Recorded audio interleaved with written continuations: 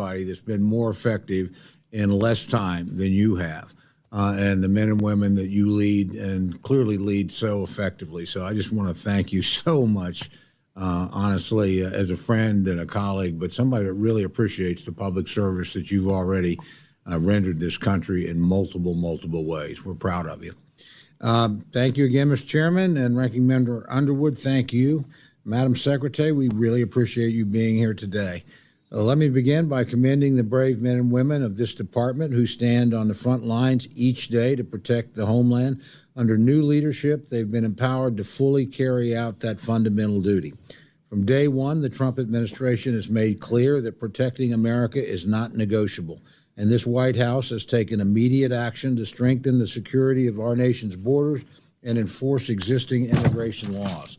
The contrast from the Biden administration could not be clearer. Policies that allowed an open and lawless border have ended, and the message is clear. Illegal migrants, including violent offenders, will no longer have an open invitation. Criminal cartels and traffickers will no longer be enriched, and the safety of our citizens will no longer be put last. In less than 100 days, we've watched our southern border go from chaos to closed. The decisive actions and common sense measures of the Trump administration have led to an historic turnaround, driving illegal crossings to record lows and ensuring removal of dangerous criminals. President Trump and his cabinet, particularly you, Madam Secretary, have delivered on the promise to have the most secure border in modern American history, and our nation is safer as a result. It's imperative that investments for effective border security enforcement are strong, and I'm dedicated to working with the members on this committee and across the Capitol to ensure the department is properly resourced. Secondly, I appreciate that the DHS mission doesn't end here. Living in Tornado Alley, Oklahomans are no strangers to devastation caused by natural disasters. Even now, a slow-moving storm and record-breaking rainfall is responsible for significant flooding in my state that's already resulted in the loss of life and a state of emergency declaration by our governor. When state and local resources are exhausted, we do rely on FEMA to bring additional capabilities that save residents, remove debris, and help our fellow citizens rebuild. This isn't a partisan issue. It's one that concerns states regardless of politics. I look forward to a discussion on ways to reform FEMA and improve federal emergency response capability while eliminating inefficiencies and wasteful spending. Programs like the Building Resilient Infrastructure in Communities, or BRIC, grants have provided many communities with the means to mitigate the next disaster before it strikes, potentially saving taxpayers even more money. I support efforts like these that give local communities, including those in rural Oklahoma, resources to prevent further destruction.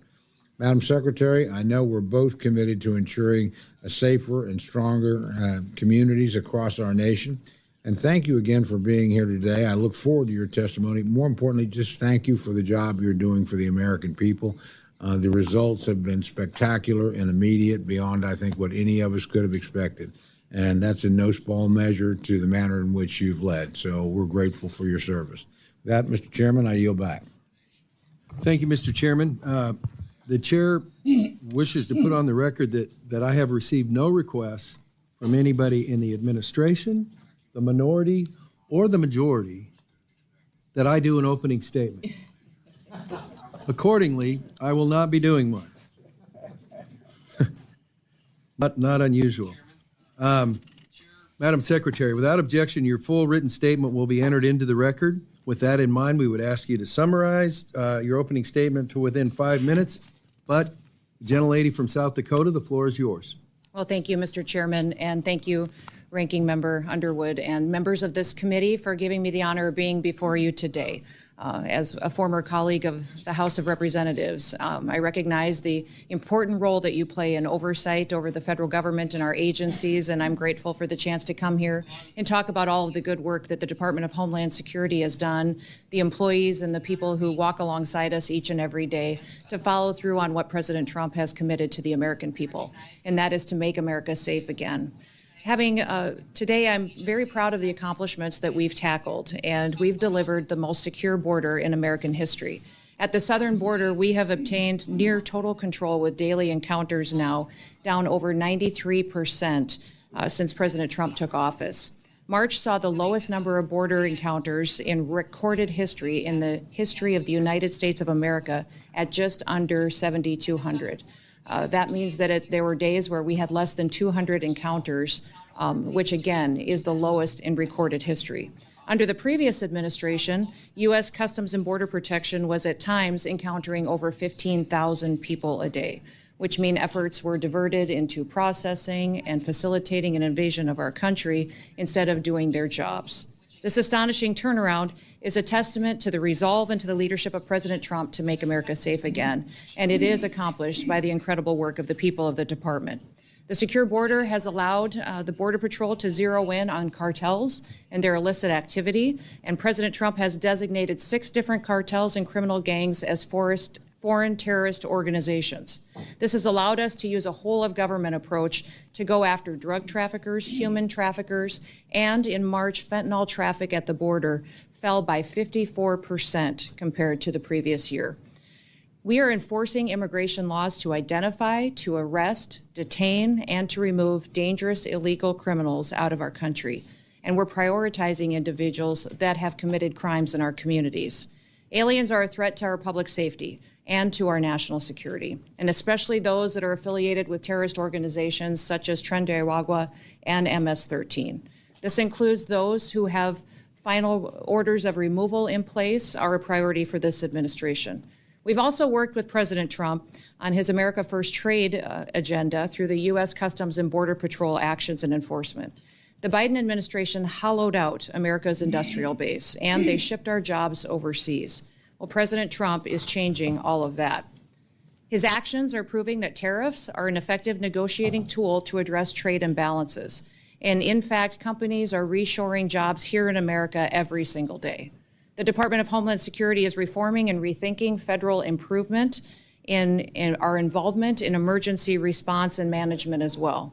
President Trump recently announced new members to the FEMA Review Council, which I will co-chair with the Secretary of Defense. Now, this council is charged with fixing a broken system, and it is a system that will, when fixed, return power to state emergency management directors to make America safe again. And we're also taking steps to defend the nation's transportation systems, which are vulnerable to targets and attacks. The Transportation Security Administration is responsible for ensuring the security of all of those that travel. In a single day, there are over 45,000 flights and nearly 2.9 people travel on our airlines and our passengers in the United States. We're fulfilling our obligation to enforce and to launch Real ID in order to follow federal law that was enacted nearly 20 years ago. Validated IDs will secure travel, safeguard our elections, and make sure that we never experience and work to prevent a 9/11 attack again. As technology advances, so do the threats to our nation, and that's why cybersecurity is so crucial to our future. Countries like Communist China have both the capability and the intent to infiltrate and to potentially disrupt our critical infrastructure systems. The Homeland Security Department is responsible for 10 of the 16 different critical infrastructures. And despite these threats, the Biden administration instead used CISA to play politics and to police speech. Under President Trump, we've been working to get CISA back on mission and to make sure that they're focused on cybersecurity.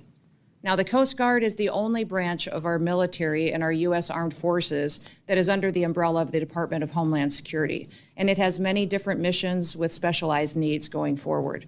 As we secure our southern border, the cartels have shifted their activities to our maritime borders, and the Coast Guard has already surpassed fiscal year 2024 in the amount of drug interdiction numbers that they have encountered, and they have also excelled at search and rescue and illegal interdiction.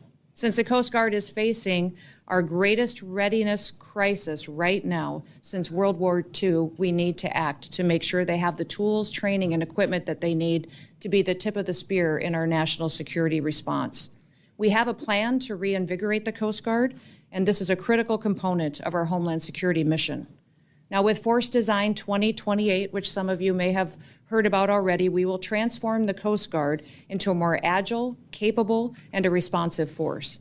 And since I took office, one of the responsibilities that I have is reforming the Secret Service in the wake of the July 13th assassination attempt on President Trump. We have reassessed the Secret Service's needs. We've refocused recruitment away from what the Biden administration was prioritizing with DEI objectives, and instead bring people in with experience and with training that align with the agency's zero-fail mission. These accomplishments are just a portion, Mr. Chairman, of what the department has achieved in just 100 days. And with the support of this committee, we'll be able to make the department more efficient and more effective into the future. I want to thank Chairman Cole for his kind words. It has truly been one of my greatest honors to have been able to serve with him in his advocacy for the people in his district, but not just the people in his district, but the history to which he's represented the people of the United States. He's a true statesman that works across the aisle to come up with solutions. I'm so grateful for all of you, but I'm grateful for the people that work every day in the Department of Homeland Security. They are examples of bravery and dedication, patriotism, and perseverance. It's our responsibility to give them the resources that they need to meet the challenges of the day, to give them the training and equipment that they rely on to be successful for the American people. But we also have to remain accountable to the American taxpayer and make sure that we're spending money appropriately and where it should be spent to serve them the best. So thank you for the opportunity to be here today. And with that, Mr. Chairman, I look forward to your questions. Thank you, Madam Secretary. I'm going to hold off on my questions until the members have got done to see if some of them are duplicative. And so, Ms. Underwood, the floor is yours for questions. Thank you, Mr. Chairman. This weekend, the president made the remarkable statement that he, quote, doesn't know whether he has to uphold the Constitution. You, however, have taken a different position, both in your confirmation hearing and when you took the oath of office. You said that you were committed to complying with the Constitution. Do you still stand by that statement? Absolutely. I believe President Trump Excellent. as well. Let's start with Article 1, which gives Congress and only Congress the power of the purse. No money shall be drawn from the Treasury, but in consequence of appropriations made by law. But this administration is freezing, terminating, and even clawing back federal grants and awards that were already signed into law. These are taxpayer dollars that were appropriated by Congress for the specific purposes that we laid out. So, Secretary, let me ask you, do you believe the administration has the authority to subvert appropriations law to freeze and terminate congressional funding? The administration and the Department of Homeland Security used our authorities that we have to evaluate every grant that was in front of us and meet statutory requirements, but also to make sure that they were being spent appropriate. So, of course, the president is within his authorities. Make sure Ma'am, this is my time. Thank you so much. Of course, the president is within his authorities to drive policy decisions within the bounds of federal law and the Constitution, but that's not what you've been doing. What I'm asking is whether you believe you have the authority to ignore appropriations law. Do you believe that the Constitution gives the executive branch unilateral authority to withhold funds appropriated by the legislative branch? We have evaluated grants to make sure if they're being spent appropriately, and work that is underway and was authorized has continued. Other grants that have not been started and have not been authorized or obligated, we have reevaluated. And I think you're talking specifically about grants potentially within FEMA that were non-disaster related grants. I'm talking broadly, ma'am, and Article 2 does not give the executive the authority to withhold funds, period. And multiple courts have weighed in to agree. Multiple courts have ruled in agreement. Congress controls the power of the purse. That is a fact. That's not a question. That is a fact. And so if the president disagrees with certain spending, Congress passed the Impoundment Act to create a legal process to seek rescissions, and we expect him to follow the law. This administration is not just ignoring the constitutional power of the people's elected representatives. It is also violating the fundamental right of individuals. Do you believe that the Constitution grants everyone in our country the right to due process, including non-citizens? The administration has the authority to. Ma'am, I'm looking for a yes or no question. Yes or no. Do you believe the Constitution? Yes, ma'am. Do you, we have not conducted in claiming my any time, kind of Mr. Chairman? Time is yours. Okay. Secretary Noem, I'm just looking for a yes or no here. Do you believe the Constitution guarantees due process to everyone in America? Due process is exactly what this Congress lays out. Yes or no? Okay, ma'am, I'll take that as a no. On due process excuse me, I'm trying to ascertain your understanding of the law as it applies to your department, and you as its leader should be able to give us a yes or no answer, because judge after judge has ruled that the law is not being followed. Do you believe that the U.S. government has the authority to deport American citizens? No, and we are not deporting great. U.S. citizens. I'm so happy to hear that you do not believe that the law gives you that authority, because the federal government has no authority under U.S. laws to deport any American citizen. And as I know, everyone viewing this hearing today knows that several American citizens have been deported to date. That is not Secretary true. Noem, that was not a question. Secretary Noem, that oath that we both swore before taking office was to protect and defend the Constitution of the United States, not the president, not a political party, the Constitution.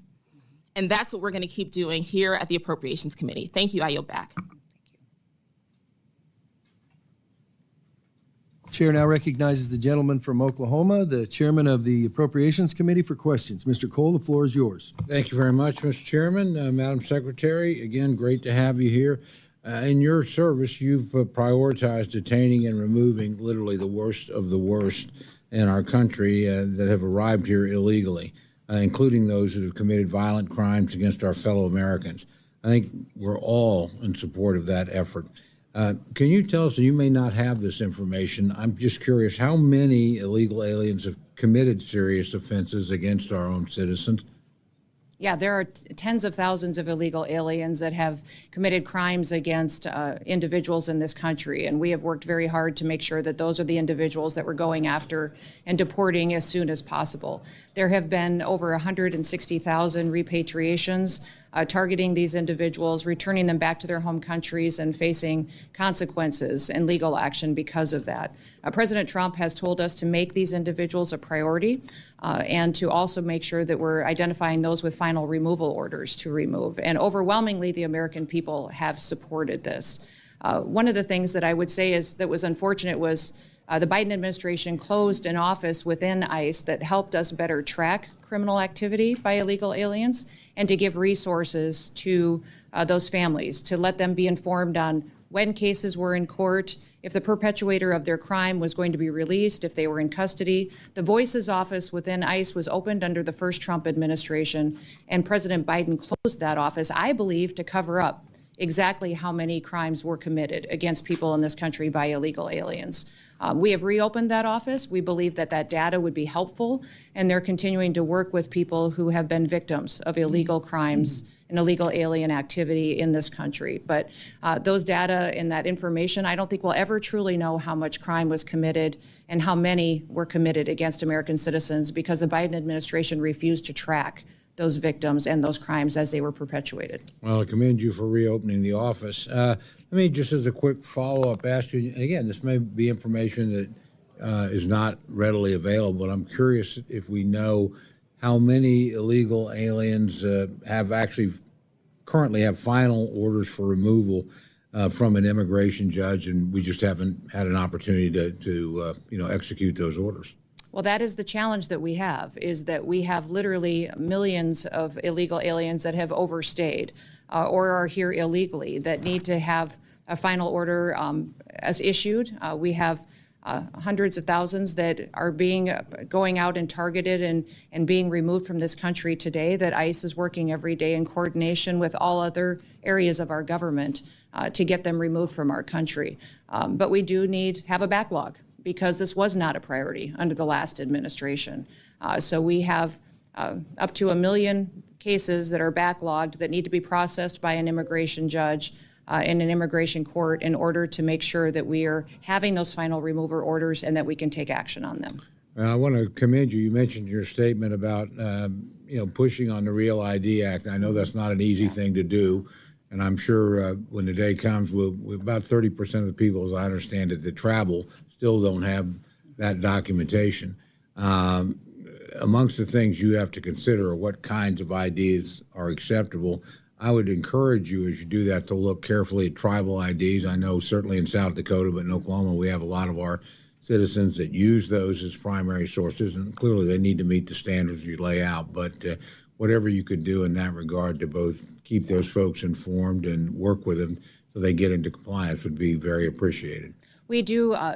Tomorrow is the day that Real ID will finally be enforced. It's been a law that's been in place for over 20 years. 81% of the travelers that travel by airline in the United States today are already compliant. So they have IDs that already they will be able to use just like they normally always have been. We will be honoring passports, other federally recognized IDs, tribal IDs will be recognized. So thank you, Mr. Chairman, for that. And what will happen tomorrow is folks will come through the line and will be issue their ID and show it. If it's not compliant, they may be diverted to a different line, have an extra step, but people will be allowed to fly. We recognize that this is a security issue. Congress has had many, many years to reevaluate it and decide if they wanted to change the law or to stop it. And the Biden administration chose that it should go into place on May 7th, and we intend to follow the law. So we will make sure that it is as seamless as possible and that travelers will get to stay on their intended itinerary. But we are telling people that this law will be enforced, and it will allow us to know individuals in this country who they are and that they're authorized to travel. Well, I'm about out of time, so I'm going to mention a quick thing and then probably submit it for the record so you have time to respond. I am very interested in the BRIC grants, which again we did pass when President Trump was there. Would love to be updated as you figure out how you're going to reform those, but they have been extraordinarily valuable, I think, to communities. And like all grants, they can be used correctly or misused. I don't have any problem with evaluating things, particularly in the last frenzied days of any administration. Sometimes a lot of stuff slips through that you wish hadn't in retrospect. But please know that there's strong bipartisan support for that program, as there was when President Trump, introduced it and signed it into law back in 2018. So love to know more when you can about your plans to reform those grants, but hopefully keep them operating. You bet. Thank you. Thank you very much. Thank you, Mr. Chairman. Yield back. Thank you, Mr. Chairman. The chair now recognizes the gentleman from Texas, Mr. Cuellar. The floor is yours. Thank you, Mr. Chairman. Madam Secretary, it's good to see you. I was going to show you, but I think the rules don't allow me to show you just something because I just want to talk about basics, but hopefully we can sit down later and I can show you what I'm referring to. I want to talk about some of the basics. I live at the border, lived all my life there. Want to talk to you about river roads. I want to talk to you about Carrizo cane, technology that's needed, aerostats, and cameras that are not working, and some infrastructure. Basics that are needed for border security. My area, Laredo, it's the largest inland port, bigger than LA, bigger than any other place in the country. We get 18,000 trailers a day. We're about to expand from 8 lanes to 18, plus another bridge. We got 2 of them, 2 rail bridge. So trade is very important to us. But when we talk about illegal crossings, we've been the second lowest crossing in the country, and we still are out there. I think right now, latest numbers, 30 people, maybe 40 people a day coming through my area, which is almost nothing. So thank you for that. River roads, the river roads, and I wish I could show this just to show you, but the river roads go this way. Let's say the river's here. The river roads, the roads go this way. So Border Patrol can go here, but they can't go across. So what we're asking is for river roads to follow the river itself, and I think that would be a big investment, a good investment that we need. So one is the river roads. The other thing is the Carrizo cane. The Carrizo cane, I know you got some folks from people that are very familiar, but the Carrizo cane will grow almost the size of this. And it's not good for Border Patrol. I think Tony Gonzalez and folks that are from the border understand. We ought to get rid of that Carrizo cane on our river, but get the Mexicans to do that. I'll show you the maps, and I know you've been out there, but it shows you the Carrizo cane is on both sides. If we can clear that up, get the Mexicans to do that, that will be good for Border Patrol. So river roads, Carrizo cane, technology in my area. Only 1/3 of the cameras are working, and if you ask some of the other Border Patrol, they're not working. Basically, they're using the RVS, which is an old model. They're trying to get the AST towers where more better to use, or whatever technology. But this old technology is like going to a car and you fix it, and they keep coming. The same thing they're doing right now. They keep bringing folks who are coming in to fix it up. 1/3 of the cameras are working, 2/3 are not working. That's not right. Procurement process needs to be better so they can move faster to buy that technology. And finally, there are dead spots. Even now, with the modern technology, Border Patrol can be in certain areas and dangerous areas and they don't have the technology and radio that's working. Aerostats, the military has a lot of them in surplus. The problem is in the past administrations, they've hired contractors that Homeland was paying too much money. So we need to look at those aerostats that are available from the military surplus itself. Border Patrol, I think right now we got 19,327. We funded 22,000, and we need to hire more. OFO, the men and women in blue, were at 26,334. We're still below the modeling, so we need to hire those officers. So those are some of the things, and I know I gave you a whole bunch of things, but there's the basic things that are important to Border Patrol. Last point, as we try to hire new Border Patrol, I know the reconciliation has something that will affect them that has to do with Social Security supplement. I've talked to a lot of Border Patrol agents, and right now they're crunching the numbers. Do I retire at the age of 52 or do I have 57? What's going to happen with that supplemental? So instead of focusing on the border, they're human beings and they're focusing on that. I know that's another committee, but those are the basics that I know I don't have enough time, but I would love to follow up with you and your folks on. Absolutely. I will certainly do that, Congressman. And I want to thank you for talking about the technology needs and the investments that we need at the border in order for these agents to truly do their job and do it with excellence. I will tell you that recruitment at CBP is up over 50%. So as we've allowed them to go back and to do their jobs, we have had more and more interest in people, more applications coming in, and I think that's a fantastic trend that as people talk about how discouraging it was over the last several years by them not having their hands tied, that now that they actually get to secure the border and work for the American people, that they're recruiting more and more help to be assisting along the way. Thank you. And we'll follow up on the rest of these conversations. Thank you. Thank you. Thank you, Mr. Cuellar. The gentleman from Florida, Mr. Rutherford, the floor is yours for questions. Thank you, Mr. Chairman. And Secretary Noem, I have to say, it's already been mentioned a couple times, the amazing speed with which you all turned around the southern border. And I know that a big piece of that was your endorsement of the 287G program. I fought with Secretary Mayorkas, your predecessor, to try and expand that program. He refused to do it, even though his own acting ICE secretary said in a hearing before this committee that 287G was the best thing since sliced bread because it protected officers and the community. And so I want to thank you for that. You all came in and overnight, it seems, added 300 agencies to the 287G program. That's an amazing accomplishment, and I think that's a reason for a lot of the success that you've seen there.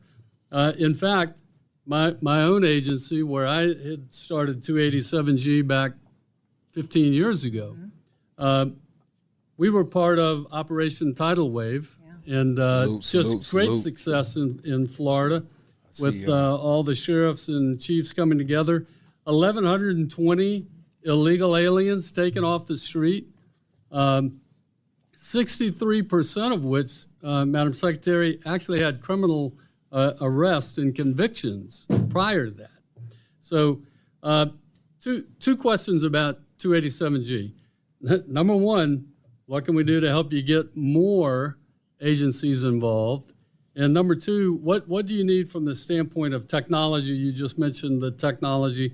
What can we do to help you get those agencies trained and the technology that they need to get into those databases so that we can actually run these 287G programs, which are better than sliced bread, at top efficiency? Yeah, well, thank you, Congressman, for talking about this program because it is incredibly important to our strategy of having the enforcement that we need to really address the criminal activities that we've seen out on the ground. 287G is a partnership between our officers, ICE, CBP, that brings everybody to the table. It's an agreement that's signed with local law enforcement or state law enforcement that allows us to operate in a task force model to go out and make sure that we're having more bodies, more people a part and backup of these operations on the ground going after dangerous criminals. We have today, I believe, 598 agreements out there across the country, over 6,200 different officers that has brought alongside of us to work alongside of us to protect our communities, and they've done incredible work. You referenced what was done in Florida on Operation Tidal Wave. Those 1,120 dangerous criminals are off the streets now today, and they are people that were here illegally, broke our laws, and now they are having the opportunity to face consequences and to go home to their home countries. I would say that we're looking for more agreements like that across the country, and we'll continue to build on it. What Florida did by having a whole of state approach is what we want to build out and model in every other state as well. And we've had partnerships from the DEA, ATF, DOJ, state highway patrols. We've had, obviously ICE, U.S. Marshals, CBP, local law enforcement, cities, county sheriffs. People who've committed their whole life to upholding the law and having the scales of justice apply equally to everybody are a part of this team. And it has been wonderful to see people jump in and be a part of it to make sure that we have not just the authorities that we need to go out there and to work, but also to have the local knowledge and the people in their community that really want to be a part of the solution and making them safe again. Well, we look forward to continuing that.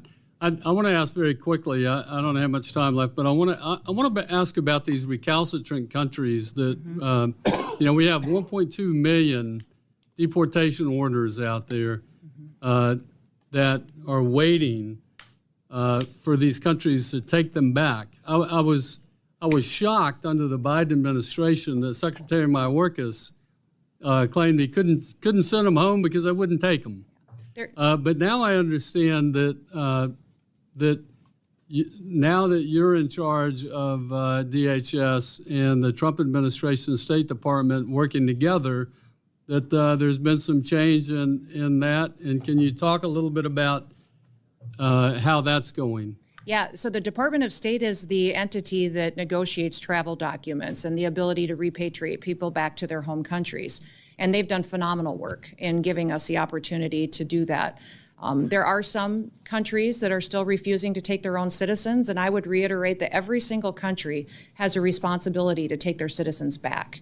And that has always been something that has been an international common sense agreement that has existed. Many of the countries today, even as they are working with us, aren't taking their citizens home very quickly. They may limit us to 1 or 2 planes a week. Mexico had a limitation on us for quite a period of time, even a limitation on what kind of aircraft we could use. And so working with those countries is a diplomatic job that consistently needs to be stayed on top of. So many times while we have people that are brought into our facilities and ready to be returned home, getting those travel documents and the permission to return them to their countries is incredibly important. Thank you very much for getting them out. I see my time's expired. I yield back. Chair recognizes the gentleman from Hawaii, Mr. Case. The floor is yours for questions.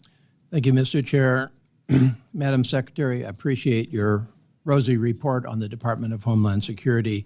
I have a different view on where the department is today and where you, and by you I'm going to refer to the President, the administration, and you as Secretary, are taking it as reflected into your actions and budgets, not just in your words. But I think it's important that we start by some points of agreement. First of all, I think you would agree, I hope you would agree, that the 270 or so thousand members of the DHS workforce, if that's what the figure is now, and we would like to find out what the figure is at some point, spread across your 22 departments, all deserve our praise for their dedication, for serving our country every day, and they also deserve our professional respect. I think we would also agree that the efforts to legally reduce illegal immigration and illegal drugs of the past couple of years across our borders are paying off and should be continued. So I agree with you on those things. Overall, however, and focusing on the budget, because this is the Appropriations Committee, what little you have shown us thus far of your FY 2026 budget, it looks like you are definitely overfunding some efforts, mainly for messaging purposes, at the expense of some other efforts that are really critical, such as cybersecurity, disaster prevention and mitigation, transportation security. And you're using budget gimmicks to misdirect and conceal your intent. On your budget gimmicks, you claim a 65% increase in DHS's overall budget. targeted at the border, drugs, and the Coast Guard. But all of that increase or more is loaded into your separate reconciliation bill. You have essentially, for this purposes of this committee, level funded DHS and loaded all of the extra money into reconciliation. First of all, aside from completely sidetracking this particular committee, which is supposed to be doing that funding, you should know, if you don't already, that this is not an appropriate use of reconciliation. It's intended to maintain the illusion of responsible budgeting. It certainly is holding needed DHS increases, which many of us would support in other situations, hostage. Yeah, Trump, he don't even want to get paid for this job. That should tell you a lot. I hear you, Summer G. That should tell you a lot. To your overall reconciliation plan of continuing tax cuts for billionaires and slashes in critical programs like Medicaid. So the question I have, and it's a rhetorical question since I'm making a statement here, is why don't you just come into this committee and say it straight? We need a 65% or more increase in DHS to actually protect our national security. Your increase is also heavily skewed to the border generally and CPB specifically, some $20 billion, all of it in reconciliation. And nobody disputes that CPB needs help. I've been to the border 3 times myself. I've spent time with the agents, and certainly personnel and equipment costs are necessary. But a question that I have from an oversight perspective is, if you are claiming such success at the border, which without spending all of this extra money, which you're now asking for, do we need to do that at the expense of other programs? And I mean the non-personnel stuff. You're also loading half of your reconciliation increase into the U.S. Coast Guard, $21 billion. And everybody agrees that the Coast Guard needs help. It's critical in the Indo-Pacific, where you have actually withdrawn from the Indo-Pacific, which I think was a tremendous mistake.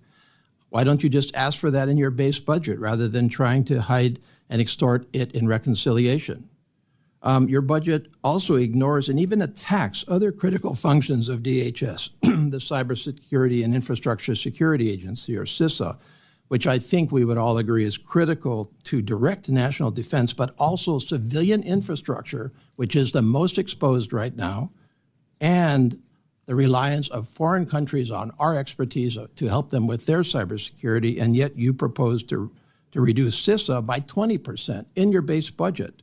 And I don't think that you can claim that that's all somehow Biden misdirection. FEMA, another example of misbudgeting in my view. You, first of all, collectively have directed very incorrect and outright mean criticism at FEMA, which is just undeserved by FEMA.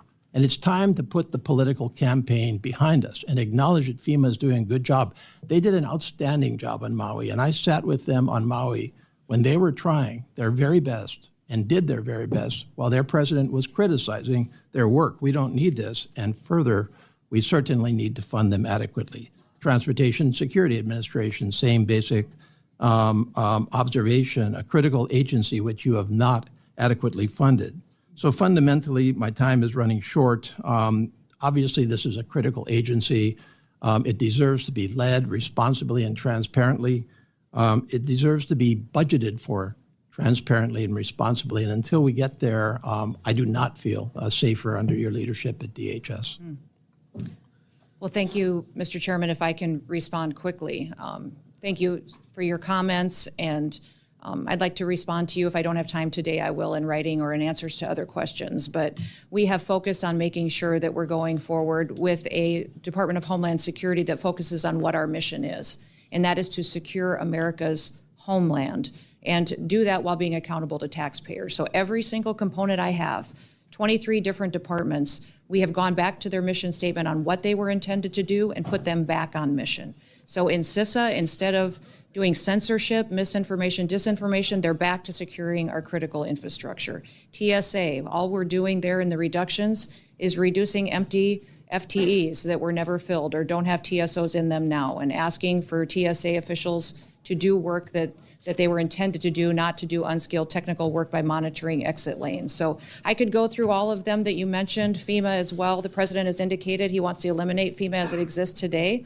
and to have states have more control over their emergency management response. He wants to empower local governments and support them in how they respond to their people. So thank you for identifying what you're concerned about, and I look forward to having conversations with you so that I can answer the questions that you have and reassure you that this Department of Homeland Security is accountable, but it is also going to fulfill the mission for which it was created after the horrific events of 9/11. Thank you. Thank you. The floor belongs to the gentleman from Washington State, Mr. Newhouse, for your questions. Well, thank you, the gentleman from Nevada and the lady from Illinois as well. Thank you, Secretary Noem, for being here with us to discuss. This is our agency, the Homeland Security. I want to focus on a couple things that I've spent a lot of time working on, and when you were in the House, you did too, and I want to thank you for that.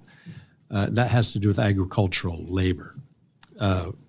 I was very delighted to hear President Trump in early April make several, I thought, were very important comments about the agricultural labor force, as well as some of the, what would you call, hotel, entertainment kind of workers whose current workforce certainly lack a legal status. So I'm talking about H-2A and H-2B.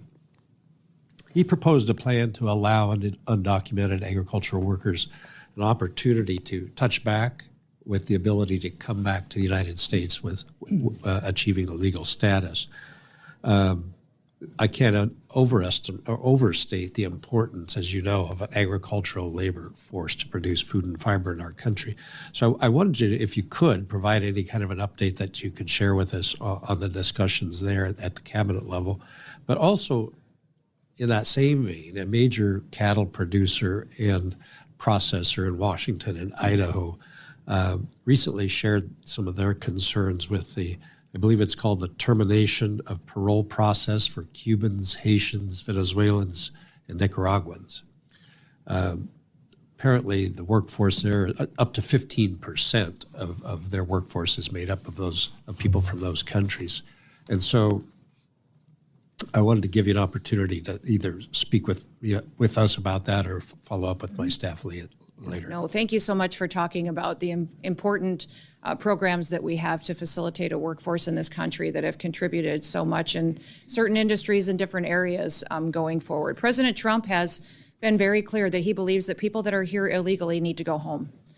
He has backed that up with his policies that you don't get to come into this country and have the law apply to some people and not others, that the scales of justice should apply equally to everyone, and that individuals who are here illegally need to face consequences for that and go home. I think one of the reasons that you've heard us recently talk about self-deportation is because our preference is that the individuals who are here illegally self-deport. We will facilitate purchasing their plane ticket and a stipend once they return to their home country, so they have the opportunity to do exactly what you talked about by touchback. They have the opportunity to come back to America then and to do it the right way.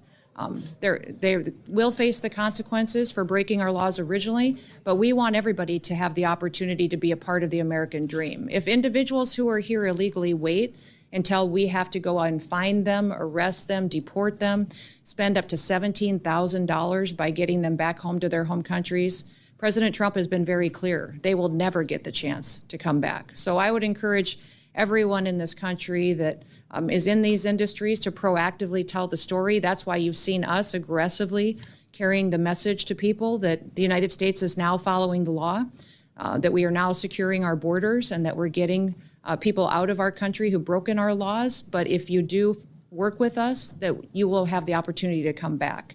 Those visa programs are ones that we continue to have discussions with the administration, with many of you on. There's some latitude given to the Secretary of the Department of Homeland Security, but I will remind you that Congress consistently maintains the authority to determine how many are issued in this country and if they are issued into the future. And so we always will follow that as that goes forward.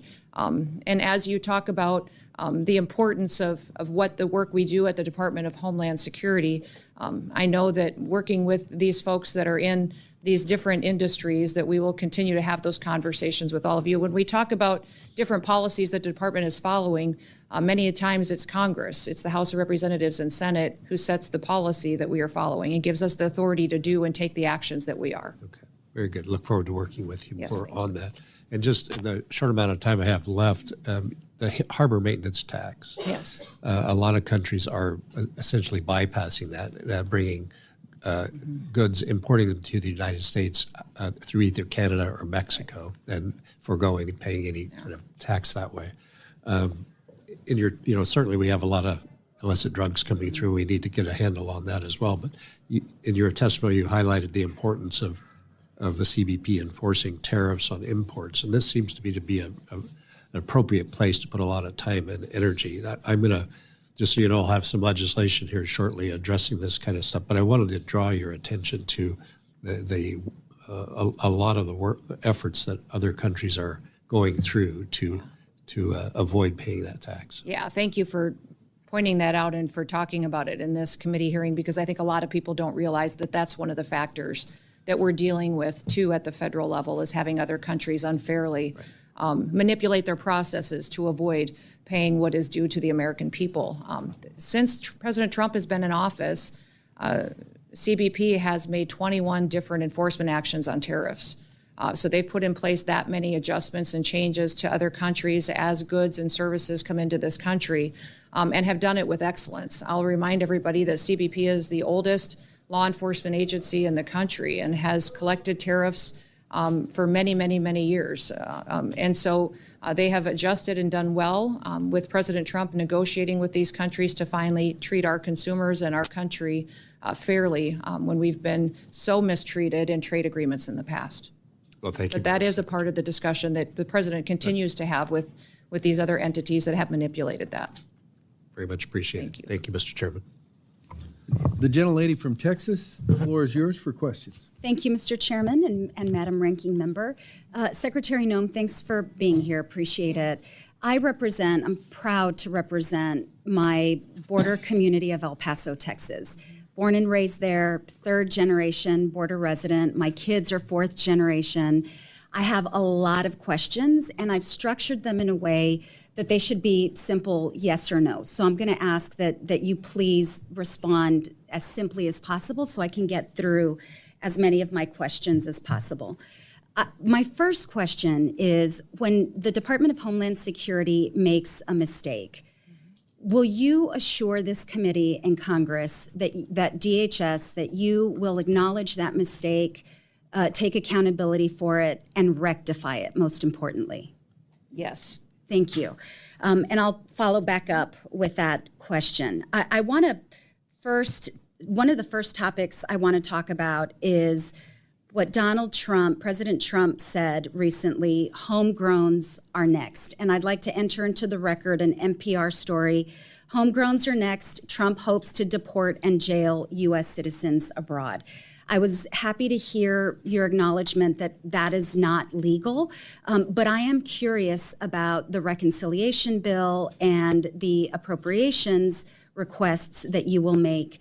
Will any of the funding, either through appropriations or through reconciliation, be used to execute this policy idea of Donald Trump's, which is deporting U.S. citizens abroad?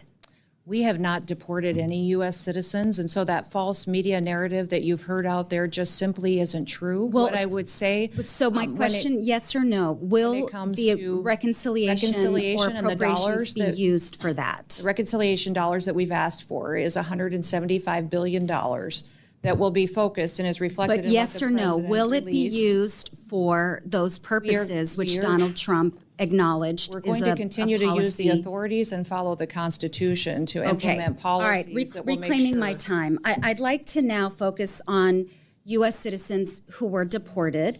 In fact, 3 children so far, likely more children. One of those children with cancer who was deported without the medication necessary to address that child's cancer. Again, a U.S. citizen. The lawyers have said that they were not given, the family was not given an opportunity to make plans for the kids. And so they were deported, essentially, again, U.S. citizens. I have a question about the forms that ICE is supposed to utilize when engaging with parents who have children the parents who are being deported and the U.S. citizen children. One of those forms is ICE Form 71-078, or the Caregiver Designation at Arrest form, were any of the individuals who were deported, who had U.S. citizen children deported with them, were they given an opportunity to sign that form? When these, the specific cases that you're referencing with these children, it was the parents' choice to take their children. And did ICE Which it is the follow policy of through the on the Trump policy? administration to keep families together. That is what we have Ma'am, continued reclaiming to my do, time. is that I these told you at the children, top of this, their ma'am, parents took- ma'am, reclaiming my time. I said the questions are really simple, yes or no. Was that form used in any of those cases? I will get back yes to you or on no? that Okay, specific form. I perfect. don't know the Thank number, you. but I do That's- know these mothers Okay, went on thank the you. record The filling out second form, paperwork, ma'am, and in reclaiming my interviews time. reiterated Ma'am, they wanted to please, keep their ma'am, children with them. reclaiming my time. I'd like you to avoid the filibuster so I can get to all my questions, please. Answering your questions. So with that. the second ICE form that I'd like to ask you about is ICE Form 71-76, which is also it's pre-removal parental interests election form. Can you get back to me on that? Were all of the parents allowed to sign that? Are the parents allowed to speak to lawyers before they're deported, or to speak to their U.S. citizen spouses before they're deported? They are given the opportunity. Okay, so you can guarantee that every one of those parents. We followed all the normal policies and procedures. So they were allowed to talk to a lawyer? That's a yes? As it is authorized. Is that a and laid yes? out by- That's a yes? Everything was handled appropriately and correctly. But did in they all every get to single talk case to a that you've lawyer? addressed Okay, reclaiming my under the time. policy. Mr. Chairman, unfortunately, I'm out of time. I have a number of other questions we'll get to in the next round. Thank you.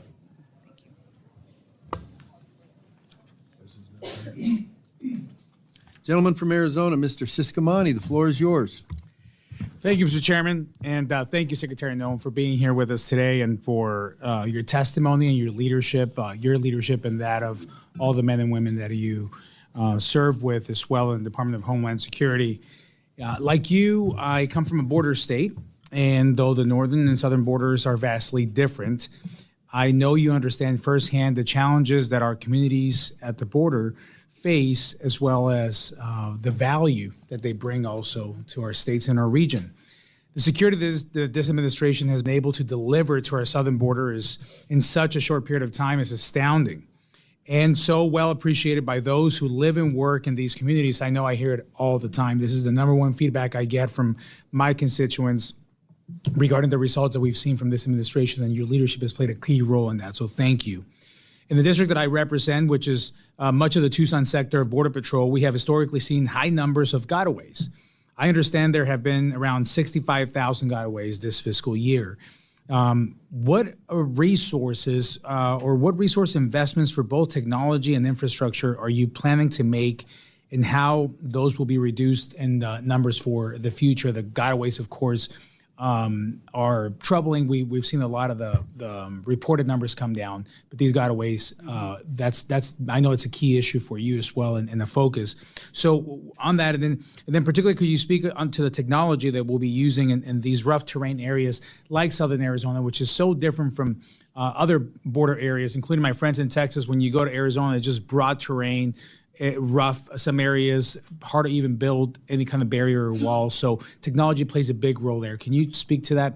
Yes, thank you so much for talking about the fact that as we've secured our border and as we've addressed the challenges and in the areas of the southern border and northern border where we saw a lot of folks crossing illegally, and we've put more resources in those areas, or what was necessary to really follow our federal law and keep American people safe. We've seen that some of the traffic has pushed to other areas, maybe areas that weren't well traveled before, and now gotaways are trying to take advantage of that. They also have pushed heavily towards the maritime borders and out into the waters. The Coast Guard is seeing much more traffic. They're also seeing the cartel activity out there of trafficking of drugs and human beings and technologies that they're having a difficult time keeping up with. The Coast Guard has been neglected for many, many years, and they don't have the airframe, and they don't have the cutters to keep up and even to manage and maintain the horsepower needs that they have to catch and interdict some of the smuggling activities that are going on. You referenced some of the rough terrain, and what we need to do as far as CBP and investment on this border. Frankly, we're going to use the latest and greatest technology that would be available to us as far as surveillance equipment, cameras, satellite images when possible, and also the Aerostar, like Congressman Cuellar was talking about, some of those technologies in areas to help those vulnerable areas have more eyesight to truly know what is crossing there so that we can interdict it before it comes into our country. I would talk exclusively too about how we've been able to diplomatically work with the country of Mexico. President Trump's strong leadership has helped Mexico be more proactive than they ever were before too. And so in my conversations with government officials, they've indicated to me there could be as many as 500 to 600,000 illegals that never reached our border because when they got to Mexico and heard that our border was closed, they turned around and went back. So a combination of solutions is needed. You absolutely have to have a president that cares about keeping us safe. We now have that in President Trump, but also making sure that we have the people and the equipment necessary for CBP and for ICE to do their job, but then the technology which you referenced, which is needed. We have scanners that we need at ports of entry so that we can scan our shipments, our rail, and even our air freight. Much of that, we don't necessarily know what's coming in containers and small packages. Those technologies are critically important, and why you see a request in increase in funding to address those challenges that simply were neglected for too long under the Biden administration. Excellent. Thank you so much for that. You mentioned the diplomatic conversations as well. I think that's something that doesn't get enough attention of the power of strong leadership in the White House now and the reaction of not only Mexico, but the rest of Latin America on this. I think that's key. And we want to partner with Mexico and other countries on this. With the little time that I have left, do you mind just speaking of the morale of the agents and your efforts on recruiting and retention? I think that goes hand in hand with the technology piece as well. Yeah, the morale of the Department of Homeland Security agencies and departments and the employees that work there is fantastic. We have incredible numbers in recruitment, people who want to be a part of the agency that are signing up and submitting applications. I referenced earlier that CBP has over 50%, I believe it's 54% increase in recruitment. ICE as well, maintaining and excelling at its recruitment efforts and getting officers and people who want to be a part of the team or coming out of retirement. We have the Coast Guard is at 108% increase of its recruitment. People that understand the mission and they want to be a part of the many different skill sets that the Coast Guard can bring to partnering with our military departments, but also going out there and helping at the border and continuing on with their search and rescue mission. And then you look at the Secret Service, because of the recruitment efforts that we've had in putting those agents back on focusing, hiring expertise, hiring experience instead of DEI programs, the Secret Service recruitment is up almost 200%. The applications we've gotten have been fantastic by telling our story and that they can be a part of an agency that protects the most powerful in the world. It truly has been inspirational. So I believe that some of the narrative that the Democrats have used to attack the Department of Homeland Security just simply isn't true. The people that are wanting to come and work for us are inspirational and they're true Americans. Thank you for that. Chairman, I yield back. Gentleman from Texas, Mr. Gonzalez, the floor is yours for questions. Thank you, Chairman, and thank you, Madam Secretary, for being here. I hope you know how committed this committee is to working alongside you and the President to get this done. I mean, here we have the chairman of the full committee sitting throughout the entire duration. So this is just the first of many things. I want to thank you for making your first official trip as secretary. You went to the border, right? You went to Del Rio in my district and you saw it firsthand. You're not new to this as governor. You were very active along that. So on that note, I want to get your opinion on states being reimbursed for some of the fundings, particularly Texas. What are your thoughts on Texas being reimbursed for some of the funding that we've had to pay for this? Yeah, it's been incredible, the partnership that Texas has put together with the federal government and how they stepped up so many times when the Biden administration did not secure our border. Texas filled the gap. And when I was governor, I deployed my National Guard there to facilitate and help as well as did other governors in the country and did what we could to get by until we had a new president that truly cared about keeping America safe.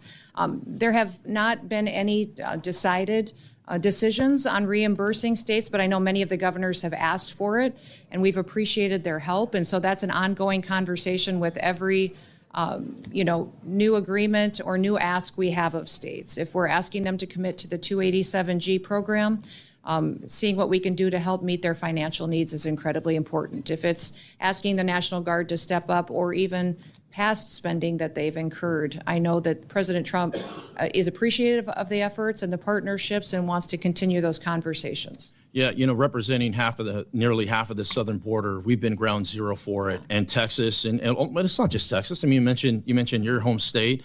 Everyone has really pitched in a big way, and it's not fair. For the last 4 years, a lot of our states have been on our own and had to pay out of pocket. I think it's a great opportunity for the federal government to reimburse some of these states. I'm certainly committed to making sure Texas gets reimbursed for some of the funding we've done along the border. I'll tell you what, it was very difficult to get anything out of your predecessor every time he came before this committee, other than lying to us and saying the border was secured when we know it wasn't. One thing that we did get out, last year I submitted a letter to the ICE director asking him how many convicted criminal illegal aliens were in our country. And this is what I got back.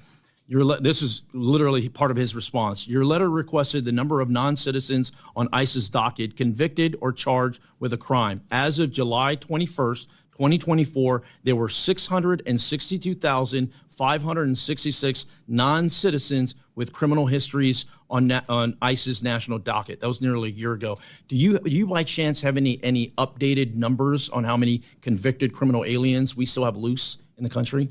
We believe we have more than that and are continuing to do an assessment. And of course, every day we continue to see crimes in this country that are perpetuated by individuals that we didn't necessarily know that we are here. What I will tell you is that the president, under his leadership, has already arrested and is prosecuting and held accountable over 250 known terrorists, people who are on the known terrorist watch list.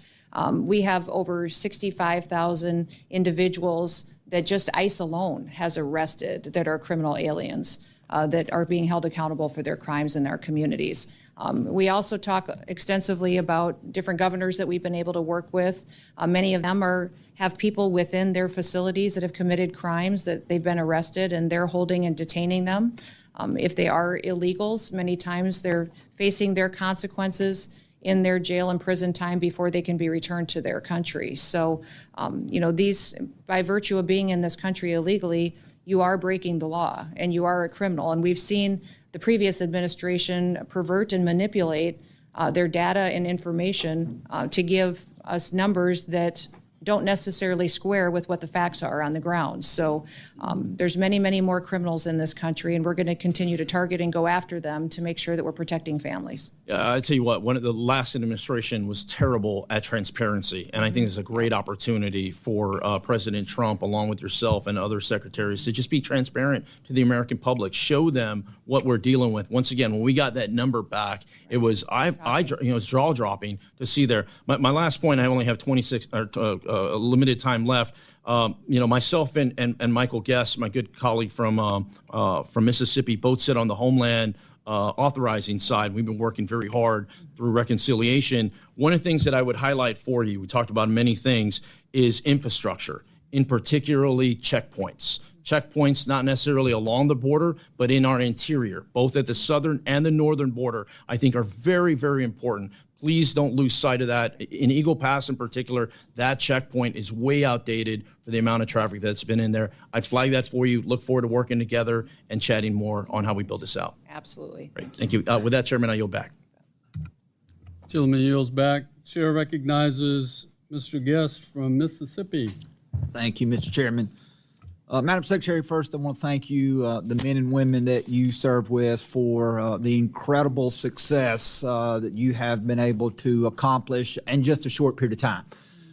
Just looking statistics, and I believe that is the greatest measure when we're looking at whether or not agencies are successful or not. Comparing statistics from one agency to the other, 1 year to the other, we know that last month CBP reported 11,017 encounters across the southwest border. Looking back a year, so March of 2024, under the Biden-Harris administration, 189,000. March of 23, 193,000.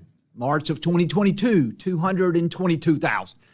So looking at just the metrics of what you and your men and women who serve with you have been able to accomplish, again, I believe is incredible. So when you leave here, please return to those men and women and thank them on behalf of all, not only the members of Congress, but all the people from across this great nation who are in gratitude for their continued service.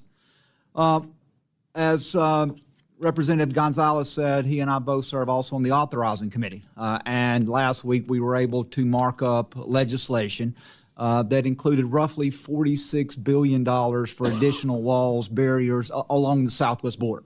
And I know that that is something that particularly between Republicans and Democrats, we have had a fundamental disagreement. And I would ask if you would just kind of take a moment to talk about the importance of the investment in walls and borders, barriers along the southwest border, and how that not only does that make our nation safer, but the importance that it is providing to the men and women who serve at CBP to make sure that they can better perform the duties that we've taxed them with. Well, thank you for talking about the importance of having not just enforcing of our laws in this country, but also infrastructure and security procedures that give us a wall. And that wall may look different based on what the topography is or the geographical location in this country on our southern border, but also on our northern border. And then when you talk about our maritime borders as well, we can't neglect the fact that we have needs there and infrastructure that would help us make sure we know what's coming into this country, who's coming into this country, and if it's appropriate and if they should be. Since President Trump has been in office, we have installed 77.8 miles of new border. That includes steel bollard fencing, but it also includes temporary border and some waterborne as well. We have 11 contracts that have been awarded to put in over 40 miles of new border as well, and we still have 5 contracts that are pending. And I want to thank you for focusing resources to continue to make sure that we're building infrastructure and building in wall and making sure that we're having what we need for each area to address the concerns that are there. That border wall will be built that is steel in areas that it's appropriate for, but the other areas may require us to do buoys. If we do have, waterborne areas such as, the Rio Grande and places like that, that it is required, and then having technology and cameras and the ability to see distances where we may not have the ability to put in fencing and even concertina wire and panels that would be used and are putting in temporarily right now as well. So the diversity of what happens is incredibly important. We're addressing the needs as they see fit, but we're going to continue to move forward with putting up that infrastructure because it does slow down traffic, it sends a message, and it gives our CBP officers more opportunities to truly address the security concerns that we've had in the past. And Madam Secretary, in the last roughly minute that I have, I want to address an issue that near and dear to my state. March the 15th, we had a series of tornadoes that came through Mississippi. Half a dozen individuals lost their lives that day. It impacted roughly 20 counties, so roughly a quarter of our state was impacted. Shortly after the storms, I, along with many of the other elected officials, we went and we visited those areas that were impacted, and I'll tell you that some of the damage has been extreme. Our governor and MEMA quickly requested disaster assistance, but at this point, the review of that process is still pending. And I understand that that takes time, and I don't want to rush anything, but I would ask you if you could make sure that you could do everything to expedite that request. It is impacting my local jurisdictions with debris cleanup. It is impacting people as they seek to recover. So I would just ask that you would personally see if anything could be done to expedite that request. And with that, Mr. Chairman, I would yield back. Yes. Gentleman yields back. Yes, I will certainly get back to you and follow up with that. I'm not sure if that decision is still with us or at the White House, but I will follow up with you. And I want to thank you for talking about the fact that you're sitting there waiting for the federal government to respond. President Trump's heart is with the American people and recognizes they don't deserve that. If we had the ability to give resources to a state so they could respond in a more timely manner and do a better job than where the federal government has failed, it would be entirely appropriate. So thank you for that, and I'll follow up with you. Thank you, Madam Secretary. The chair now recognizes the gentlelady from Iowa, Mrs. Henson. Thank you, Mr. Chairman. Good morning, Madam Secretary. Thank you so much for joining us. Really appreciate your commitment to getting Homeland Security back to mission. You know, we saw such a straying from that in the previous administration, and President Trump's border security promises were really delivered on day one and continue to be executed on. So I just want to say thank you for that. Under your leadership, those illegal encounters at our southern border are dropping to historic lows. Our immigration laws are finally being enforced. The border wall is back under construction. DHS is finally working again on protecting the homeland. No new laws, but we have a new president and a new secretary, so I want to say thank you. Last year, before this committee, Secretary Mayorkas at the time came before us pushing the Biden administration's $4.7 billion Southwest Border Contingency Fund. All that really was a slush fund, we know, designed to bypass Congress and bankroll those failed policies and sanctuary cities doing their bidding.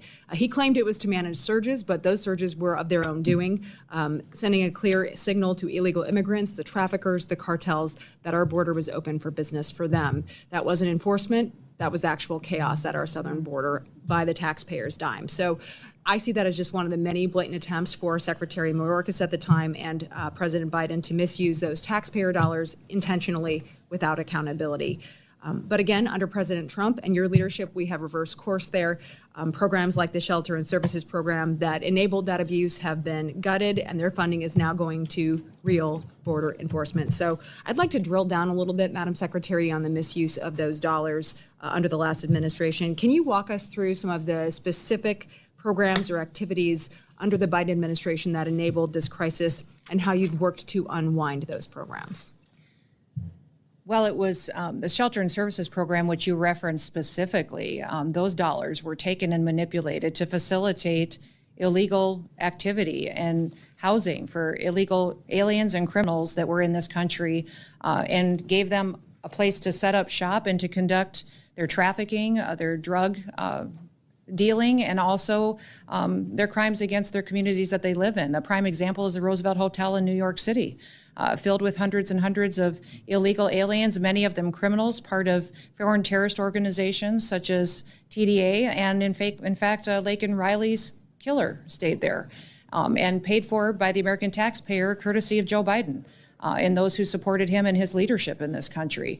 That's what we're working to address, is to make sure that those dollars are no longer continue to be used in such a manner, and that programs like that have been misused are used for ways that secure this country and really follow through on what the mission of the Department of Homeland Security is.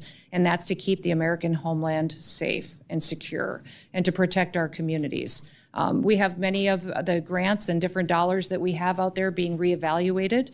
We're also utilizing several different programs and working with other different cabinet secretaries to make sure that our housing programs, our food assistance programs, our shelter services programs, even programs within other agencies, that if people are illegals and that it wasn't the authority of Congress and never the determining decision by Congress to make them be people who took advantage of those programs or to have access to them, that was ended. That no longer was this president going to allow money to be diverted different than what was authorized to be utilized to facilitate people who are in this country illegally and breaking our laws. And you mentioned the number on the terror watch list already held accountable, 250, and we know there are more, and I think that Americans need to understand you are doing that work to help keep us safe, apprehend these dangerous people that were just let to roam free in our country. I certainly, as a Midwest mom, like you, understand that we need to prioritize that and make sure you have the resources necessary for detention beds as well as the enforcement side. So as we work through fiscal year 26, the considerations that we need to be taking a look at, and reconciliation as well, what additional authorities or potential congressional actions do you see as necessary to making sure you can execute on your mission? I would say the Department of Homeland Security is one of the largest agencies in the federal government, but has one of the smallest budgets. And it really is about, when you look at what you're doing for fiscal year 26, and when you're looking at the reconciliation package, is to really determine where your priorities are. where Congress's priorities are. What is the responsibility of the federal government? What did our founders task us with as far as ensuring for the American people, and what rights did he remain with the people and with the state? And every decision that gets made here should be facilitated through that lens to make sure we're spending money appropriately. I always say, and have said for many, many years, no matter what topic comes up, what program, what agency, there's always going to be lobbyists who show up. There's very few people who show up in the room to lobby for the American taxpayer. And the job that you do in oversight is incredibly important. And I come to this role today not only as a wife and a mom and a grandma, but also as a business owner, someone who's been an employee for many different people, served in Congress, served in our legislature, but also as governor. And people need leadership that recognizes what the priorities are. And so every different component that I have under my responsibility, we are putting back on mission and making sure that they are fulfilling the duties to which they were created. So thank you for considering the reconciliation package. It will be considering the amount of people that are in this country illegally, many of them perpetuating crimes. We need the resources to continue doing what President Trump has promised the American people, to get these individuals out of our country and make sure that they come into our country, if they self-deport when they come back, that they do so the right way, and that they can be a part of the American dream in the future. Thank you again to you and President Trump for redirecting those resources where they are intended to go. Really appreciate that. And Mr. Chairman, I yield back. Chair now recognizes for second round the ranking member from Illinois, Ms. Underwood. Thank you, Mr. Chairman. Secretary Noem, you've designated the Army's 250th birthday parade in Washington, D.C. on June 14th as a national special security event, meaning DHS will use taxpayer funding to help with enhanced security and support. June 14th is also President Trump's 79th birthday. At the same time that this administration is canceling critical cybersecurity and disaster recovery funding under the guise of so-called waste and abuse, it's being publicly reported that this event will involve a full military presence crossing the Potomac from the Pentagon to Constitution Avenue. We recently received your fiscal year 2025 spend plans for the Secret Service, but the costs for this event were not included. What do you estimate you'll be spending on this, and how do you plan to pay for it? I can get those details and get back to you. I don't have them with me today, but I will certainly take that as a follow-up to your question. Okay. Do you plan to designate NSSEs for the birthdays of other branches of our armed services that do not share their birthday with the president, but also happen to be celebrating their 250th anniversaries in 2025? I will look and work with the administration and with the different departments and agencies to identify what would be appropriate for all of those, and we'll continue to keep you updated on that as well. Now I want to focus on CISA for a moment. America is under constant and growing threat from cyber criminals and foreign adversaries, as we're still seeing with Salt Typhoon. Last week you said we should, quote, just wait for the president's grand cyber plan. But you have not waited to erode the department's cyber defense capabilities by removing resources and personnel from CISA and other components. Meanwhile, bad actors are burrowing further into the critical infrastructure of this country. On what date can we expect to receive the president's cyber plan? And why are you moving forward now with workforce reductions and other changes to relevant DHS components without it? CISA's mission is to hunt and harden and to work with our state and local entities on critical infrastructure. So to support cybersecurity infiltrations that would happen from enemies and bad actors when it comes to electrical grids, water systems, support those states, those small and medium-sized businesses that can't afford that kind of defense system themselves, and to go and walk alongside of them. I think one of the most alarming things that I heard when I was first nominated for this position, but before I was sworn in, I got briefings from CISA and from the leadership team and the people that were there. And one of the things that they shared with me was that they were aware of Salt Typhoon and Volt Typhoon, but they didn't know necessarily how they had happened yet or how to stop them into the future. That was alarming to me. It was alarming to me that we had the nation's top leading cybersecurity agency that didn't know how to stop the PRC and our enemies from coming in and hacking into our systems. And if we think a pandemic was scary, wait until the PRC in China comes in and shuts down our electricity. Obviously. And so our when water. are we getting so the president's cyber plan? That is what CISA is focusing on, is making sure that we're approaching cybersecurity from the importance that it is. I had a direct question. Yes. Do you know when the president's cyber plan will be released? It will be coming out shortly, and that is the president's prerogative. Okay. I have been Thank you. advising him on what Thank that you. will look like. Despite the growing cyber threats, your budget cuts nearly $500 million from the main agency charged with protecting our federal networks and so much more. So if you are so outraged by the threat of the PRC and our federal networks, why are you cutting $500 million? When you recently spoke at the RSA conference, you said that we needed to put CISA, quote, back on mission. But let's be clear, that mission is designated for you. We in the Congress told you in the department and CISA how to execute on that mission. And you all have been moving money away from CISA, and that does not help achieve that mission. Lastly, Secretary, as a nurse, I have always prioritized taking care of the health of our DHS workforce and giving them the tools that they need to do their jobs, not just physically, but mentally.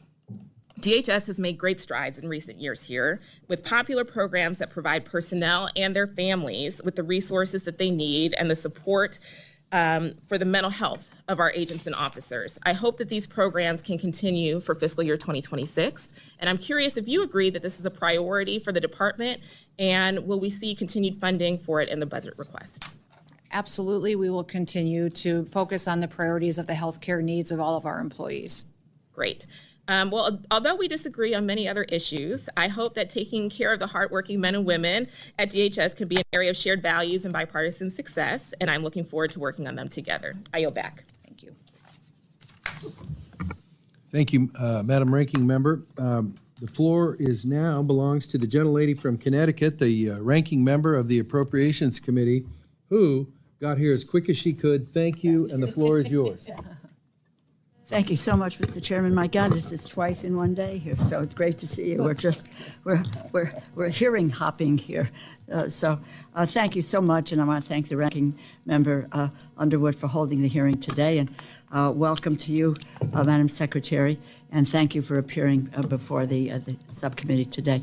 I just want to begin with a message to your workforce, if I might, and that's I'm grateful, very grateful for the work that they do, from search and rescue efforts of the Coast Guard to our first responders around the ground after natural disasters to those keeping us safe in the air and on the ground and at sea. I want to start with some big picture questions because I think we know very little of the details about where the $646 million cuts within FEMA's grant programs will come from. It is no secret that there are numerous reports of you, if we need to correct the record, stating that you want to, quote, eliminate FEMA within the Department of Homeland Security. I'm concerned about the direction that the administration is taking with regard to FEMA, canceling programs like BRIC, a program enacted into law by President Trump in his first term without any evidence of waste, fraud, and abuse, alongside the freezing of grants, and now 2026 budget requests targeting even more of FEMA's resources. And just right now, in terms of looking at the cancellations, the Science and Technology Directorates, Centers of Excellence, and Office of University Programs, as I mentioned, the FEMA-administered grant programs frozen virtually all grant obligations pending a review as it determines whether it will try to choke off funding for unacceptable political reasons. Resources for states and communities to respond to disasters, secure firefighting equipment, protect against terrorism, secure our ports, and much more is being held up. And as I mentioned, the cancellation of the BRIC program, funding to support hazard mitigation, reduce the toll of future disasters, save lives. That money's not going out. Research has shown mitigation efforts like BRIC save a minimum of $6 for every dollar invested and save more than double when including mitigation of economic impacts. So federal disaster relief should be readily available across the United States, regardless of where you live. Natural disasters happen everywhere. They should not be concerned about the federal government turning their back on them when they need the help the most. We need to give constituents what they need when they're facing tragedy, that they will not be stranded due to political discord. My ask of you is, what is your plan with regard to FEMA? Are you planning to eliminate FEMA? Your testimony references that you want to, quote, eliminate dysfunction of the current agency. I'm unclear, I don't know if my colleagues are clear on what you mean by dysfunction. And I'm concerned that you're causing more dysfunction within the workforce that should be preparing itself for the pending hurricane season.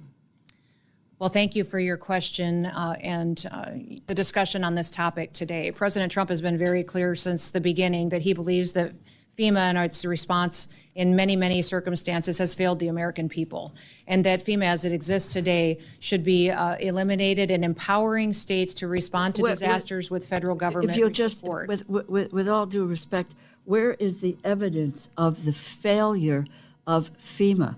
I don't know about everybody else on this. My state, Connecticut, was hit very, very hard with Superstorm Sandy. Every community in some way or another has been hit by that. And the FEMA on the ground, people come in, work with the families, deal with getting the funding out. Where is the evidence of the failure of FEMA? Congresswoman, we still have claims open from Hurricane Katrina.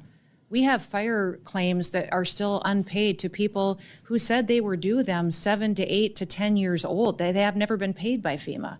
So one of the worst things that the federal government can do is to stand up in front of the American public and say, we will be there, we will walk alongside you in the most horrible time of your life, and then never follow through on it. Well, what the president has said is he's sick and tired of federal agencies that pick and choose who wins and who loses. He wants to make sure that the federal government's commitment, when it makes a commitment, that it follows through. So he's going to empower states. The federal government is abdicating its commitment to the American people who find themselves. It did certainly under Joe Biden's administration. Now President Trump's going to make let me sure just say this that to you. The communities are Office ready of for Professional disasters. Responsibility.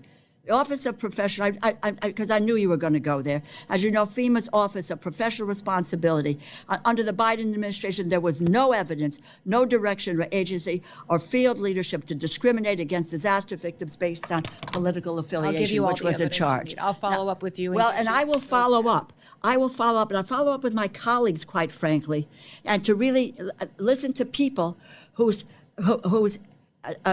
states, communities have been devastated, and what role FEMA has played. I don't know how many millions and millions of dollars went out in Louisiana. Actually, I've asked my staff to calculate that when Katrina hit, and the response was overwhelming. And the response has been overwhelming. If you want to make corrections, that's fine. We all agree with that. Yeah, we can point to thousands and thousands of Well, if you wouldn't mind getting this committee, the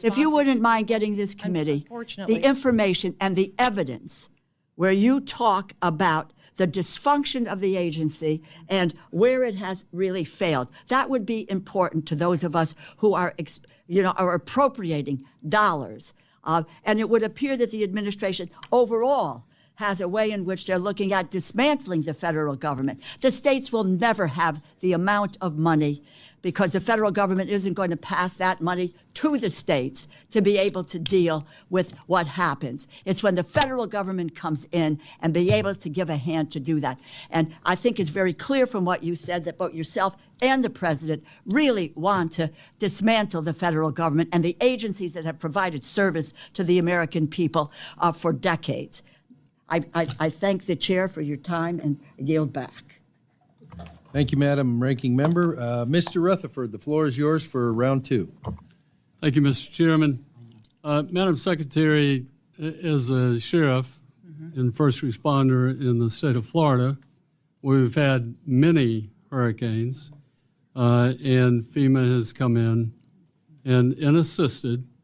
But I can tell you in the state of Florida, we pretty much handle those events through our regional domestic security task forces. One of the problems that we have with FEMA, and we've even talked about it up here, is how do we get FEMA to pay the bills that are due, and instead of cities and states having to pay the interest on all of that money for years. So those are some of the areas where I know the frustration levels are off the chart.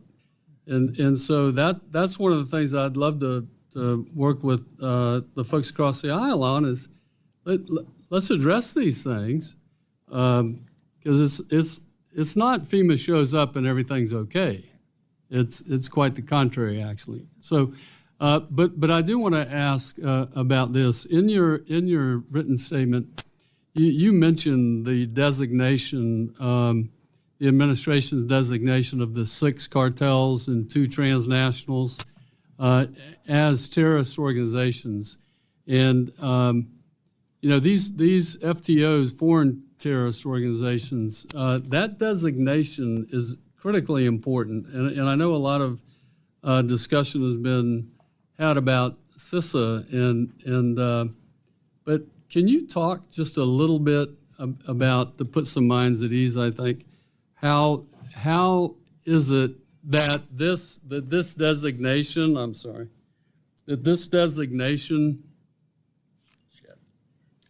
sorry about that. You're good. But how this designation actually helps with the administration being able to work, sharing information between the civilian and the military to actually go after these folks who are killing our citizens with their drugs. I think it was 23. We had over 107,000 Americans die of poisoning coming across the southern border. They're also looking to weaponize drones to be used against our law enforcement officers at the southern border. They're the ones helping to finance all of this, or were financing all this mass migration. That designation, I think, is critically important, and I don't think people appreciate it enough. Can you talk about that? Yeah, certainly, Congressman, and thank you for the question, because it is critically important what President Trump has done by defining exactly who these people are and what these organizations do and what they're trying to do to the United States of America. By designating these gangs and cartel members as foreign terrorist organizations, it allows us in a new way to partner law enforcement activities and consequences in partnership with other cabinet areas within the federal government, including the Department of Defense, all military branches underneath that, as well coordination, sharing of information, and how a whole of government approach to how we conduct enforcement operations. It also gives us an opportunity to access background information, criminal records that we need and that we can share internationally as well. And clearly, when you look at the cartels and their activity, their partnership and their facilitation of other countries and their software, their technology to launder money for the Chinese, the PRC businesses that are out there that are seeking to destroy the United States of America, that partnership that they have built over the years and the sophistication to which they operate, we have to be prepared for. We have to recognize what they are, what level they're at, how they're continuing to recruit members and affiliates, and how more and more dangerous they get to be the longer that they operate in the United States without consequences. So that partnership that we have with the Department of Defense, our military and all branches, but then also bringing all of the authorities of the President of the United States to the table to go after these criminal organizations, really recognizes them for what they are. They are terrorists. They are perpetuating terror and fear in our communities, and we have to make sure that we take them out now. Yeah, they're not just drug organizations. Correct. Anymore. Correct. They are laundering money, trafficking individuals, killing our children. And I've said this for many years about China. China doesn't just steal our IP, manipulate their currency, build up their military to someday have a conflict with the United States of America. They're systematically killing our next generation of Americans. They're using a poison, yes, to infiltrate our country and to kill off our young Americans, knowing it weakens us far into the future. Thank you, Madam Secretary, and I yield back, Mr. Chairman. Thank you, Mr. Rutherford. Mr. Cuellar, the floor is yours for 5 minutes for a second round. Thank you, Mr. Chairman. Madam Secretary, let me go back to the basics of what I think are needed. We talked about Carrizo Cane River roads, but there's also, in the middle of the river, there are islands. And I got them in the Laredo area. I got them in the Stark County. I don't know if my colleagues have. The bad guys will come in and use those islands and then jump over. We've talked to the International Boundary Water Commission and our Border Patrol folks. That's one area that we ought to focus on to get rid of those islands, and it'd be better for the flow so the river water can go down there to other places. So islands is in the middle of the island, of the areas. The other thing is buoys. Actually, years ago, I brought it up to Border Patrol, but I said, as long as you talk to the International Boundary Water Commission, so it can be okay. I know the state of Texas had one, but it was like a quarter of a mile, and the river is 1,200 miles, so it's like a stamp in the middle of a football field. So we got to look at areas that they will be necessary if we use that, but as long as the International Boundary Water Commission is involved. Retirement, I'll go back to the retirement. It's another committee that looking at this retirement, but there will be, to be exact, 2,325 Border Patrol agents that will be eligible to retire this year. They're looking at that change. Depending what they do, the other committee, we could lose a lot of folks by the end of the year. So we got to make sure that the other committees are working with you. I would say also that you said that recruitment is up 50%, but we got to close the deal. That is actually hire the Border Patrol agents. And one of the big problems is the polygraph. The polygraph exam is the biggest problem to hiring Border Patrol agents on that, and we can follow up on that particular issue. Port technology, not only in between, but at the ports, 86% of the people that are caught at checkpoints and at the ports of entry are not illegals. They're actually U.S. citizens, according to the U.S. Sentencing Commission. So we got to put the technology also at the port of entries so we can move legitimate trade and commerce. Playing defense on the 20-yard line, I've been talking about this, and I think y'all are doing some of that. I'd rather play defense on the 20-yard line with Mexico, Guatemala, and the other places than our 1-yard line. There is language that we have proposed, but without due respect, the prior administration was not interested in this, but there's language that can give you certain authorities where you can play more on the 20-yard line, which is, again, because more people we stop over there, less people will come to our border itself. Technology, I know that we've talked about technology, but the drone threat is very real. In fact, just to let you know, a couple of weeks ago, a Border Patrol drone in the Laredo sector was taken down by the cartel operators, which means that cartels now have technology that can take down law enforcement drones. And they do the surveillance. They know what we're doing. And by the time we get through our procurement process to get our drones, years are going. They don't have any procurement rules. They just go to Best Buy and buy all the Best Buys, and they just use off-the-shelf things. So, I hope we can look at that technology also. The other thing is, again, and I'm sorry, I've been communicating with the Border Patrol unions on this, that the dead zones that we talked about, it is a real problem. It is a real problem. There are areas where they can't even talk and communicate. So those dead zones are very important. Finally, I think it was brought up, the infrastructure. Let's not forget about the basic infrastructure, and I'm talking about checkpoints, Eagle Pass, Freer, Laredo, and I know we've already put $15 million or doing a design in the Laredo one. That checkpoint, because Laredo's the largest inland port, but if that checkpoint was a port of entry, it would be the 4th largest port in the whole country. The reason we had a problem where some migrants died on those trailers is because Border Patrol will look, and if the lines are a mile long, they will just wave them, and the bad guys have an idea where to put them. So they wave that trailer with the migrants that died in San Antonio. So checkpoints like Mr. Gonzalez has mentioned, the basic stuff is very, very important. Finally, I'll close up with a border wall. On the border wall, again, I think you said where appropriate, which is important. The state of Texas, I've always said, don't condemn, but maybe if you look at the possibility of leasing, the state of Texas put it in the law, don't condemn land, but you go ahead and you ease them. And now there are landowners that are preempted the federal government because the state will lease out and not condemn itself on that. So I can go on a border wall for a long time, but keep in mind that the largest, and I'll close with this point, the largest amount of people that got here before this last flow were visa overstays. And by the way, the biggest violator was Canada. Not asking for a wall with Canada, but it was visa overstays, especially from Canada. So we just got to look at data-driven solutions and look forward to working with you. Absolutely. Thank you, Congressman. Thank you. Thank you, Mr. Chairman. Gentleman from Washington State, Mr. Newhouse, the floor is yours. Thank you, Mr. Chairman.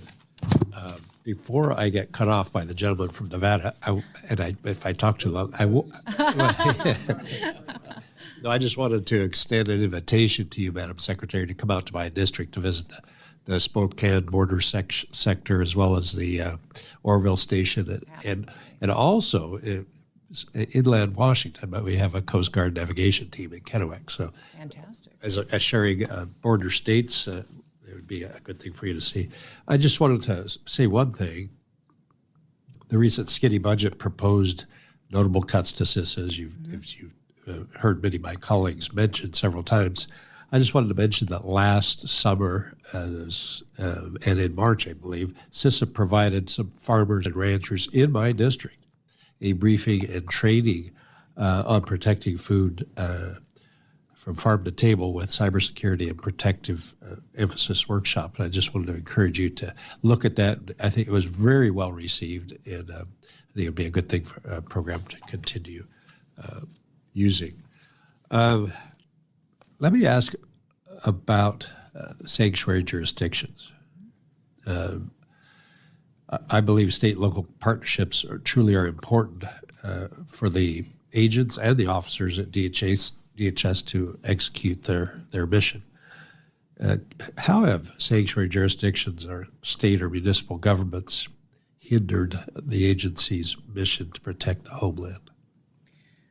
Well, I would say every day it is thwarting our efforts to be able to go out and help make our communities safe and secure. There have been times where we've gone out and targeted bad actors and criminals in communities that are guilty of rape, murder, violence, domestic abuse, drug trafficking, human trafficking. And when we've gone in to do those operations, we have not had the backup of local law enforcement. We've not able to have leaders that have walked alongside of us in support of securing their communities and been there for ICE agents that are out there putting their lives on the line to help secure and get these bad criminals off their streets. And those individuals are protecting them with their decisions, their political rhetoric. They're also filing lawsuits against us and the authorities that we're exercising to try to jam us up in court rather than giving us the opportunity to go out there and really follow through on what our commitment has been to this country. So the sanctuary jurisdictions have been fighting this administration in trying to do what the American people asked President Trump to do in November, and that was to make their communities safe again. I will tell you that when I've been out on the front lines with many of these agents, when they've been doing operations in the early morning sweeping up criminals, they are doing the hard work and many times in partnership with local law enforcement in cities. So we appreciate that partnership and where we can get it. In sanctuary cities, it becomes much more of an operation that has to have more people. We have to commit more ICE agents, more federal officers there because the local community has not, and the leadership there has not been supportive. And then also, I would say it makes it more dangerous. We have seen violence against our ICE officers go up over 300%. And I think that's because of the rhetoric out there by local mayors and governors who have, put out misinformation and perpetuated lies about law enforcement and went to school. And when they would walk by, they would say, "Thank you. Thank you for being here." Yet their leadership was not there to support and back up our operations. So I would ask people in these communities to challenge their mayors, challenge their governors to come to the table and to help us, because I don't know of anybody who wanted to raise their kids in a community that was filled with criminals, where it wasn't safe to go out at night and where they couldn't walk their kids to school and not have to worry about if they were going to get there safely. Thank you. I'm going to switch topics really quick in the short amount of time we have left. Tariffs. Yes. We both come from agricultural states. I fully recognize the importance of tariffs to help level the playing field and provide a fair opportunity for our producers to compete on world market. But I also remember in 2018 retaliatory tariffs on agricultural products, which felt the brunt of those efforts. Could you talk just a little bit, if I could, without putting you? It's not a gotcha question, but I just wanted to express the concern that agriculture doesn't need any more challenges right now. Could you talk a little bit about some of the conversations maybe that you're having at the executive level about retaliation? Yeah, thank you for that. I've worked on food policy for 30 years. So I not only am a farmer and a rancher, but I immediately started working on state and federal programs, and I recognized that our food policy in this country is a national security issue. And keeping farmers out on the land, producing our food, is imperative to making sure that we can feed ourselves. And another country doesn't control us by controlling our food supply. So President Trump recognizes this, and we've spoken for hours about the importance of having farmers here in this country growing our food and having many farmers, not allowing just one or two big companies or conglomerates control that supply, because it makes food affordable and available to every single American. The President Trump, if you remember back during that period of time, was there for farmers. He helped them with assistance when those retaliatory tariffs came into place. And he recognizes that this negotiation that we're having now with these countries has to happen to level the playing field. We've been treated unfairly in trade agreements for many, many years. When I was in Congress, I served on the Ways and Means Committee, which many people refer to as the committee that has the most ways it can be mean, because it has taxes and trade and tariffs and all the different jurisdictions as far as what can happen. But I would say specifically, working on trade agreements while I was there, I recognized how we could come to a trade agreement and facilitate that. But then we also would, as soon as our shipments of soybeans hit the shores of China, they would reject it for different sanctions or regulations such as sanitary or phytosanitary reasons, and would manipulate how they interpreted those agreements and didn't adhere to them anyways. So President Trump is all in to make sure that we rectify the wrongs of the past and make sure that we're treated fairly and get our jobs back home here in America. So far, CBP has collected over $32 billion worth of tariffs since April 2nd has gone into place. And they've adjusted and done that, and these countries are feeling the pain enough that they're coming to the table and having negotiations with this administration to make sure that we're treated fairly and our farmers and ranchers are treated fairly in the future. Appreciate that. Mr. Chairman, I will yield back. You don't have any time to yield back. I know, Thank sorry. You. The gentlelady from Hawaii, the floor is yours for 5 minutes. Texas. Texas. Well, you know, it went so long. Not you even might wanna close, double check that. Chairman. There might be an ocean coming there from a different direction. The floor is yours for 5 minutes for follow-up questions, as long as they're not like Mr. Newhouse's. Thank you very much. Thank you so much, Mr. Chairman. Madam Secretary, I have a question related to something more close to home for me in the community in El Paso with DHS employees. For decades, CBP employees who work at our land ports of entry have been contractually allowed by CBP to have an off-site location for their union. And this off-site location is completely funded by union dues, not by taxpayer money. And again, this was something agreed to in their contract.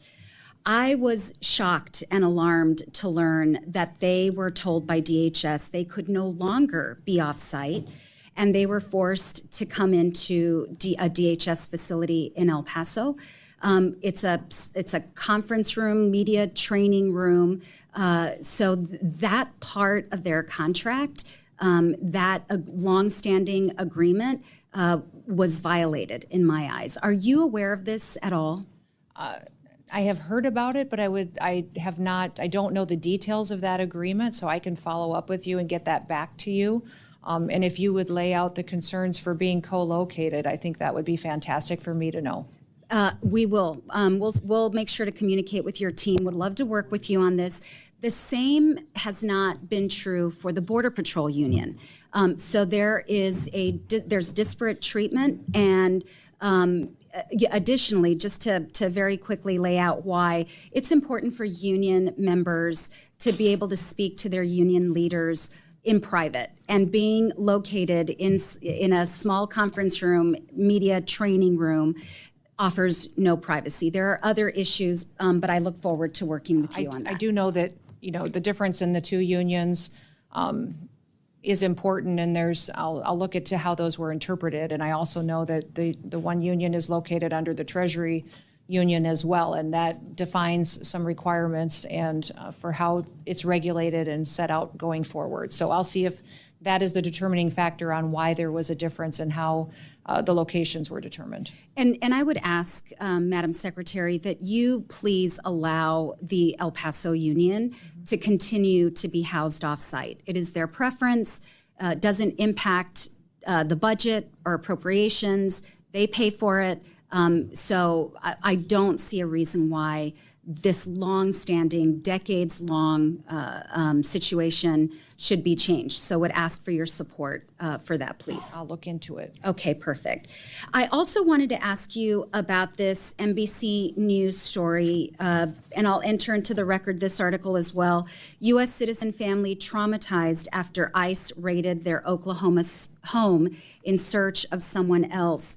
And according to the local affiliate, KFOR, which was reporting on this story, immigration agents raided the home last week. They had a search warrant for the home, but the suspects listed on the warrant were no longer living in the home. The family was forced to wait outside in the rain during the search. A mother and her girls, all U.S. citizens. Their money was taken, their laptop, their cell phone. I asked you at the top of our first round if you believed it was important for DHS, and if you would attest to the fact that DHS needs to rectify any mistakes. If this were a mistake, will you ensure that this family, this U.S. citizen family, gets its property back in a timely manner? Well, in that particular situation, the warrant for that situation was on the house and the facility, not on the individuals that were there. And so that house was being used for human smuggling. And so those operations were conducted against the facility. And even in that situation, there was some individuals there with the same last names and some of the similarities. But and if so it were a mistake, Madam Secretary, we if believe it were everything a was done appropriately, and we'll continue to make sure that it is done and handled appropriately. All right. Well, appreciate you looking into it. That not my constituents, but you had mentioned in your testimony, and you've said previously, that the focus of your agency is to go after the worst of the worst, people who are here illegally. But we have seen reporting and spoken to individuals, we meaning Congress, that in fact there have been abuses on that front. People with legal protections have been deported. I laid out in the first round U.S. citizen children. I don't know, and I asked, and you said you'd get back to me about whether parents actually filled out the ICE forms that are normally used for those processes. U.S. citizen families with nothing to do with human trafficking, and now DHS employees as well, in my view, have been subjected to an abuse of power. And we all swore an oath to the Constitution. This is a democratic republic. Rule of law is important, due process is important, and ultimately that will be my North Star, not just in this hearing, but throughout everything that I work on as a member of Congress. I thank you, Madam Secretary, and Mr. Chairman, I yield back. I want to thank the member, and I want you to know that during the course of your questioning, we have moved your district back into Texas. My flight is shorter now as a result. Thank you. I was just hoping you weren't paying attention. I thought the folks out on the islands could use some help, but we'll go on from there. Mr. Siscomani, the floor is yours for your second round of questioning. Thank you, Mr. Chairman. Secretary, so the first set of questions that I had were more on the security side. I want to shift gears a little bit. Matter of fact, I just guided a group of freshman members on the Republican side to the border in Arizona with the intention that they see the full picture of the border. We have obviously the security aspect that has been key as central to the conversation. That we have trade and commerce at the border, and we've got immigration as well going on. So it's important that I think my colleagues and everyone that is maybe not from a border district can understand that there's a lot more that happens at the border than just one aspect of it. I call it the three buckets of the conversation around the border. So with that in mind, that as an immigrant myself, I know how complex the immigration system is. I became a citizen in 2006, and then 16 years later, I became a member of Congress.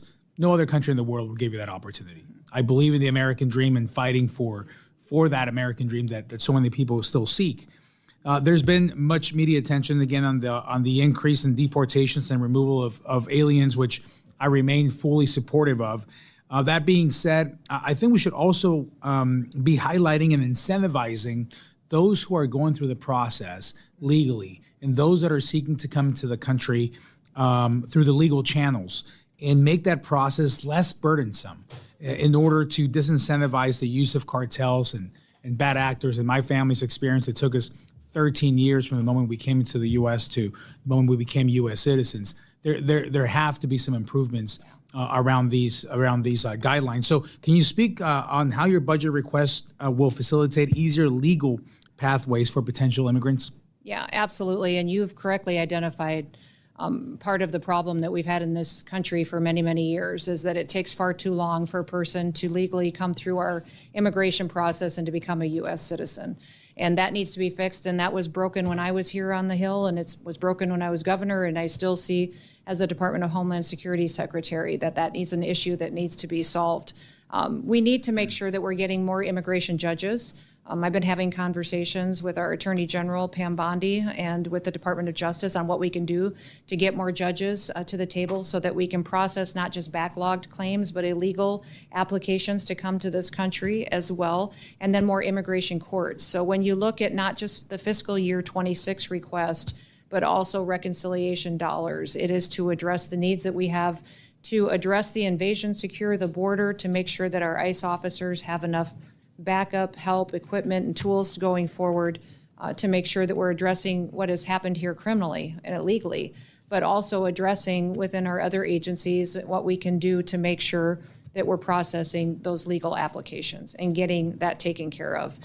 President Trump is determined to do that, and we have that addressed in the budget request from the different cabinet secretaries and agencies to make sure we have the resources to start getting after that backlog.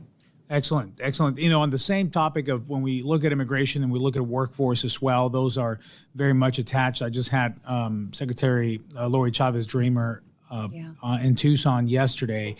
We visited different sites that work on this. We spoke at length about the need for more robust workforce programs and ways to ensure that workforce needs meet our community's needs. Still, the utmost constant thing I hear from industry of what they need is workforce. Can you speak to any plans the administration has to create additional avenues to meet these through immigration, potentially? So you're talking about meeting workforce needs? Yeah, workforce needs. Visas and green cards? You know, I would say that the president recognizes the value in what we've had in programs in the past, but also recognized how they've been misused. And how Congress many times lays their prerogative on how many are authorized, how many are directed through law, that the Secretary has the latitude to issue, and will continue to work with you to find solutions that really meet the needs that we have in this country. You know, the President believes that we have a workforce here that deserves jobs, that pay very well with benefits and a future here in the United States of America, but also that we need to continue to keep the American dream open for immigrants who want to come here legally. So having the opportunity to make sure we're doing thorough vetting of people and partnering with other countries and having access to their background checks to make sure they can participate in our visa programs is very important. And as long as we have the ability to do that and continue to know who's coming here, why they're here, and if they have the opportunity to become citizens, then it's something that would be a benefit to this country if the president recognizes that the need is there. I think that's very well put. I think having that balance always of making sure our border is secure, we know who's coming in, that opens the door and allows us to focus on the immigration system that works for the people coming in, but primarily for our citizens and what the country needs. and that has to do with workforce as well. So with that, thank you so much for partnering with us on that and finding multiple solutions to this problem in different areas at the same time. Is not easy, but you're doing a masterful job. So thank you so much. Thank you. And with that, I yield back, sir. Thank you, Mr. Chairman, for not, or Vice Chairman, for not challenging the Dan Newhouse Award. And now I'd like to recognize the gentleman from, oh, she's gone, from Texas. Mr. Gonzalez, the floor is yours for a second round. Thank you, Chairman, and thank you, Madam Secretary. Some could argue you have one of the toughest jobs in Washington, right? We had Elon show up with 2 hats. Maybe you should have shown up with 3 hats, right? Part of DHS that I worry about is it's a Swiss Army knife of the federal government. It seems like everything is in there. And we alluded to this earlier. How did DHS start? It started after 9/11 when Islamic extremists murdered Americans. And so I worry. We covered a lot of topics today. And I know the border gets a lot of attention, and I know there's a lot going on in the cyberspace.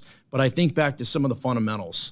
And I think back to 9/11, and I worry. I go, I look ahead, and I see, the World Cup coming our way, and I see the Olympics coming our way. I want us to make sure that we're not only focused on today, we're also focused on tomorrow.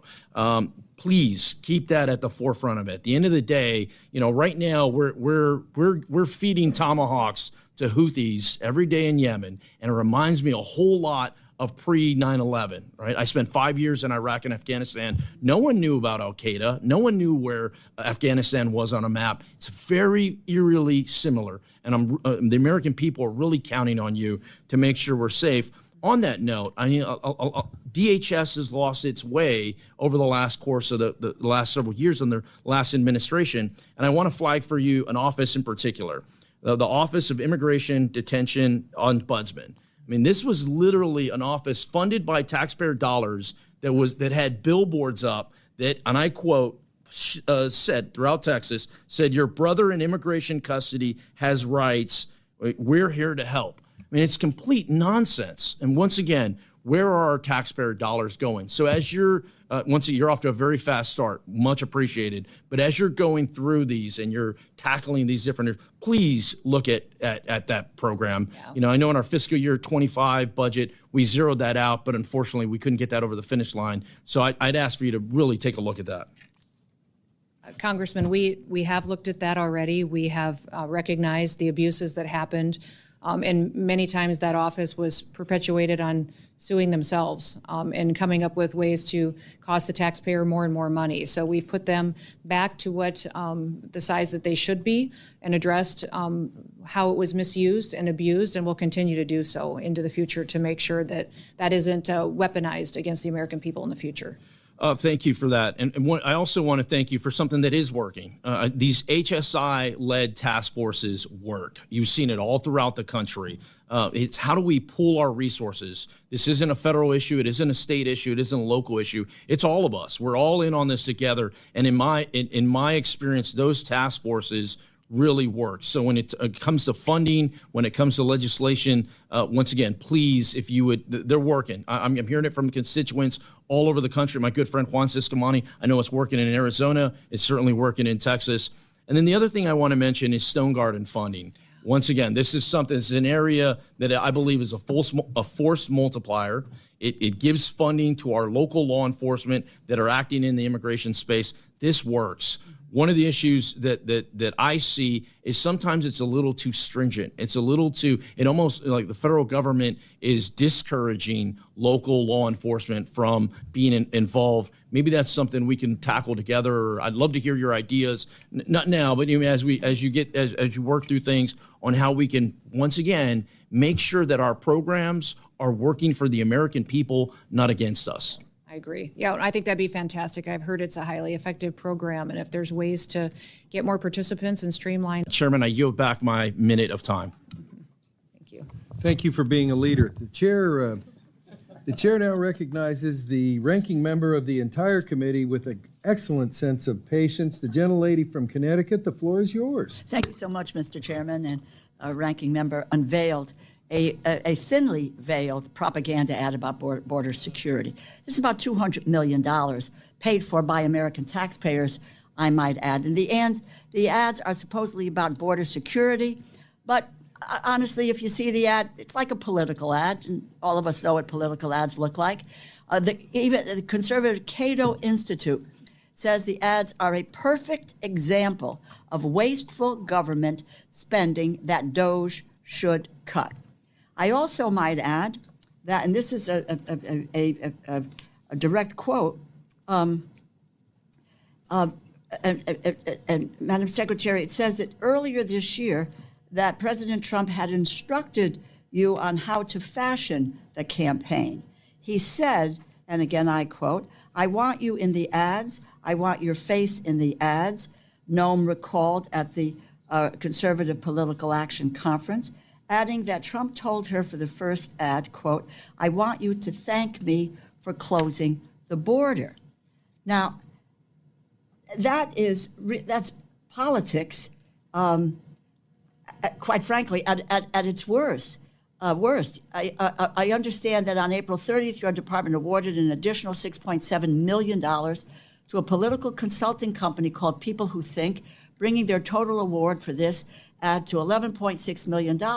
Your department has also awarded $35.5 million for this ad to a company called Safe America Media.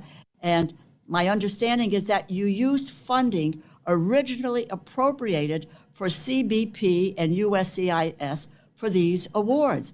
This sounds like a payout to Republican political consultants to fund ads that do more to tout the president than to secure the border. How were the contracts awarded? Competitive process? If so, why is USA Spending say that the contracts were given an exclusion from the DOGE group's limitation on spending awards? This is $200 million. Somebody just talked about billboards. This is a $200 million ad campaign taking the money from CBP and USCIS to promote a political advantage. It's really kind of the height of arrogance.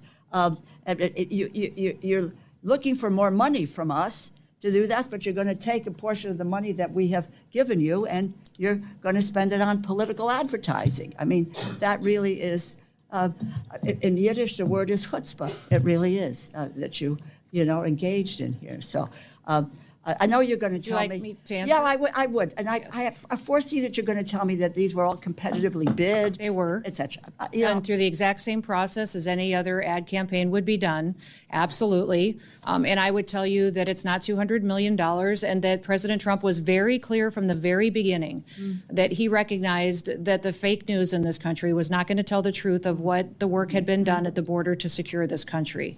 And these ads aren't only playing in the United States, they're playing in other countries. Sure. Where we had the I largest understand. It's not invasion the point. coming You can into agree this or country disagree from. on the policy, And but it's- overwhelmingly, if you look at the data on the ground in these countries where these ads have been With all playing, due the respect. flow has stopped. With all due respect. Even when I was in Mexico and having Excuse me, Madam conversations. Secretary, the Yes. time is mine. With all due respect, this is a political ad campaign, and it really. Let's just not try to sugarcoat it. I had just somebody talk about billboards, and you talking about how use of taxpayers' dollars. These are taxpayers' dollars as well. Let me move to the program I mentioned earlier. This is the BRIC program. In early April, FEMA cut the Building Resilient Infrastructure and Communities program, claiming, and I quote, "Under Secretary Noem, DHS is eliminating waste, fraud, and abuse," end quote.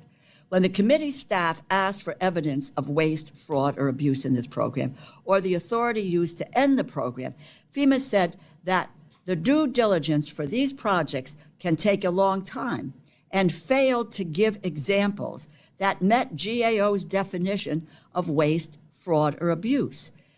The legal authority you used to cancel most of these projects was also not provided. And I'm just going to make this flat out statement.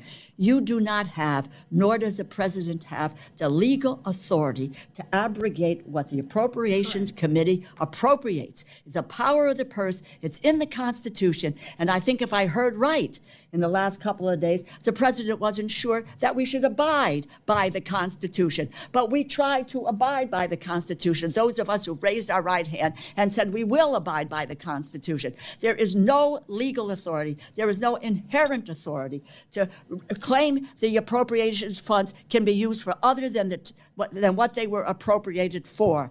I don't know that you can. Basic questions from your agency on essential programs that the communities represent or rely on. You all can't. You should just say waste, fraud, abuse, and you think that covers it. Well, Madam Secretary, I will tell you it doesn't. We're going to challenge that, and you have no authority. References that we are operating under the authority that the Department of Homeland Security You has. have no authority to abrogate these funds. It's the prerogative of the Appropriations to make Committee. sure that they are the being power spent of the purse appropriately to which resides you all here directed they be and spent. not there. Keep it in mind because it is the Constitution of the United States. Thank you. Very familiar with it. Happy to have this conversation take place off the clock, but now we're going to move to the gentleman from the Magnolia State for your second round of questioning. Thank you, Mr. Chairman. Ms. Nunn, I want to let you know what a refreshing hearing this has been. To have someone who comes before this committee who's plain spoken, who has a desire to secure the border, a desire to enforce the law, to have someone in your position who's willing to get out from behind a desk, to leave Washington, to go there and be there on the front lines with the men and women who serve. I just want to thank you for not being the typical bureaucrat who routinely would come before this committee time and time again under the Biden-Harris administration, who really had no idea because they had not been down there serving and alongside the men and women who were serving. So thank you for your leadership, and thank you for being plain spoken, and thank you for what you stand for. As we continue to secure the border, and as we see those numbers continue to hold, I believe at some point the DHS will be able to reallocate resources to the interior. That once those allocations or those resources have been reallocated, that we'll see those numbers of interior enforcement, we'll see those numbers increase. And one of the things that we have to do as we are contemplating this appropriations package for next year is we have to figure out the number of detention beds. And I know that the detention beds have been something of a contention with the previous administration. They always came in with an extremely low number of detention beds, knowing that Republicans then would always plus up that number to make sure that we had the number necessary. And so I guess my question as we're looking at putting next year's budget together, and as we're looking at funding detention beds, what is the number of detention beds that you feel, Madam Secretary, that you are going to need going forward?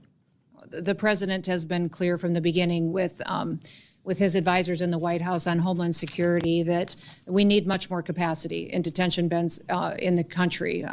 We have upwards to 50,000 people that are in detention centers today that are moving out of the country, moving to go home to their countries that we're negotiating and working on travel documents and repatriation with. But we have the ability to go out and act quicker in this country, but need the space in which to hold them until those processes can take place. So we need upwards to an additional 50,000 beds, 60,000 beds in order to make sure that we have the ability to not slow down enforcement operations and bring bad actors and criminals and those with final removal orders into our authority so that we can move them out faster. So, the Madam whole— Secretary, if I'm not trying to cut you off, but a lack of detention beds could be a real deterrent to your men and women being able to perform the mission that they need to do. Absolutely. And so if Congress wants to get serious about protecting the American people, then we're going to have to fund not only the manpower that you need, but we're going to have to fund the detention beds so those individuals can be detained, they can be brought before a judge, and then they can be ordered to be removed. Is that correct? That is correct. And I would also just clarify and make a point that the request from reconciliation, $175 billion, is for this term of this president for the 4 years. And you see in the numbers that were released by OMB this last week that the $43 billion that would be the increase into this budget is from the reconciliation, 0.25% of what that total would be. And want to switch gears in my last minute and a half and talk about DHS Centers for Excellence. I know that those are where DHS partners with academic institutions really across the nation. Some of those institutions include Texas A&M, my alma mater, Mississippi State University, the University of Nebraska, Arizona State. And I know as DHS is seeking to kind of realign mission areas, I've seen that there's consideration of either reducing funding or in some cases cutting the Centers for Excellence. I want you to know that while I am very want to make sure that I'm a great steward of taxpayer money, particularly at the center at Mississippi State. I've been there firsthand. I've seen the great work that they've done on unmanned aerial systems. I believe that they are an incredible return on our investment. But I would like to just ask you very quickly, as if you could share a little bit about how the department plans to invest in these critical research functions that I think are important to the mission of DHS. Yes, and that's the evaluation that's happening. And 2 of those have already been reevaluated in Nebraska and Alaska, and we will continue to do that with the rest of the allocations that go to centers of excellence throughout the country. But we have to look at how these dollars are being spent to align with the mission that is the Department of Homeland Security, cybersecurity, terrorism defense, building out and hardening our systems to protect our national security. So that's what's undergoing now in your state, and we will continue to evaluate that and stay in communication with you. Thank you, Madam Secretary, and I yield back. You know, for a guy from the nation, except Mississippi State or something like that, but that's not the purpose of this hearing.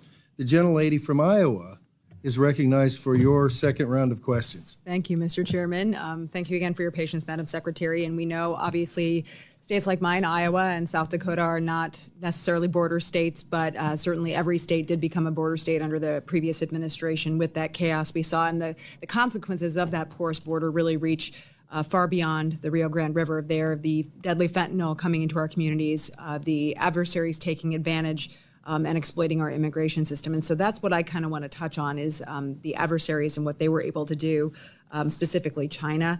To put it in perspective, in the first 7 months of fiscal year 2024, more than 27,000 Chinese nationals were encountered at the southern border.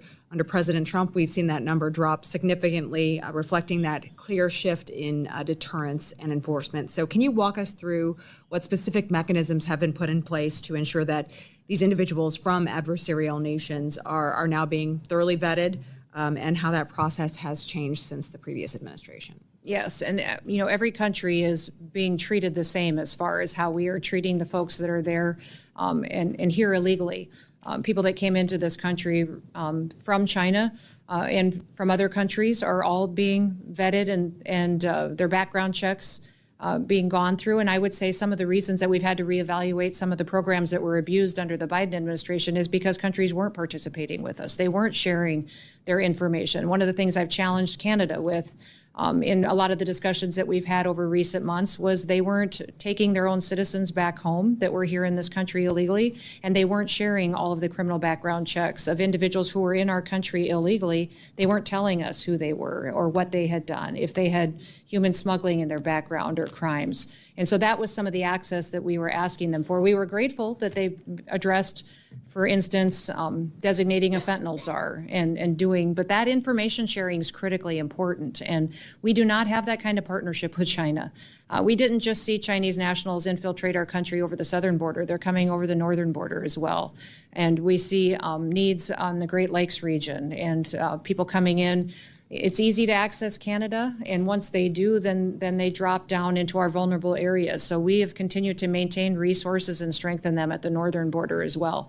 But we work closely with Interpol that has an agreement with many different countries to do vetting and background checks and criminal background information sharing on folks across the world. But many of the times when the State Department is negotiating on repatriation and travel documents, they are having discussions on what we can do to share information. When I made trips to El Salvador, to Colombia, and to Mexico, those trips were made so that I could get those governments to share more information with us. In fact, one of the things that we did while we were there is sign new agreements with those countries to share more data and information, to have them give us biometric information that they collected, to give us more thorough travel documents of individuals that were of concern here and had been breaking our laws. And so having those discussions gives us more information to make sure that this country is safer into the future. Do you feel like those conversations have helped to inform broader national security efforts? Absolutely. Cross-departmentally? And, you know, when we think about the real risk here, it's these international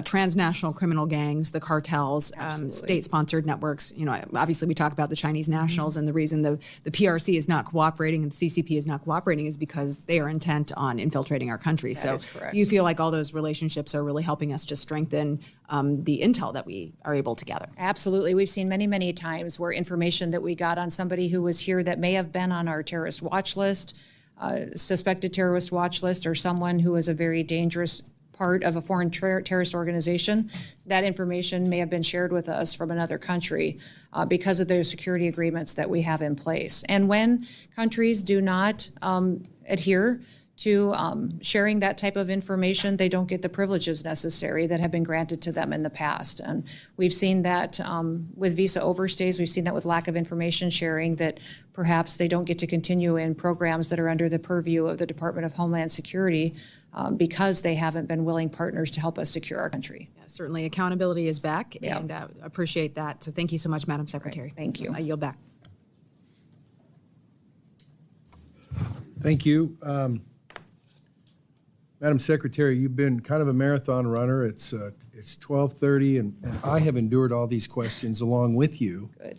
And so now I'm not going to be a hypocrite and ask a bunch, but I am going to highlight a couple things since you have a bunch of your staff here, because we're kind of at the going forward place. And so information, as you've just alluded to in terms of international stuff, is important here as well. Several people have talked about the BRIC program in FEMA. And what I think is missing in the evaluation is, you know, your initial reaction is, okay, so a bunch of stuff got canceled. And so it's like, okay, why? And it's like, listen, if there was an analysis done and it was like, hey, this flunked it, it was whatever, the answer that we don't want is, well, and I'm not saying you guys did it, but it's like, hey, we ran an algorithm or OMB did something or whatever, and it got canceled. So it's like, well, then tell us who at OMB so we can go to them and say, we'd like to know why you did that, which I think is a legitimate thing. So what I think I'm going to do is, instead of saying, you know, the hard question, and well, you'd commit to do a case-by-case review, it's like you guys got other stuff to do than a case-by-case. What I'm thinking about doing, and the committee members that are still here, is to say, listen, each member, you got 3 things you want an answer, a specific answer for, give them to us to transmit on, and they'll do that analysis. Great. So that's my thought on that. I'm not a CISA guy, you know that. I mean, I can barely use one of these. All God knows who's listening right now. But anyhow, having said that, when I see, and I get elections and redirection and all that other sort of stuff, but when I see, here we go, and we've got Chairman Green and other folks going, my God, China's kicking our butt and blah, blah, blah. And it's like, well, we did this many through, not that you did, but anyhow, this many retired, this many got this many got that. And then I look at the skinny budgets, like, by the way, we're taking more. And I think somebody got into it. It's like, what is the plan? So when, and you've been there long enough, you know, when somebody goes, hey, you guys presided over cutting $500 million in CISA to do other stuff. What was that based on? Clearly, we don't want to be in the position and won't be in the position of, well, I don't know, that's what they said they needed. Not that there's a trust factor there, there's not, but it's like, we need some building blocks for whoever the CISA people are, whatever. It's like, what's the plan for us to be kicking China's butt, or whatever you want to, however you want to describe it, and how we're still okay on that civilian sector stuff. And by the way, that's stuff we need, because when it comes to markup for this committee to transmit it onto the bigger committee, I mean, we need solid ground for that sort of stuff. TSA, same thing. I'll tell you what I've heard so far is that the state of the equipment that they're using, whether they're screening your purse or your checked baggage or whatever, I'm familiar with one situation where it's like, hey, the equipment's 15 years old. Nobody services it in that neighborhood. They got to have somebody come over the hill from California. And by the way, that takes a while. And in the meantime, they're not screening the bags before they go on the plane, or it takes forever. So we're going to be focusing on what are you doing to upgrade, just the same as you are on the board. Like, what are you doing to upgrade that technology? And the last thing I've got before we get to thank you, Jesus, closing statement. The last thing is, and we've got around the edge of it, when we talk about ICE operational tempo, I can't tell you how often or how quick it's going to take me to get Amadei from apprehended through whatever the process is and on a plane going back to where he belongs. But we need some structure for, hey, we're just blowing and going and we'll just let you know. It's like somebody, I would think that there would be an idea to say, listen, this may change, but right now, from what we know for running the outfit for 4 months, this is kind of our average from stack 'em and rack 'em and 3 hots in a cot to the airport. Some basis that when you're asked that question, not you 1,000 now, but here's what we think the operational tempo is going to be. And by the way, if it changes, then all it takes is, we got an uptick, we got a downtick, but we don't expect it to. But some sort of thing to say, listen, the average cost of shipping somebody out, it takes us, we need a detention bed for 6 days on the average or whatever it is. And that's the problem, Madam Secretary. I don't know what it is. Yeah. So when we say, and somebody said, hey, well, how many more beds you need? It's like, I get you're trying to be responsive, but there's no ability to go say, here's what the number's based on. It may change, but here's what it's based on right now. And so that would be necessary on this stuff. So listen, they wrote this stuff, and they did a great job. Thank you. Before we wrap up, reconciliation, significant investments. Yeah, okay, that's all good. Somebody said that. I know the department hopes to be made whole with reconciliation, but in the meantime, you need to live within your means. It's our job as members to make sure the department is appropriately spending the money Congress provides, as well as to ensure the department has the resources that it needs to execute its mission on an annual basis. That work begins in earnest today as we begin the 26 process.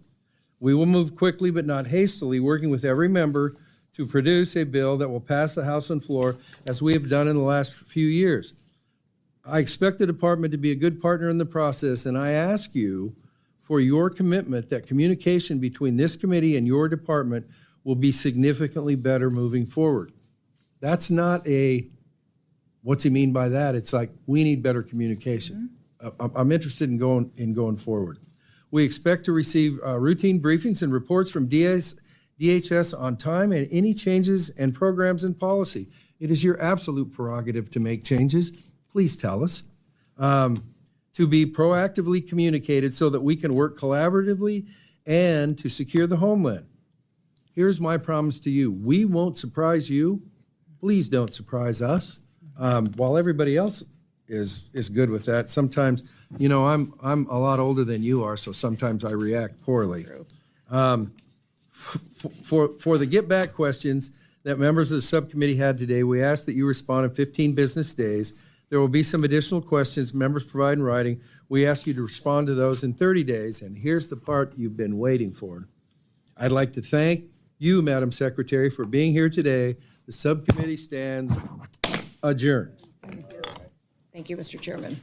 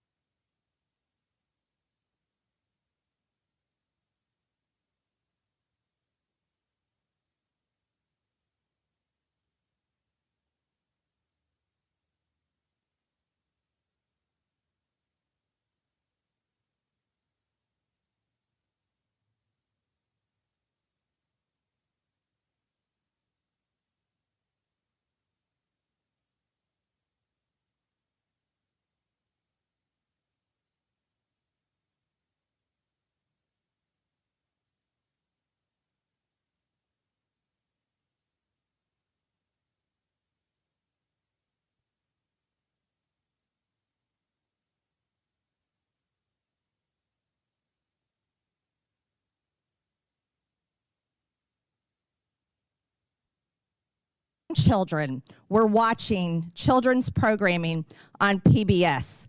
But I can tell you right now, Ms. Kruger, specifically, as a mother, if I had walked in my living room or one of my children's bedrooms and seen this child predator and this monster targeting my children, I would become unglued.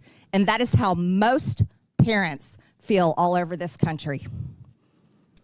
This is not the only example of them sexualizing and grooming children. They've been doing it for over the last decade. In 2015, PBS produced Frontline put out a documentary, Growing Up Trans, that takes viewers on an intimate and eye-opening journey inside the struggles and choices facing transgender kids and their families. This means that PBS is one of the founders of the trans child abuse industry, all while taking taxpayer money.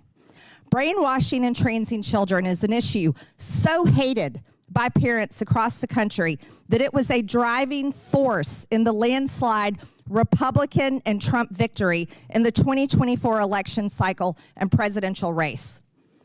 The news that these entities produced is either resented or increasingly tuned out and turned off by most of the hardworking Americans who are forced to pay for it. They no longer view NPR and PBS as trusted news sources. As a matter of fact, with these people, they're a threat. In fact, when Elon Musk put his hand over his heart and extended it and told the American people his heart goes out to them, PBS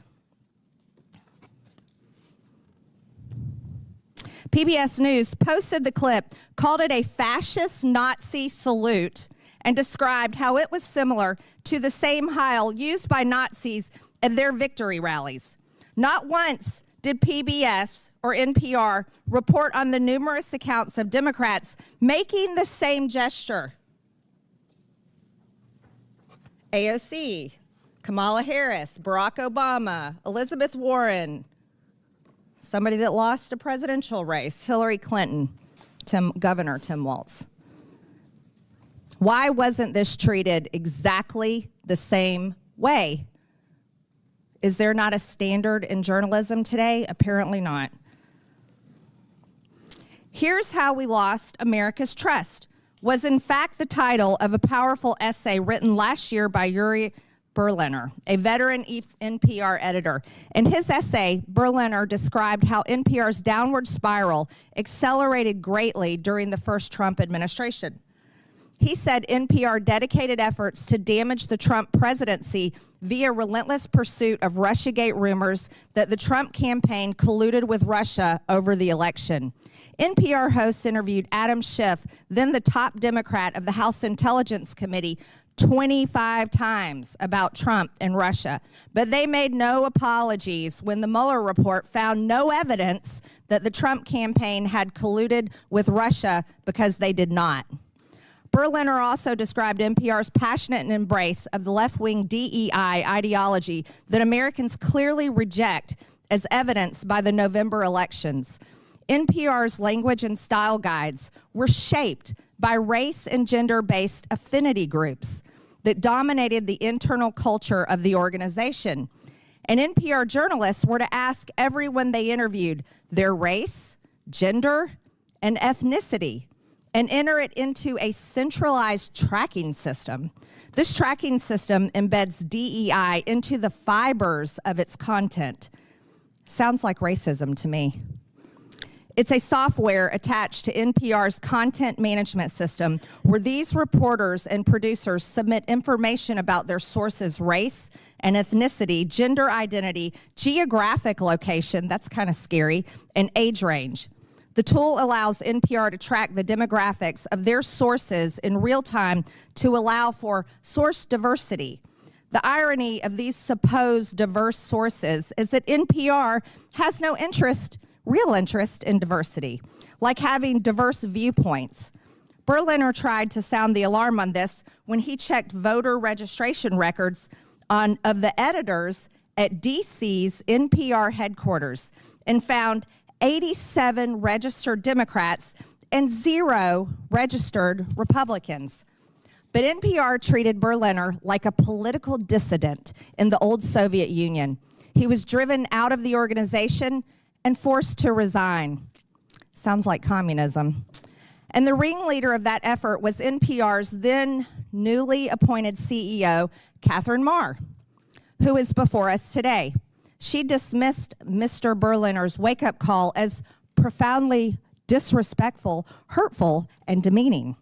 In other words, instead of viewing it as a chance to finally right the ship at NPR, she doubled down. In doing so, she made it clear how any further internal dissent would be dealt with on her watch. That does sound like communist China at the taxpayer's expense. And no one should be surprised. NPR installed her in the top job after Ms. Marr was firmly on record with a litany of public comments and social media posts displaying her ultra-progressive views, her scorn for free speech, and her fondness for censorship. So now it's up to Congress to determine if Americans are going to continue to provide her and the organization that put her in charge willingly, after they knew these things, with taxpayer funds to continue to pursue their progressive, or rather communist, agenda. For far too long, federal taxpayers have been forced to fund biased news. This needs to come to an end, and it needs to come to an end now. So I am glad Ms. Marr and Ms. Kerger accepted our invitation to show up today and be held accountable to the taxpayers. I look forward to them answering our questions in full public view and explaining to the American people why they think they deserve Americans' hard-earned taxpayer money. I request unanimous consent that Representative Jim Jordan from Ohio, Representative Ro Khanna from California, Representative Emily Randall from Washington be waived on to today's hearing for the purpose of asking questions. Without objection, so ordered. And with that, I yield to Ranking Member Lynch for his opening statement. Thank you, Madam Chair. I want to thank the witnesses for your willingness to come forward and offer your advice and testimony to this committee. Madam Chair, for over 2 decades of service on this oversight committee, I've worked with members on both sides of the aisle to investigate issues of critical importance to the safety and security of the American people, including the conduct of wars in Iraq and Afghanistan, terrorist attacks against the U.S. compound classified annex in Benghazi, and several major intelligence and security breaches under Democratic and Republican administrations. So I'm sad to see that this once proud committee, the principal investigative committee in the House of Representatives, has now stooped to the lowest levels of partisanship and political theater to hold a hearing to go after the likes of Elmo and Cookie Monster and Arthur the Aardvark, all for the unforgivable sin of teaching the alphabet to low-income families' children and providing accessible local news and programming. This hearing also comes at the direction of President Trump and Elon Musk, who have repeatedly called for the defunding of all public media and claimed that media organizations such as PBS and NPR are, and I quote, a liberal disinformation machine, close quote. Meanwhile, the Trump administration is engaged in an actual disinformation campaign to minimize the catastrophic national security breach that was revealed earlier this week. As reported by Atlantic Editor-in-Chief Jeffrey Goldberg, Mr. Goldberg was inadvertently added to a group chat on an unauthorized, non-secure, publicly available message app in which Secretary of Defense Pete Hegseth disclosed, quote, operational details of forthcoming strikes on Yemen, including information about targets, weapons systems, and other actions the U.S. would be taking, and also attack sequencing. I want to remind my colleagues in Congress that federal law makes it a crime when a person, through gross negligence, removes information relating to national defense from its proper place of custody or delivered to anyone in violation of this trust, ought to be lost, stolen, or abstracted or destroyed. And what's more, if evidence shows that any of the parties who were in on that signal chat lied under oath in the Senate yesterday, Mr. Ratcliffe or Ms. Gabbard, for instance, then certainly conspiracy to conceal that breach would be far worse, where center or criminal intent is in evidence, and would be more likely to invite culpability and possible criminal liability. The Secretary of Defense would be subject to criminal prosecution, and it would be the responsibility of the U.S. Attorney General to prosecute that, but where a conflict exists, it might require a special prosecutor. This security breach severely compromised the safety of American troops in advance of imminent U.S. operations and airstrikes against Houthi rebel positions. It is well documented that the Houthi arsenal includes anti-aircraft capability, ballistic missiles, cruise missiles, rockets, and unmanned aerial attack drones. Mr. Goldberg, who was unwittingly elevated to the clearance level afforded to members of the Joint Chiefs of Staff, was also joined in the exposed group chat by Vice President J.D. Vance, Secretary of State Marco Rubio, and National Security Advisor Mike Waltz, and other senior members of President Trump's national security team. This committee should be questioning every single one of them as to why they were using an unapproved, unsecure messaging app to conduct sensitive, classified discussions about military operations in which our sons and daughters in uniform are being sent into battle. One of the participants was actually sitting in Russia, using an unsecure app. And every member of this committee knows what that means. We've all been advised about which apps are secure and insecure, and when it is appropriate to engage in non-critical discussions. As former chairman of our subcommittee on national security, I recall a time when just the potential for a security breach that could expose American troops and intelligence personnel to unnecessary danger would immediately trigger hearings and bring this committee to a lather on both sides. But you can bet we won't be touching this issue. Because today the controlling House majority is afraid to do its job. It is afraid to hold Trump and Trump's administration accountable.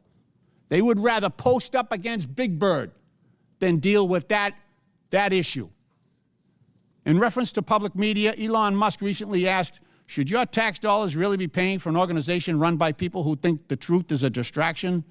Well, I would say the same about the current administration and its proliferation of disinformation, from claims that Ukraine started its own invasion, to Secretary Heged's assertion that no one was texting war plans. You can read the text today because yesterday in the hearing they said it wasn't classified information. So you can actually go on the New York Times website and read the text that was discussed in advance of our military operations in Yemen. Madam Chair, if shame was still a thing, this hearing would be shameful. And I yield back the balance of my time.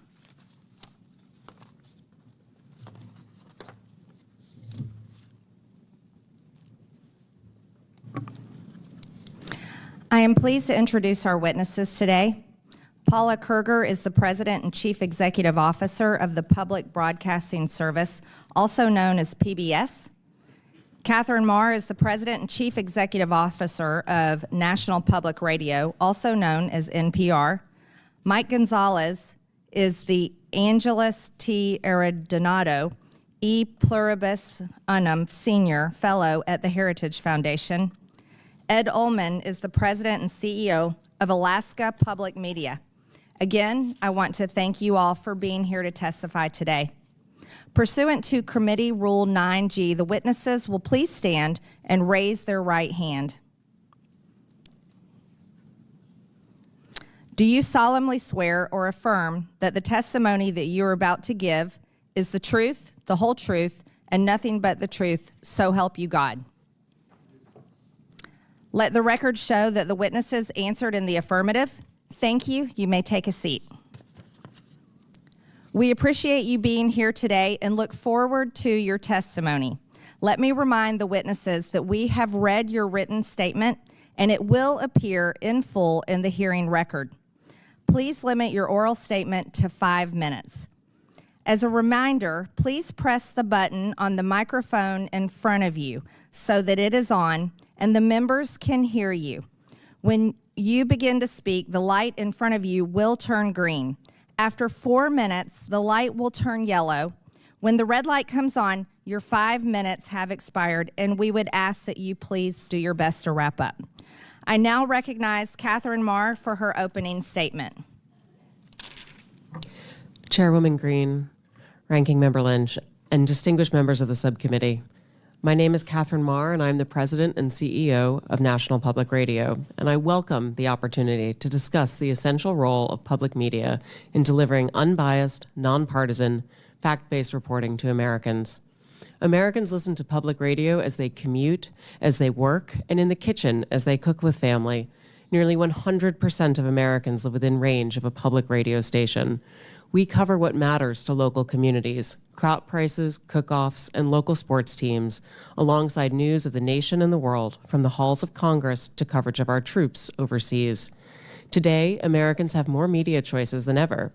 The rise of podcasting has established a competitive free market for audio news and information. And every day, I am honored to know that we have 43 million listeners from every state in the nation. Amidst this competition, local stations choose to become members of NPR for the value we provide. For example, we are the only non-paywalled news outlet with a dedicated reporter covering veterans issues. While NPR is only 25% of station programming on average, audiences for NPR bring the scale and revenue that subsidize essential local programming. Local public media journalism has never been more important to American families, who consider it part of the fabric of their communities. It correlates with higher rates of civic engagement, greater civic cohesion, and economic advantages, such as better municipal bond ratings. Recent independent polling found that more than 60% of all Americans and more than half of Republicans trust public broadcasting to deliver fact-based news. I understand the subcommittee has questions about funding for NPR and public radio. The vast majority of federal dollars, more than $100 million of the $121 million annual appropriation for public radio, goes directly to 386 local, non-commercial stations across the nation.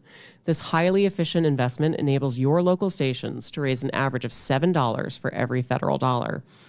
As a grantee of the Corporation for Public Broadcasting, NPR received federal funding of $11.2 million last year. These funds allow us to maintain the National Public Radio satellite system, helping safeguard our national security, civil defense, and disaster response, and enabling public radio to reach every corner of America. Additionally, these funds help protect journalists covering our troops overseas and reverse the decline of local journalism. As a recipient of federal funds, it is our responsibility to answer legitimate questions about why public funds should go to NPR, whether we are truly committed to serving all Americans, and whether the institution is an effective steward of taxpayer dollars. I hear, respect, and understand your concerns regarding bias and whether public media is relevant in a commercial landscape, and I'd like to spend a minute sharing with you my actions to address your concerns. First, it is critical for NPR's newsroom to operate with the highest journalistic standards. That means that they do their jobs independently, and as CEO, I have no editorial role at NPR. In other words, I do not decide what we cover or how we cover it. I lead NPR's strategy, ensuring we have resources and policies in place to serve all Americans, not just those with a specific point of view. I was brought into NPR to revive and reorient the organization and bring public media to a wider audience, a new generation, and new platforms. We have a responsibility to serve Americans across the full political spectrum in a trustworthy, nonpartisan fashion. It is essential that we deliver on this commitment, and we have work to do, and we are doing it. In May, we launched an initiative to improve our editorial review processes to make sure all pieces are fair and comprehensive. We hired new editors and analysts to ensure we're giving fair airtime to different voices and issues. We started regular meetings with our nearly 200 local newsrooms so we can plan together for the needs of their audiences. And the early results are positive. Our digital platforms, where we have the best data about our listeners, the political beliefs of our visitors mirror the makeup of the country across the ideological spectrum. And we're seeing growth in readers and listeners. I joined NPR because I believe that our strong and dynamic nation deserves great public media for all. Americans are smart and curious, and they want us to cover issues that matter, from the price of eggs to national security. It's our job to deliver truthful facts and information so citizens can make up their own minds. I believe Americans voted for a transformative administration, and it is our responsibility to cover that transformation fairly, with integrity and tenacity. I have been CEO for 1 year and 1 day. I have made changes to leadership and planning, invested in editorial integrity, committed to expanding our audiences and our relevance for all Americans. While we have taken significant steps in the right direction, the journey can't be completed overnight. Given the support that 75% of Americans have for public media, I ask Congress to give us the opportunity to continue to serve the American public. I will invite you to listen with a fresh ear, and to that end, our newsroom invites you to join us on air, and I welcome your questions. Thank you, Ms. Marr. I now recognize Paula Kerger for her opening statement. Chair Taylor Greene, Congressman Lynch, and members of the subcommittee. My name is Paula Kerger, and I'm the president and CEO of PBS, a role that I've held for 19 years. It is my honor to be here on behalf of the 336 PBS stations who serve every community in the United States. There's nothing more American than PBS. As a membership organization, our local service is at the heart of our work. Our job at PBS is to support our stations so that local stations can serve their communities. We've been proudly fulfilling our mission for nearly 60 years, using the public airwaves and other technologies to help educate, engage, and inspire the American people. That mission is our guide star and remains just as important today as when the Public Broadcasting Act was signed into law in 1967.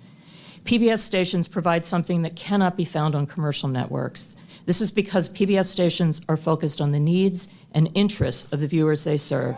Especially in rural areas, PBS stations are the only outlet providing coverage of local events. For example, high school sports, local history and culture content, candidate debates at every level of the election ballot, and specialized agricultural news. Local stations also partner with other community organizations to address issues of concern like Veterans Affairs and the opioid crisis. Finally, communities depend on the essential public safety information and emergency alerts our local stations provide. Our programming comes from our local stations. For example, Southern Storytellers was produced by Arkansas PBS for our national audience. This program highlighted Southern culture through its literature, music, and film. Across the country, nearly 4 million people watch Southern Storytellers, helping Americans learn about our shared history and what brings us together as a people and a nation. Our stations pool resources to invest in programming that will benefit all Americans, ranging from history and science to art and music. For example, Firing Line with Margaret Hoover creates a forum for people with a wide range of views to respectfully share ideas. While programs like Independent Lens's Matter of Mind, My Alzheimer's explores the challenges facing many American families. And we celebrate what makes our country great. A Capitol Fourth and the National Memorial Day concert honor our nation's ideals, our service members, and our veterans. Looking ahead, we will mark our nation's 250th birthday with the landmark initiative headlined by a new major series from Ken Burns, The American Revolution. Our educational programming for children is one of the most important aspects of our service to the American people. I strongly believe that the programming we offer to prepare children for the future is the most essential work that we do. Today, more than half of all preschool-aged children are not enrolled in pre-kindergarten programs. Our content has helped tens of millions of children prepare for success in school and in life with free programming that is available everywhere children are, on air, online, and in the classroom. Our educational programming is backed by scores of research studies showing that our programs like Daniel Tiger's Neighborhood and Super Y help kids develop essential skills like reading, math, and problem solving. We are proud that nearly 9 out of 10 families agree that PBS is the most trusted, safe, and educational media brand for children. Because our programming is free and universally available, we are able to reach more low-income families than any other media company. In fact, our viewers overall reflect the wide variety of communities we serve. Our audience mirrors the overall U.S. population with respect to education, income, and geography. Each month, over 160 million television and online viewers explore the world through our trusted content. And more than 3/4 of Americans feel that PBS stations provide excellent value to their communities. For over 2 decades, the American public has consistently ranked public television as one of the best investments the government makes. More than 70% of the CPB funds from Congress go directly to our stations. And for every dollar of that vital seed money, local stations raise 7 to support their work. This is one of the best, most successful examples of a public-private partnership. When I think about the need for our service, I think of a man I met during a visit to a local station in Nebraska. He was a rancher with young children, and he drove hours to attend a local station event. He pulled me aside and told me this: we need PBS. We don't live near a preschool. My children have learned to read watching PBS shows, and the shows we watch on PBS are our connection to the rest of America. That is why PBS and the 336 local stations in your communities do what we do. PBS programming and the services that local stations provide bring Americans together. It is valued, needed, and trusted by the American people. I appreciate the opportunity to be here today, and I look forward to your questions. Thank you, Ms. Kruger. I now recognize Mike Gonzalez for his opening statement. Thank you, Chairwoman Taylor Greene, Ranking Member Lynch, for allowing me to appear before you today. My name is Mike Gonzalez. I'm a senior fellow at the Heritage Foundation. The views expressed are my own and should not be construed as representing any official position of the Heritage Foundation. Before joining Heritage 16 years ago, I was a journalist for many years. I worked in Latin America, Asia, and Europe, traveled with the Mujahideen in Afghanistan, was arrested in Panama, witnessed China's takeover of Hong Kong, and covered the stock market for the Wall Street Journal. I have even covered high school sports. I know that journalists can keep their prejudices in check. That is, if they want to. This ability to give all sides a hearing becomes an even more serious obligation when taxpayers are coerced to pay for you. Yet NPR, PBS, and the other state broadcasters refuse to abide by the simple code of decency. For decades, they've asked for more money while telling conservatives to get lost. But the nation today is in a very different place, with $36 trillion in debt, and more importantly, we're seeing not just a shift in our cultural vibe, but a shift in societal paradigms. Through their egregious bias, NPR and PBS have violated the public trust. Public media needs to be defunded, and the CPB needs to be dissolved. It's a matter of simple fairness. Multiple arguments can be made. I will list just a few. We're deeply in debt. Number 2, the arrangement is unfair to private sector media competitors. Number 3, public broadcasting was created with the promise that it would be educational. But now that thousands of competitors have come online, public media has become, as George Will says, like the human appendix, vestigial and purposeless. The funding is a regressive tax, an obnoxious wealth transfer from working families to the affluent. But the ultimate factor is the broadcaster's unforgivable political bias. What we have today is a circular, undemocratic relationship. Democrats unanimously vote for more and more money for public media, and in exchange, public media heavily tips the scale in their favor. It is a nice arrangement for them, but it must end. NPR's and PBS's foolhardy embrace of progressive views and constant denigration of conservative ones is quantifiable. Thank you. I referred you to my written testimony. Besides my own examples, I cite the research of Tim Graham, as well as NPR veteran Yuri Berliner, who says, quote, an open-minded spirit no longer exists within NPR. Rather than pause and reflect, NPR instead chose to circle the wagons and assassinate Berliner's character. This is part of a pattern. In 2010, NPR fired Juan Williams and vilified him as a psycho after he dared to flout the network's progressive orthodoxy. The people running NPR remain, in Mr. Williams' words, an insulated cadre of people who think they're right and who have a hard time with people who are different. They went completely off the rails when Donald Trump was elected in 2016. Coverage, quote, veered towards efforts to topple the Trump presidency, Berliner said. NPR hitched its wagon to the false claim that Russia had colluded with the Trump campaign. It also refused to cover the Hunter Biden lab story. After the 2020 riots, NPR firmly sided with those who affirmed, without a shred of evidence, that America is an oppressive society gripped by systemic racism. NPR and PBS even justified looting. Rather than use journalism as a truth-seeking tool, NPR and PBS distorted journalism to further a political agenda. Yamich Alcindor, the liberal activist that PBS hired to cover the White House, routinely used the platform to make unsubstantiated allegations against President Trump. President Biden, she presented as, quote, a moral and decent man, unquote. Or consider Catherine Marr's appointment as NPR CEO. Her long record of comments leave zero doubt that she's not only a committed progressive, but someone whose disdain for free expression disqualifies her from being anywhere close to the levers of power at a media institution. And what does she think of President Trump? He's, quote, a deranged, racist sociopath. Ms. Marr is an American. She's entitled to her views. The question is whether NPR is entitled to appoint her as CEO and then ask conservatives to just pony up. Public media's main argument now is that it is essential for weather emergencies in hard-to-reach places and that without public money, local news will cease to exist. But over 98% of Americans today have a mobile phone. Even Alaska, one of our most isolated states, has high levels of internet penetration. As for the claim that the taxpayer is the last available business model for local news, NPR and PBS are asking us to believe something laughable, that the government can fund a media structure that actually keeps the government in check. I urge you not to try to mend public broadcasting. End it. Thank you very much for your attention, and I look forward to your questions. Thank you, Mr. Gonzalez. I now recognize Ed Ullman for his opening statement. Madam Chair, Ranking Member, and distinguished members of the subcommittee, it is an honor to be here today. My name is Ed Ullman. I'm the President and CEO of Alaska Public Media.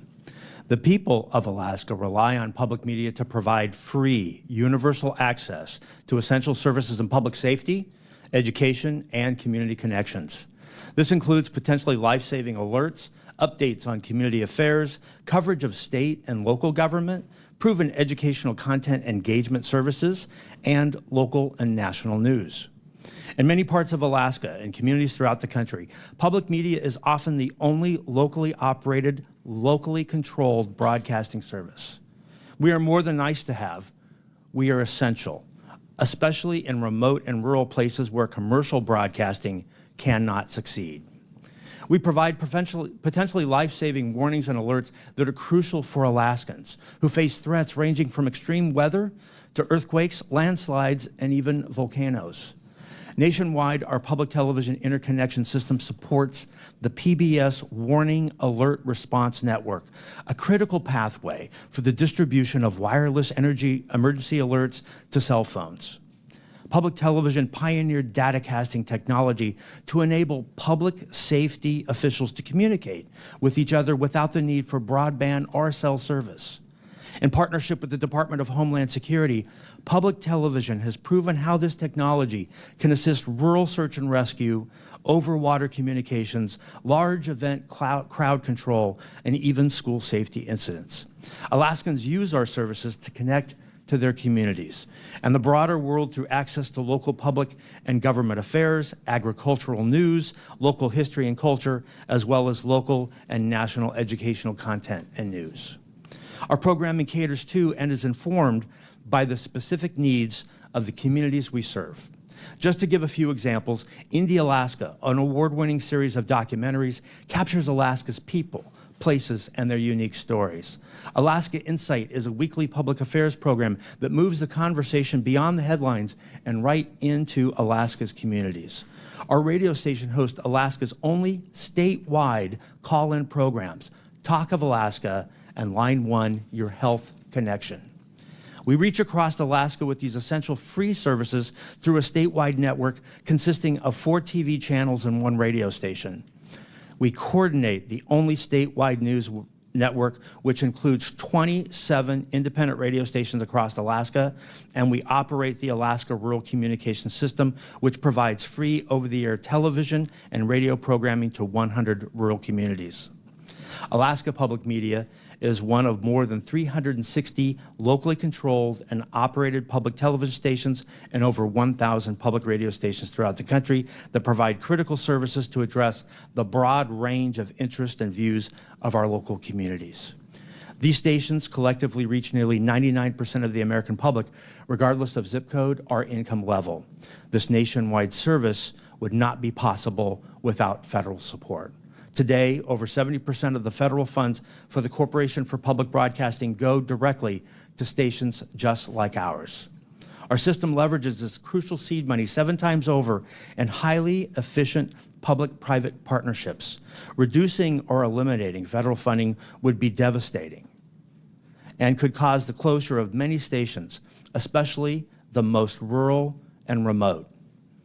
Our highest costs come from maintaining broadcast and IT infrastructure, local programming, and community engagement, all of which would be in serious jeopardy without federal funding. Cuts to our national partners, PBS and NPR, would have a similar impact, particularly in small and rural markets. The broad range of news and educational programming that we receive from these organizations is popular with Alaskans. Without this national content, we would receive less local support, endangering the local services we provide. This national local model efficiently leverages economies of scale and allows us to provide the unique mix of local programming and national content that Alaskans want. Congress's support for the mission of public broadcasting to provide every American access to free, non-commercial quality educational programming remains critical. It allows us to connect Alaskans with each other and with our neighbors in the lower 48, and to connect the nation with us. I urge Congress to maintain federal funding for public broadcasting to ensure that local stations around the country can continue to provide essential services to their local areas. I welcome your questions. Thank you, Mr. Ullman. I now recognize myself for 5 minutes of questions. Ms. Marr, your public statements and social media posts reflect left-wing ideology and blatant opposition to free speech. After all, you were the head of Wikipedia for many years, which is a platform that doesn't tell the truth. Let's walk through some of your statements so the public can understand your personal views. You said your fellow Americans just elected Donald Trump as president again this past November. You called him a deranged racist and sociopath. You posted on X that America is addicted to white supremacy. It's appalling. You've publicly chastised using the phrase boy and girl, which you said erases the language for non-binary people. There's only 2 genders, by the way. Ms. Marr, the federal funding that your outlet receives comes from all American taxpayer dollars, not just from your viewers who support such statements as these. Let me inform you, and that your federal funding is also paid for by the other half of the country, the 77 million Americans who voted for President Trump, someone you called a deranged, racist sociopath. Ms. Marr, many find your pro-censorship and anti-free speech views more concerning than your politics. The only speech you like seems to be speech that you agree with.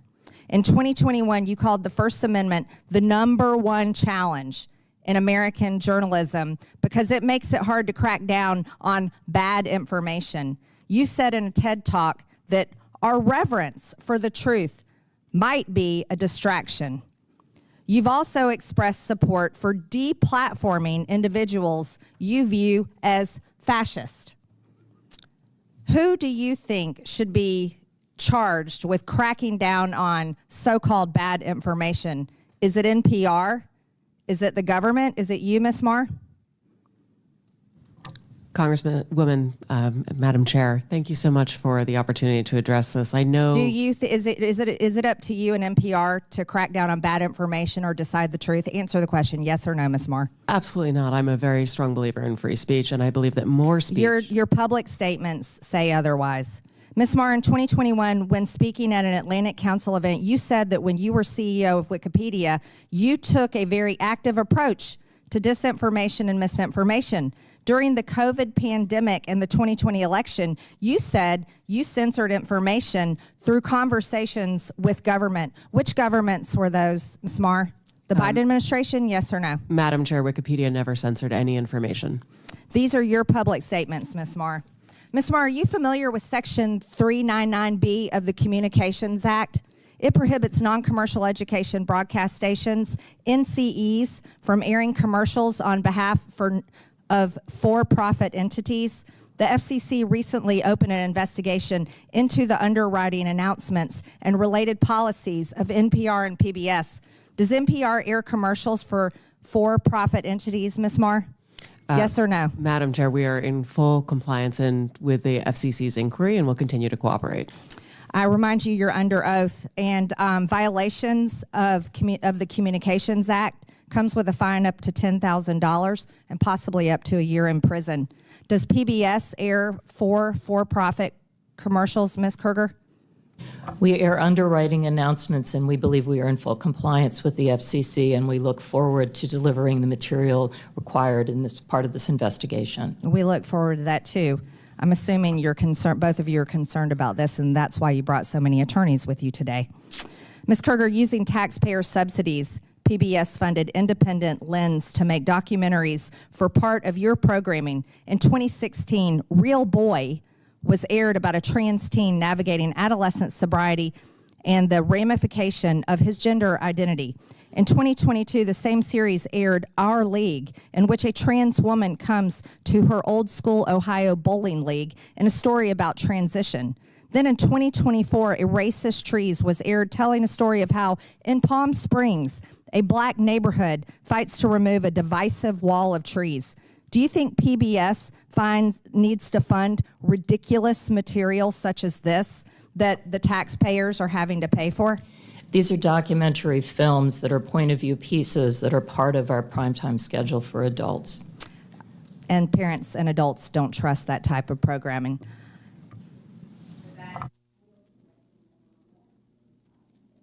Thank you, Madam Chair. I ask a unanimous consent to enter into the record this letter from 72 public radio stations serving rural communities across the country, where they emphasize how important federal funding is to the ability to provide vital public safety information. Without objection, so ordered. Okay. I also have a similar letter from Georgia, from the Georgia PBS NPR station, also asking for consideration for federal funding. Without objection, so ordered. Thank you. Ms. Kruger and Ms. Marr, can we talk a little bit about the educational service you provide for children of low-income families, and how that is received, and the trust that you've generated among families in that situation? Yes, a significant part of our broadcast day is devoted to programming for children. We focus on preschool. That goes back to the legacy of Fred Rogers, who believed that media could be a tool to help to instruct children as well as a tool of entertainment. Our programming is focused on core skills that kids need to develop before they enter school, in math and in learning numbers and in learning letters, so that kids that don't have the opportunity to be in a formal pre-K program have a chance to walk into school for the first time on equal footing with kids that have more opportunity. And that's the heart of what we think about in the programming that we develop for kids. Now, I know you've done some, independent groups have done assessments on trust, the trust factor that parents have on PBS Kids, which is one of your most popular services. Can you talk about that? Yes. Where did you come in terms of the comparison to other stations? Yeah, we are the most trusted media brand. In fact, Parents Magazine this week just ran the results of a study that was done on Daniel Tiger's neighborhood, actually looking at 16-year-olds that remember some of the basic skills they learned as small children. And what we're focused on is to make sure, again, that every child has the opportunity to learn and be excited about the world around them when they enter a school for the first time, and to give them those core basic skills that we can see they carry forward in life.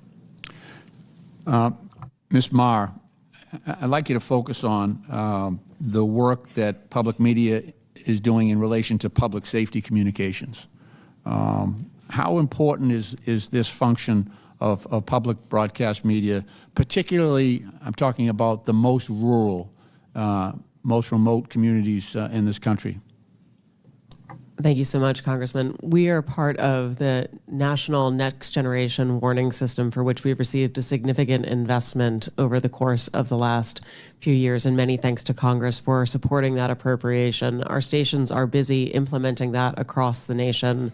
We also are part of the the statewide emergency plans for more than 20 states.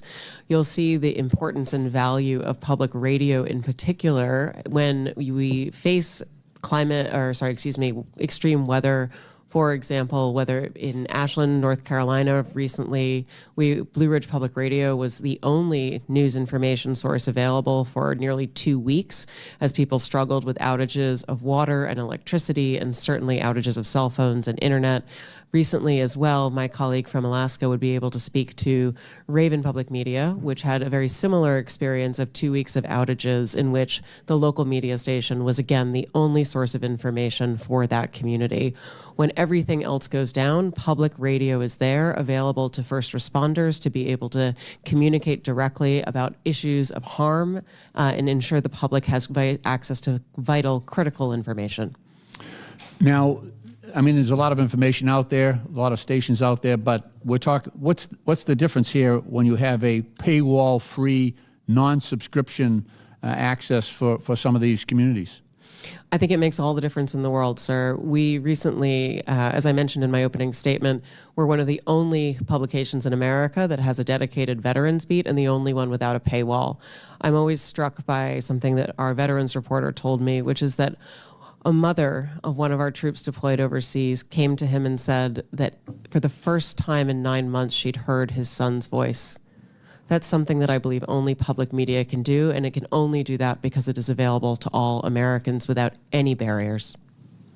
Thank you. Madam Chair, I yield back.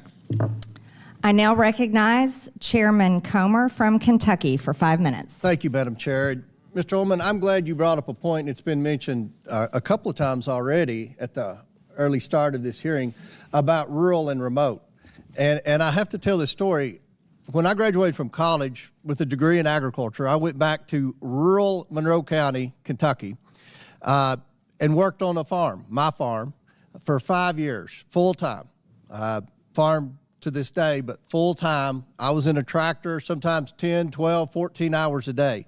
And I listened to the radio, and the only radio station I could get that had news was public radio. So I listened to as many hours of public radio as anyone on this panel, I can assure you. And it was a great service. That was 30-some years ago.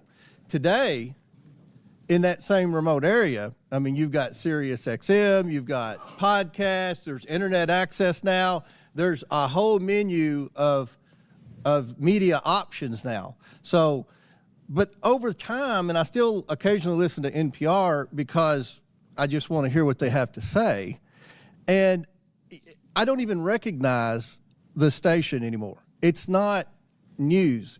I feel like it's propaganda. I feel like there's disinformation every time I listen to NPR. And, you know, a media entity like MSNBC or Huffington Post that, in my opinion, consistently spews disinformation, they can do that. They're a private company. But NPR gets federal funds. And you know, I have a problem with that. Because if people in Alaska, if all they have is public radio, then all they know is what these headlines say. And they're wrong about COVID-19. And the headlines are in the background. I don't have time to go over all these headlines that are wrong. About Russian collusion, wrong. About the Hunter Biden laptop, wrong.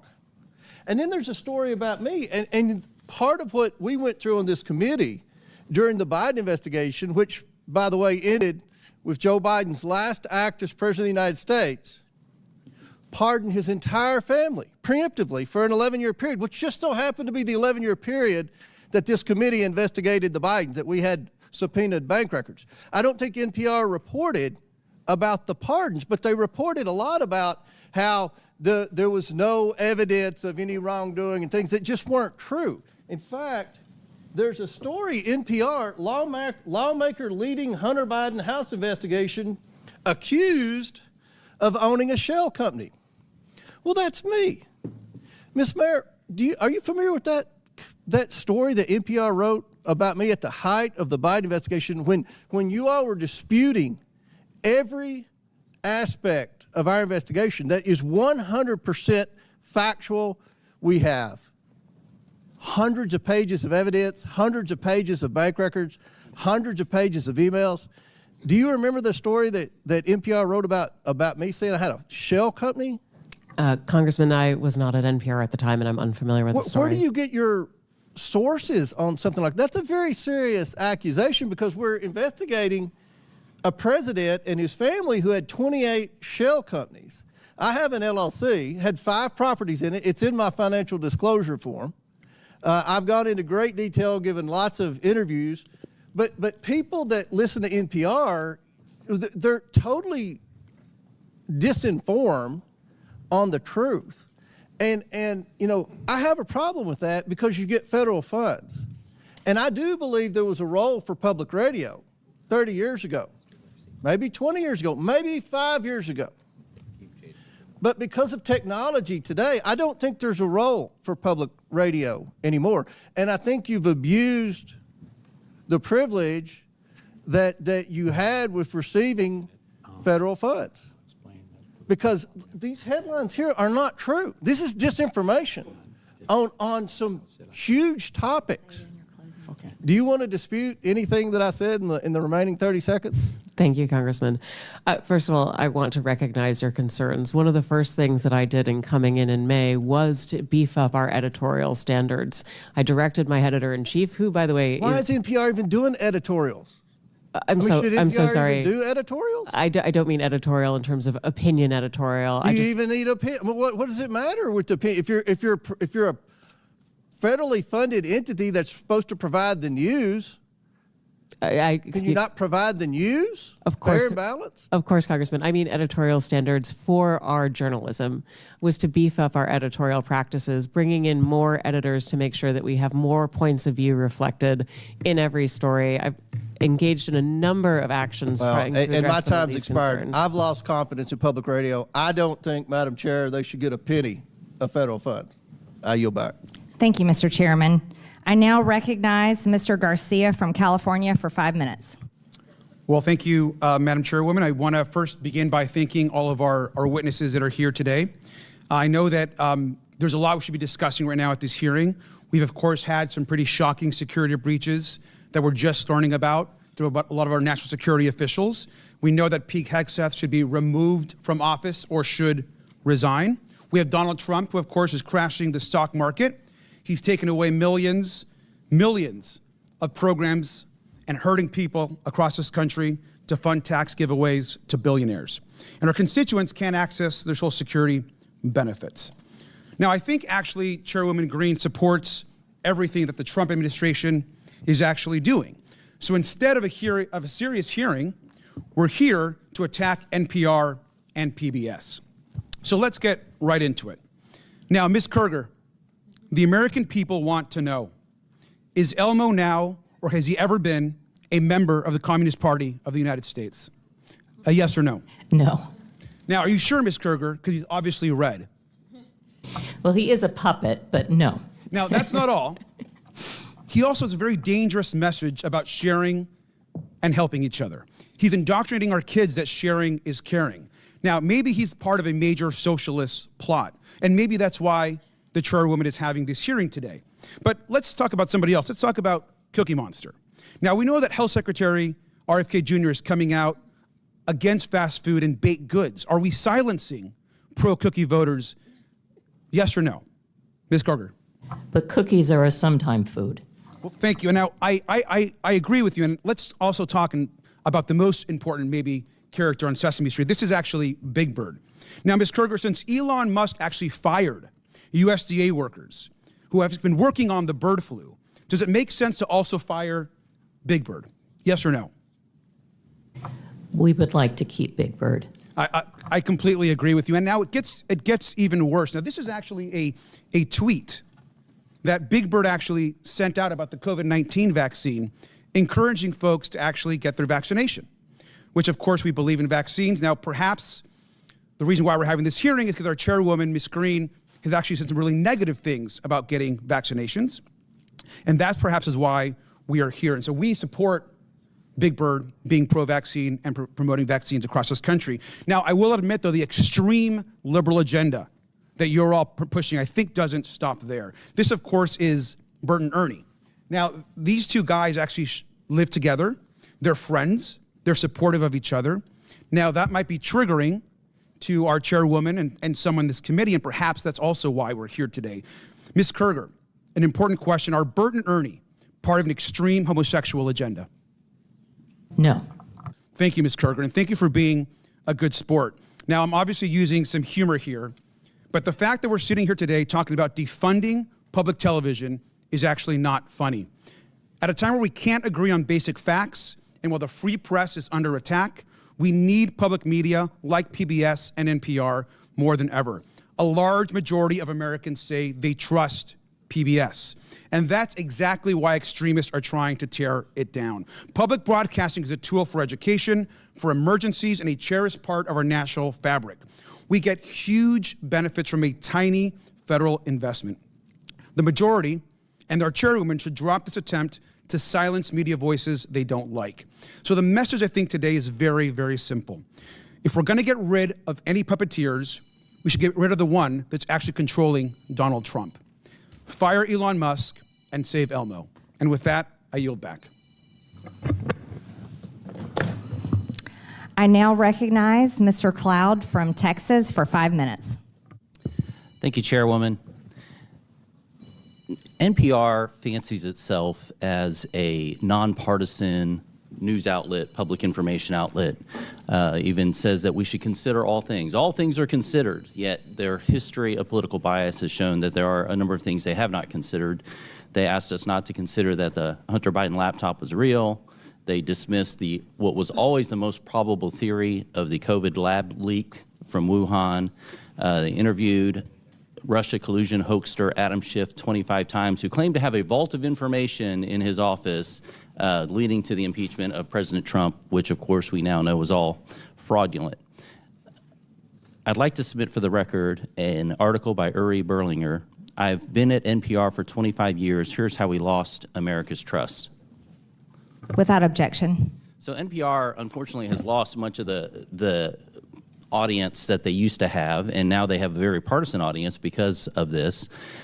Who do they bring in to fix it? They bring in Ms. Maher, who has a history of commentary of promoting Marxist ideology, including critical theory. Said we should not use the terms boy or girl, has called our president a deranged racist sociopath, and said that our reverence for the truth has become a distraction that is preventing us from finding consensus and getting important things done. And one could look at that and think that maybe, in your view, promoting groupthink is more important than finding the truth. I thought we liked diversity of ideas, especially, and that as an online encyclopedia that you used to manage, activism was more important than accuracy. Now, I had an uncle who used to say that you should never let the truth get in the way of a good story. And while that was humorous when we were talking about weekend fishing expeditions, when we're talking about news and information and encyclopedias and things that are of national importance, I find that very troubling. Now you are here managing NPR, which is in part federally funded. Can we expect that you will bring the same lack of reverence for truth to your management of NPR? Thank you, Congressman. First of all, I do want to say that NPR acknowledges that we were mistaken in failing to cover the Hunter Biden laptop story more aggressively and sooner. Our current editorial leadership. In Wuhan? We recognize that we were reporting at the time, but we acknowledge that the new CIA evidence is worthy of coverage and have covered it. What have you done to clean up the bias before? You mentioned I wasn't there for that. What are you doing to clean up and make sure that we have Absolutely. Thank you, unbiased. Congressman. As I mentioned, I came in May. Mr. Berliner published his story 2 weeks into my tenure regarding stories that had happened prior. I wish that I had had the opportunity to speak with Mr. Berliner. I would have loved to have had him engage and come back to us with some suggestions as to what we could do editorially in order to address what he perceived as bias. Now you've had a long history, including the thing that I mentioned about lack of reverence for truth. And how reverence for truth, you've even talked about the First Amendment kind of getting in the way of what you wanted to get done. And then you're wanting us to believe that NPR is now taking this non-biased approach. I mean, where was the come to Jesus moment for you, I guess, that has turned you around and that we can trust the American taxpayer dollars with your leadership of NPR? I so appreciate the opportunity to perhaps clarify some things. My talk about truth was really referencing the way that people use truth to refer to belief as opposed to facts. And my encouragement was that we focus on facts. With regards to the First Amendment. That's not what your comment said. Your comment said that truth was getting in the way of getting things done and that you were prioritizing what you wanted to get done over truth. And that's really unfortunate. I want to go to a different context because you're allowed to have your political opinion. Any news organization should be going after the truth. That's what we want and expect out of news organizations. But certainly a media platform can have whatever opinion it wants in a free society. The question before us today as a committee is whether or not the taxpayer should be forced to pay for this kind of thing. Mr. Gonzalez, I wanted to get your take on this about why the corporate public broadcasting is it still relevant today? I mean, we're in a different context than we were in the 60s where maybe not every home had a television. Now many of them have multiple televisions, and certainly most have a screen in their pocket most times during the day. I have 3 here on my desk. And so it seems like we're in a different context. Like, where could we possibly get the news today or information? Could you speak to the importance or lack thereof of the Corporation of Public Broadcasting in the context of where we are today in society? Yeah, right. When it came on after the passage of the 67 Public Broadcasting Act in the early 70s, there were only 3 networks. We had Cronkite, Reasoner, and the other guy. And PBS added by a third the number of networks that we had. That's not the case today. And as far as education, which has been diminished, and by the way, I believe that Sesame Street was sold to HBO 10 years ago. But as far as the educational value, we have an unending stream of educational content online. I could reel off a number of websites that people can access, YouTube channels where kids of all income levels can access educational content. So but basically, as I said in my testimony, it goes back to the basic unfairness that conservatives for 50 years have been saying, but you're completely biased. And they have the audacity to say, oh, no, we're not. And you have to just pay us. And it's just, that is the basic. The gentleman's time has expired. Thank you, Mr. Gonzalez. I ask unanimous consent to enter into the record an article published today by Yuri Berliner about NPR, basically saying that the bias has not changed. Madam Chair, I also have a unanimous consent request from the members who are at Mr. Grijalva's funeral mass this morning, asking to submit into the record this letter of support for federal funding from WKMS, Without objection, so ordered. Which is Kentucky Radio, which is where Mr. Comer wrote his Without objection, so ordered. tractor. Thank you. I now recognize the gentleman, Mr. Kassar from Texas, for 5 minutes. Good morning.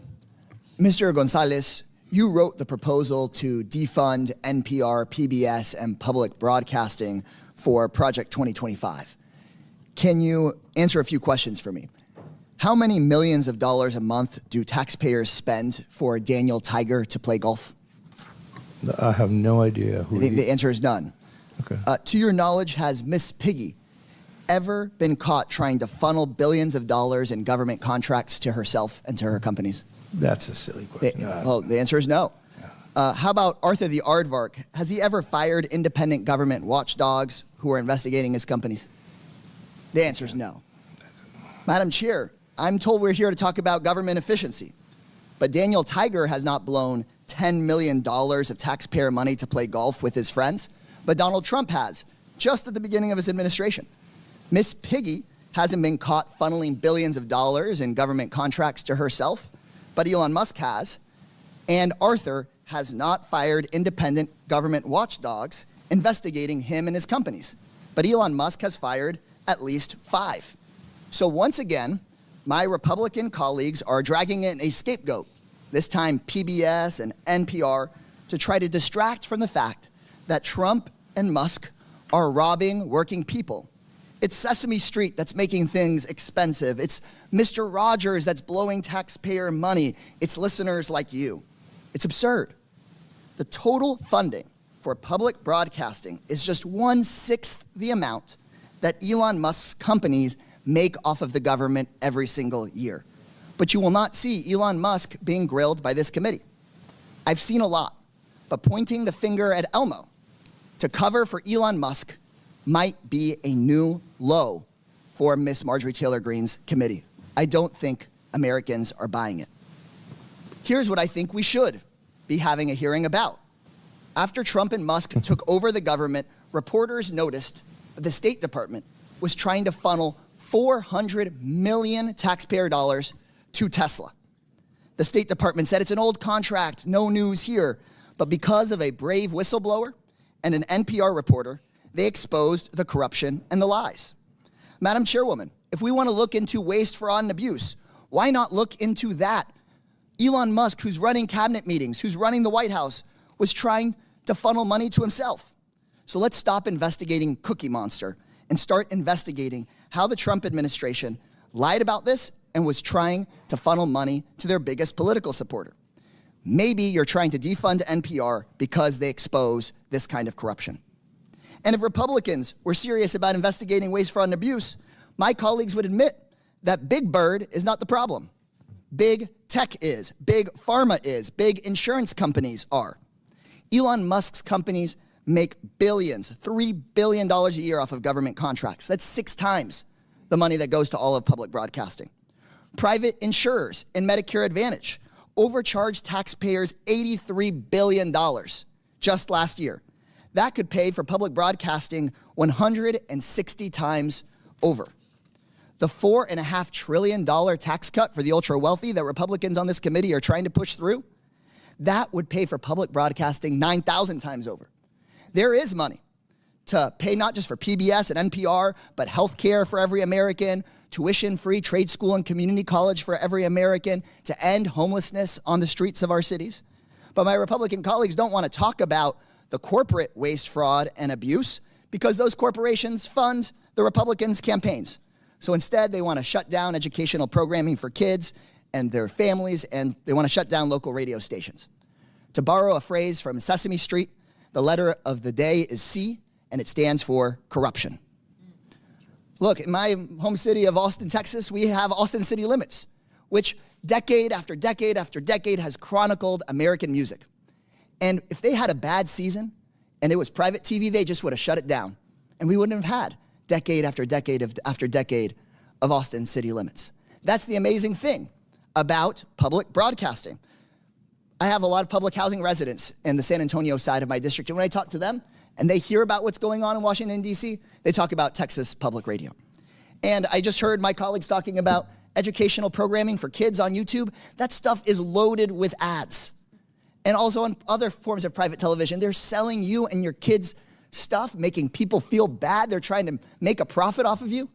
That's why I got sat in front of Mr. Rogers, because you got to learn something and they weren't just trying to sell you junk. It's better for our kids, it's better for our families, and we should actually be supporting public broadcasting instead of this stuff. Madam Chair, leave Elmo alone. Bring Elon in for questioning instead. I now recognize Mr. Timmons from South Carolina for 5 minutes. Thank you, Madam Chair. I want to thank the witnesses for being here today. I'm going to begin by saying this. We don't want to shut down NPR or PBS, but we have $36 trillion in debt, and we have run a $1.8 trillion annual deficit, and we are scouring all government spending, not just Democrat priorities, but Republican priorities too. We're going to be going through the defense budget. We're going to be making sure that we are spending our taxpayer dollars wisely because we have an existential threat. We have an existential threat. We cannot continue down this path financially. So we do not want to shut you down, but we cannot continue down this path. And so if our debt is part of the reason we're here, I think another part of the reason we're here, reevaluating your role and the government's use of taxpayer dollars to partially fund your institutions, is because technology has changed everything. We are not living in 1967. And the internet has changed our society. We have such increased social interconnectedness, and there are various options for people to get news and to get disinformation or information, whatever you want to get. So those are the two kind of reasons I want to start with, and that's probably half the problem we're here for. The other half is your perceived bias and your content moderation and the manner in which you are violating journalistic integrity. And I'll say this, NPR, you have been far worse at this. Ms. Kruger, you have done a much better job at this, but we still have some issues we're going to talk about. Ms. Marr, do you think that the public statements you have made on social media create a challenge in your leadership for what should be an unbiased public information system? Do you think that your past comments, I'll give you a better question, did they come up in your job interview? Like, do you see a problem? Congressman, thank you for the question. No, they never came up in my job interview. You're a rabid progressive. Like, and do you not think it's a problem that your political leanings make it seem to the American people that you're not biased and you're not doing your job? Because you agree that your job is to have journalistic integrity, right? Absolutely, but there is a strong firewall between the newsroom and anything that I Let's do. talk about the newsroom. You have 87 registered Democrats, not a single Republican in your editor board. So, I mean, how does that work to give us the perception that you're doing your job of actually delivering unbiased information? Well, I would agree with you that that number is a concern if it is accurate. I do believe that we need to have journalists who represent the full breadth of the American society so that we can report well for all Americans. Well, I think that you are failing. I realize you've only been there for a year, but I just really think that while it is a small portion of your budget, you very much should expect to restructure your revenue streams, because I don't think that NPR is necessarily worth saving. And I'm going to go on to Ms. Kruger. I will say this. You have been very professional, and you have been there for decades, and I think that you've done a fairly good job over your tenure. But I want to ask you a very simple question. In retrospect, do you think that it was inappropriate to put the drag queen on the kids' show? Do you think that was a mistake? The drag queen was actually not on any of our kids' shows. The image that Chairman Taylor Greene showed was from a project that our New York City station did with the New York City Department of Education. What time of day did it air? It did not air. It was a digital project they did for the Department of Education. Do you think it only that appeared on our website? Have anything to do with PBS? Do you think that human? I mean, do you see? It was not a PBS. It was not for PBS. It was Okay, so you're mistakenly saying we put it should on have our that website by our. I'm sorry. I don't mean to talk over you. It was mistakenly put on our website by our New York City station. It was not intended for national distribution. It was immediately pulled down. It was never broadcast. Do you think that you should publish something that calls trees racist? Is that, in retrospect, should you have published that? I'm not sure what you're referring to. You had a segment that was called Racist Trees, and it was I mean, we've already referenced it a number of times. So, I mean, do you think trees can be racist? I guess that's a good one. I don't know what you're talking about. I've never heard of what you're referring to. All right, well, but I'd be happy to look into it. I guess, do you think that it's appropriate to expose children to issues of transitioning? Do you see a problem with that? Is that something you should avoid? That is not anything on any of our children's programs at all. Ms. Kruger, you have done a far better job here today, and we're going to continue to have this conversation. But again, we have $36 trillion in debt, and we're trying to figure out how to make sure that our kids and our grandkids have an opportunity at the American dream, because if we don't change course financially, they won't. Thank you. I yield back. Thank you. I now recognize the gentlewoman from Texas, Ms. Crockett, for 5 minutes. Thank you so much. It should not be surprising that the president is doing everything possible to make it more difficult for the media to hold him accountable and for the public to be informed about his reckless and illegal behavior. Yet here we are.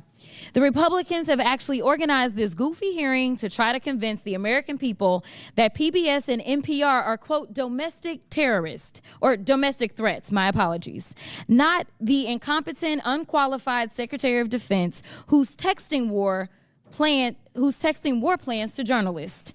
But it's y'all, PBS and NPR, the American people are supposed to be worried about. You can't make this up. It's as stupid as it sounds.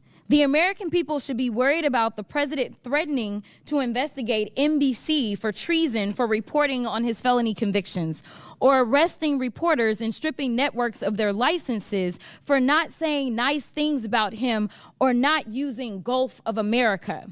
The Republicans' witness, Mr. Gonzalez, went so far as to suggest that because NPR and PBS reported on the murder of George Floyd, they, quote, represent a danger to our physical health as well as to civic health of our body politics. Ms. Mayor, do you think reporting on the murder of George Floyd and highlighting instances of systemic racism is a domestic threat to America? Thank you, Congresswoman. I believe it's our responsibility to report on all issues of interest to the American public. Thank you so much. Ms. Kerger, what about you? I agree. I think it's important for us to report on the important news of the day. So let's talk about the critical role of public media. During his first term, President Trump's own Department of Homeland Security highlighted the importance of public broadcasting's role in public safety. In 2018, his administration stated, quote, PBS and local public television stations play a crucial role in protecting communities by delivering essential information to individuals and first responders. These benefits are all made possible by public broadcasting stations' unique reach, reliability, and role across America, and are especially vital in rural and underserved areas. Madam Chairwoman, I would ask unanimous consent. I seek unanimous consent to enter into the record the 2018 Without report. objection, so ordered.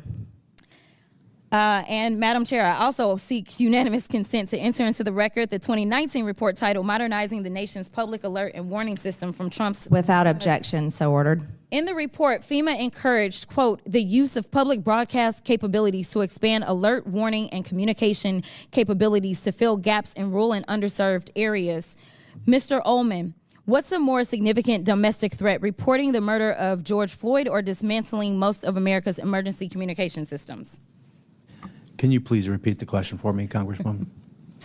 Which one is more of a threat? Reporting the murder of George Floyd or dismantling most of America's emergency communication systems?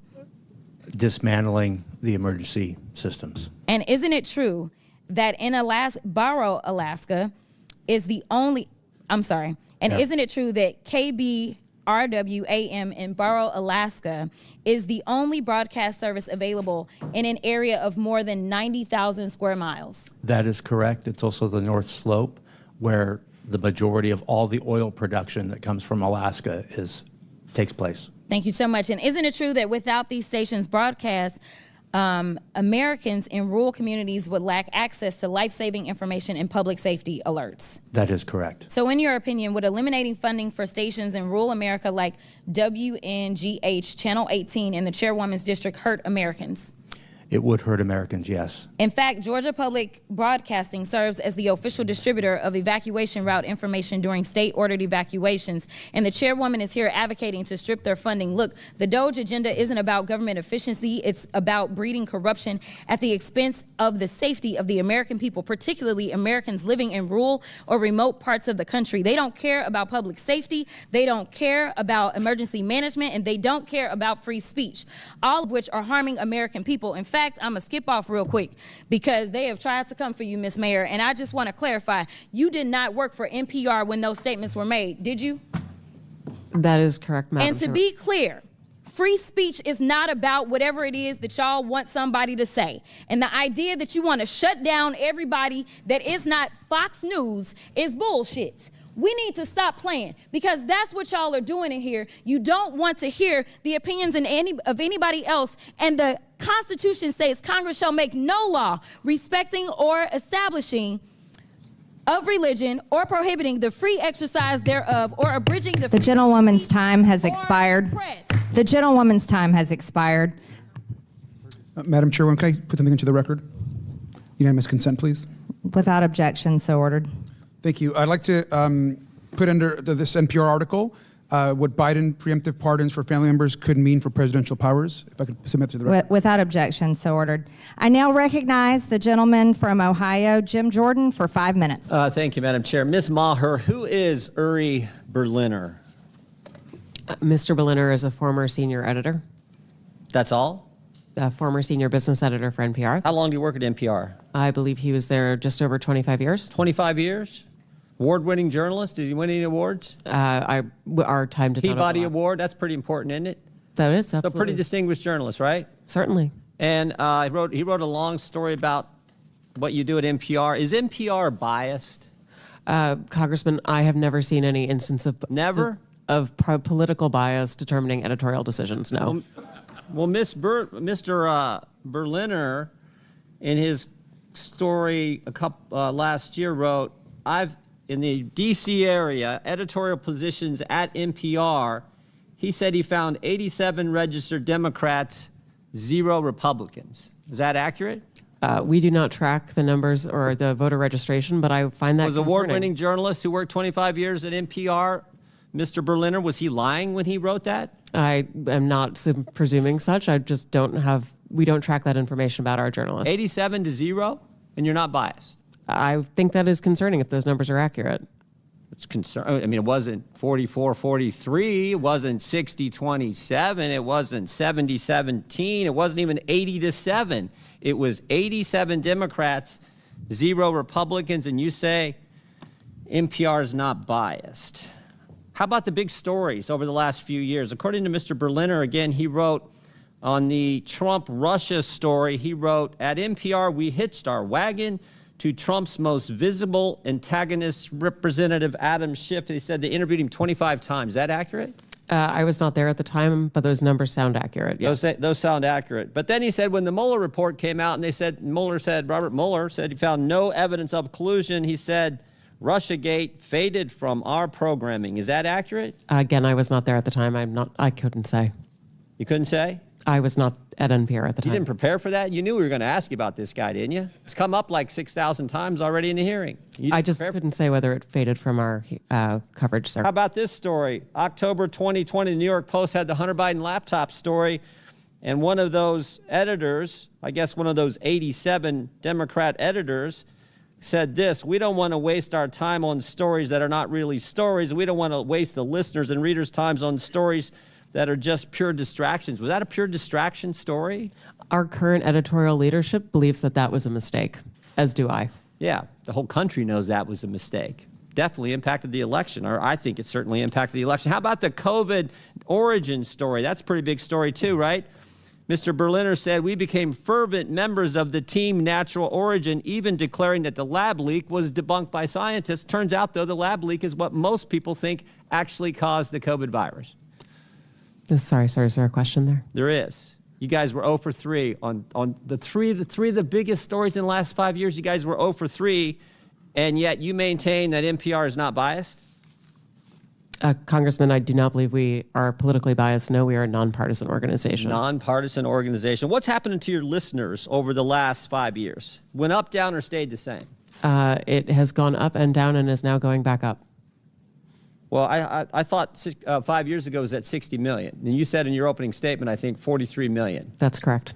So 43 million now, and it was at 60 million 5 years ago. I can do some math. That looks like it went down. And is now going back up. It's now going back up? Yes, it is. How much has it went back up? It's gone up a couple of millions over the past years. So you went from 60 million to 41 million. Now you're back up to 43 million. In a year's time, I'm very proud of that growth, sir. Okay, you're proud of that growth. Okay. But over 5 years, it's went down 18 million. That is correct, sir. Okay. Should taxpayers subsidize NPR?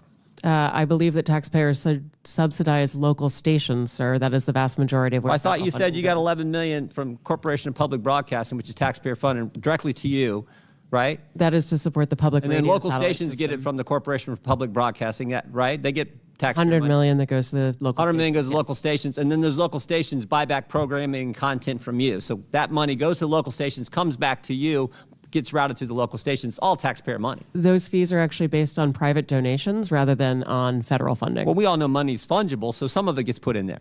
Certainly, we could agree that money is fungible. What? More money for less listeners. You fired the guy who pointed all this out, who said that you were so biased to the left that you lost listeners, which is exactly happening, and you're here maintaining that, oh, you need to continue to get taxpayer money. I did not fire Mr. Berliner, sir. Okay, the guy that left after all that. Understand. Are you fundraising off today's hearing? Sir, I believe that there was a message that went out earlier today letting people know we were coming in. Yes. Yeah, and at the bottom of the message it said, donate now, right? I don't recall the exact I language. can show it to you. Right there it is. Donate now. I mean, I'm not against fundraising. We all do it. I mean, I get it. But it's, I assume this fundraising thing is probably going to all the left listeners who are subsidized content by the taxpayers, and that's the gentleman's rub. time is That's expired. the rub. I yield back. I now recognize Ms. Randall from Washington for 5 minutes. Thank you so much. You know, I'm new to Congress. This is my first term, and I came from a legislative body that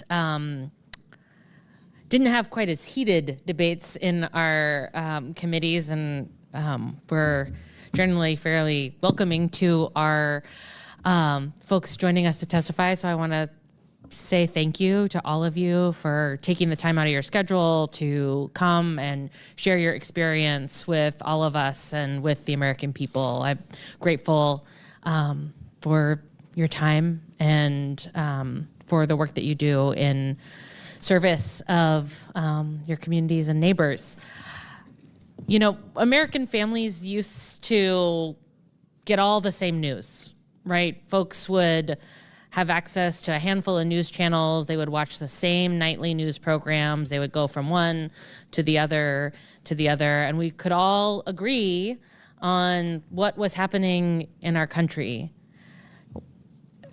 We all used to operate from the same baseline of information, but today it is no secret that we are operating in a much more diversified and fractured media environment. The content space, the use of AI-generated content, Americans now have to be able to discern for themselves whether something they are hearing is true or not. But investing in public media is a bedrock to our healthy, critically informed, and engaged public and our democracy. And I know that my colleagues on the other side of the aisle have argued over whether every piece of programming is in service of the public. But I also want to point out that, you know, in my fairly rural district, we have a lot of areas that aren't served by broadband. You know, a lot of folks who cannot easily access numerous podcasts while they are out working on their property. They, you know, have to maybe wait for something to download when they're at home, using maybe even a wired internet connection, right? Like I'm in a dead zone for about an hour and a half as I'm driving from one city to another in my community.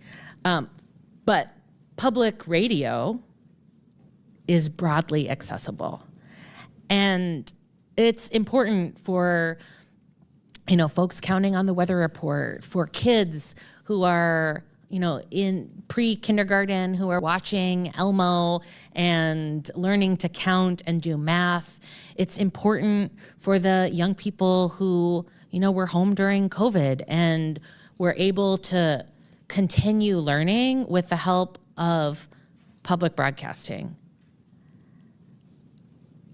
I think we have a lot of problems in this country, a lot of problems that we should be tackling for regular Americans who are struggling to afford to live, to afford housing, to afford healthcare, to be able to live the lives that they dream of for themselves and their children. I think we've got some national security concerns that have been talked about a lot in this committee, but I think talking about defunding public broadcasting and public media is an egregious misuse of our time here. Mr. Ullman, when we talk about cutting funds for the Corporation for Public Broadcasting, we're talking about those local small stations that rely on that money. 70% of Corporation for Public Broadcasting funding goes directly to public radio. I know you've worked in Tacoma in the past. I kind of attest to how rural some parts of Western Washington are. It's not all Tacoma. What role do public media stations like NPR and PBS play in supporting local stations? What kind of programming do they provide? The local communities are at the heart of the work we do. As I shared in my opening remarks, we talk about the people and the places there. You bring up a memory of mine. Chehalis, Aberdeen, Hoquiam area, KBTC was the only public television station there. You know about the struggles that community was having over a decade ago, job loss, all kinds of terrible economic situations. We provided educational services there with a $500,000 local grant that we partnered with the community on. It was incredible work. We do the same thing in Alaska with military families, homeschoolers, elementary schools. Those are the pieces we provide. And then local news stories that people can use about where they live and what they do. That's what we do. That would be lost. Thank you so much. Madam Chair, I yield back. Thank you. I now recognize the gentleman from Tennessee, Mr. Burchett, for 5 minutes. Thank you, Chair Lady. Ms. Carter, is it true that HBO bought the rights to Sesame Street?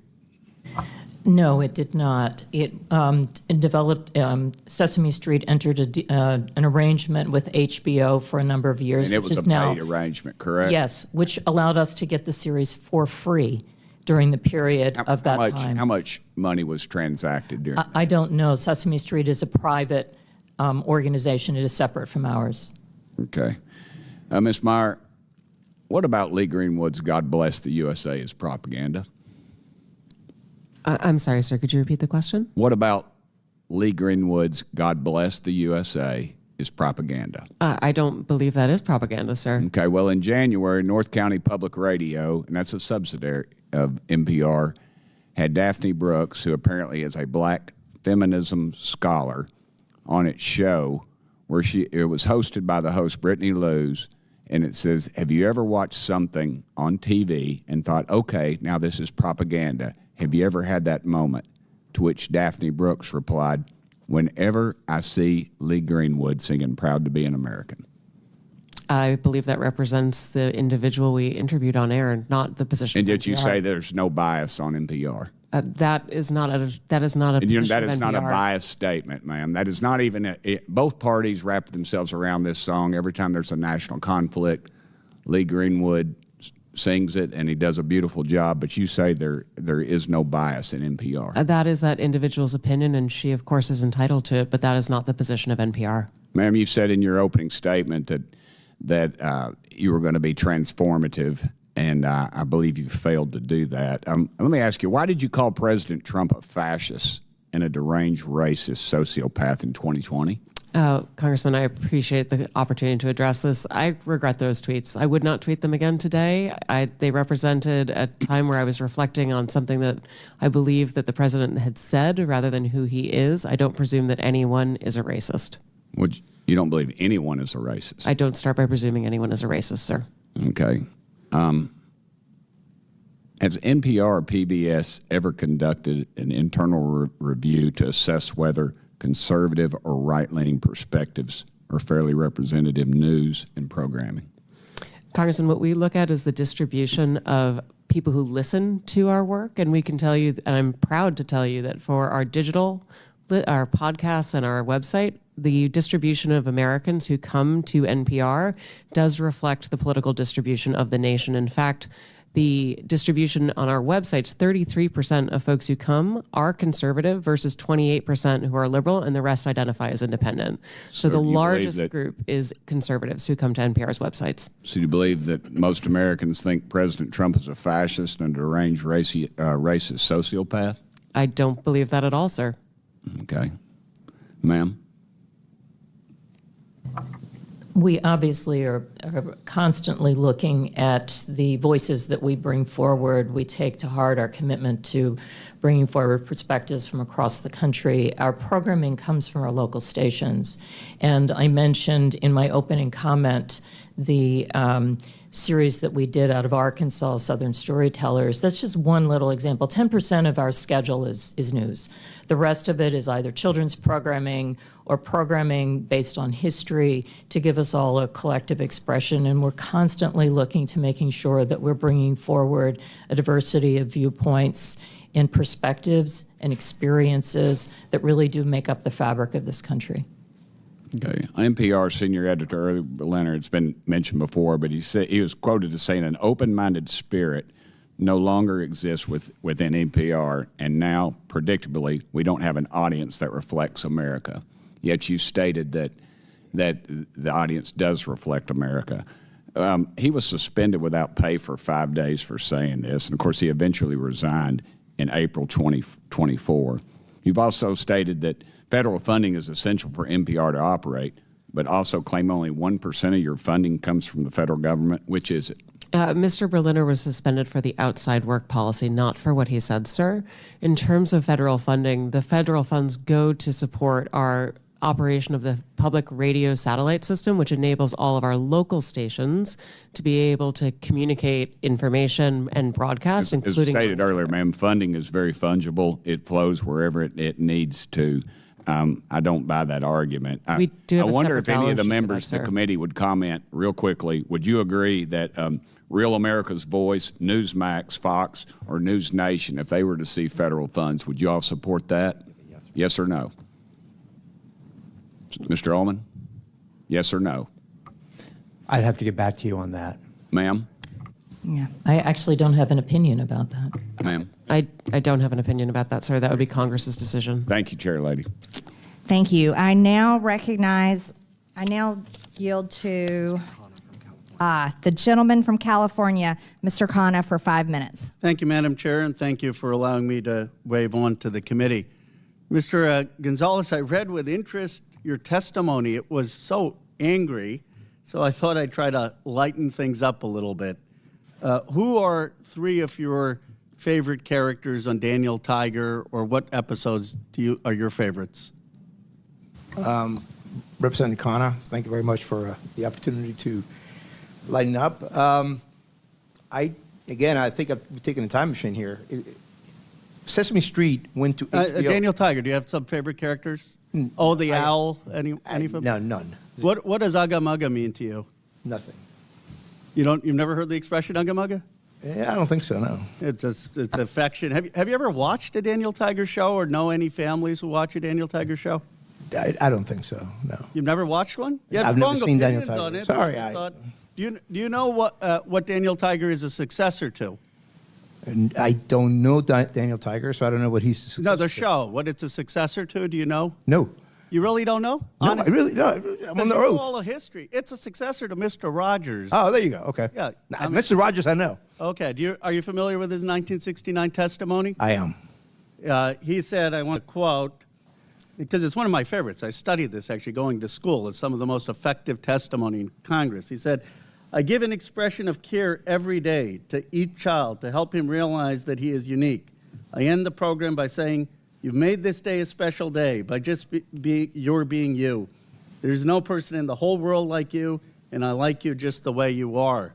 Senator Pastor was a hard-headed fiscal conservative, said he got goosebumps by that testimony, and it's what convinced him to fund the public broadcast.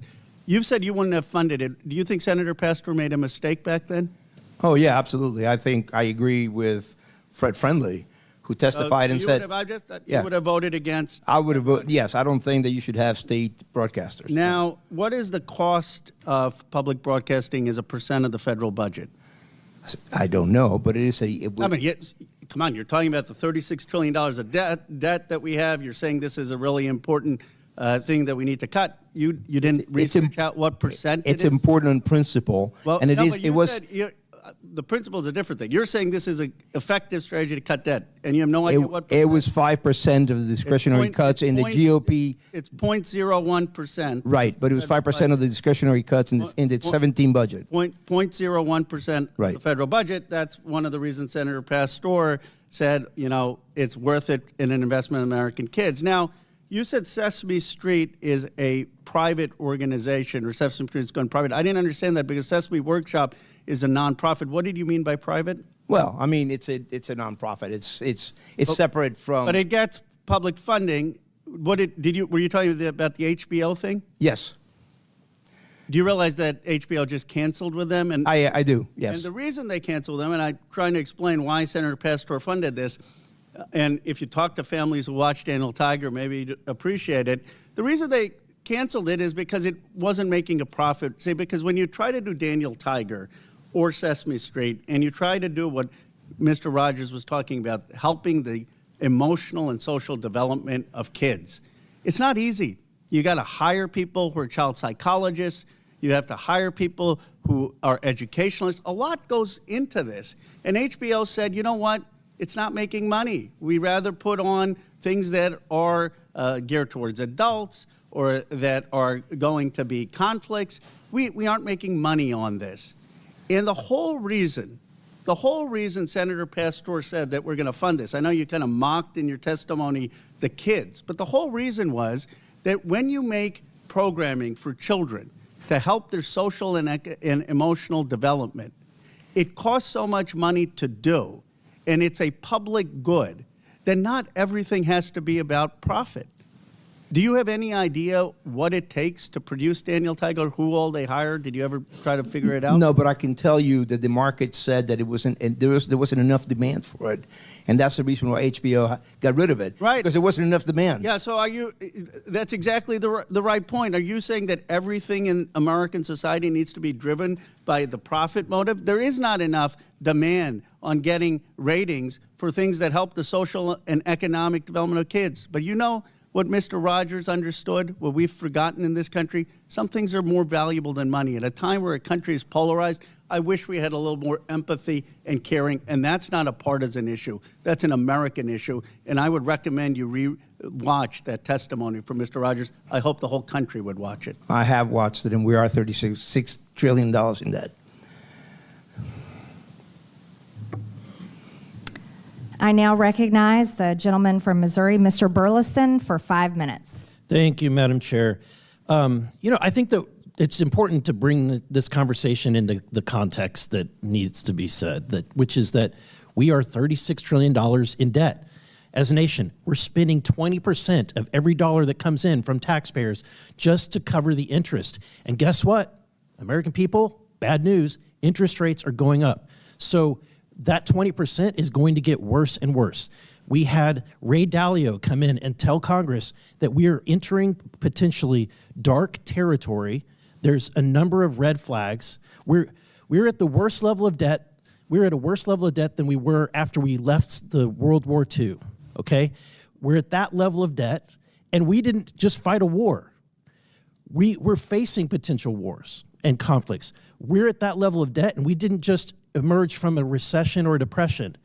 If that happens today, you'll see the dollar no longer be the world reserve currency, and we will be in serious trouble. And so that is the context that we're in. Look, if there was all the money in the world, it's fine to throw money around, but we don't have all the money in the world. And the question that we have at hand today is it appropriate to spend taxpayer dollars on things that may not be necessary anymore? And so my question, Mr. Gonzalez, at one point in time, there was state-sponsored speech directly. It was the form of town criers, correct? So government used to fund people to go out in the street and deliver the news of the day vocally at street corners, correct? Okay, why don't we do that today? Well, I think it's because we'd have better ways of delivering the news. I think you get my point. Like today, at one point in time, there was very limited access to news, and there was an appropriate time where potentially we needed to have state-sponsored news. But is that the way? Do we need that today? No, we do not. And may I quote Thomas Jefferson on this very point? since you bring this up. He said, to compel a man to furnish contributions of money for the propagation of opinions which he disbelieves and abhors is sinful and tyrannical. This is what I base my opposition to public funding for media. Yeah, and that's why I think that given this context, like, let's be real. It was said that we're attacking free speech.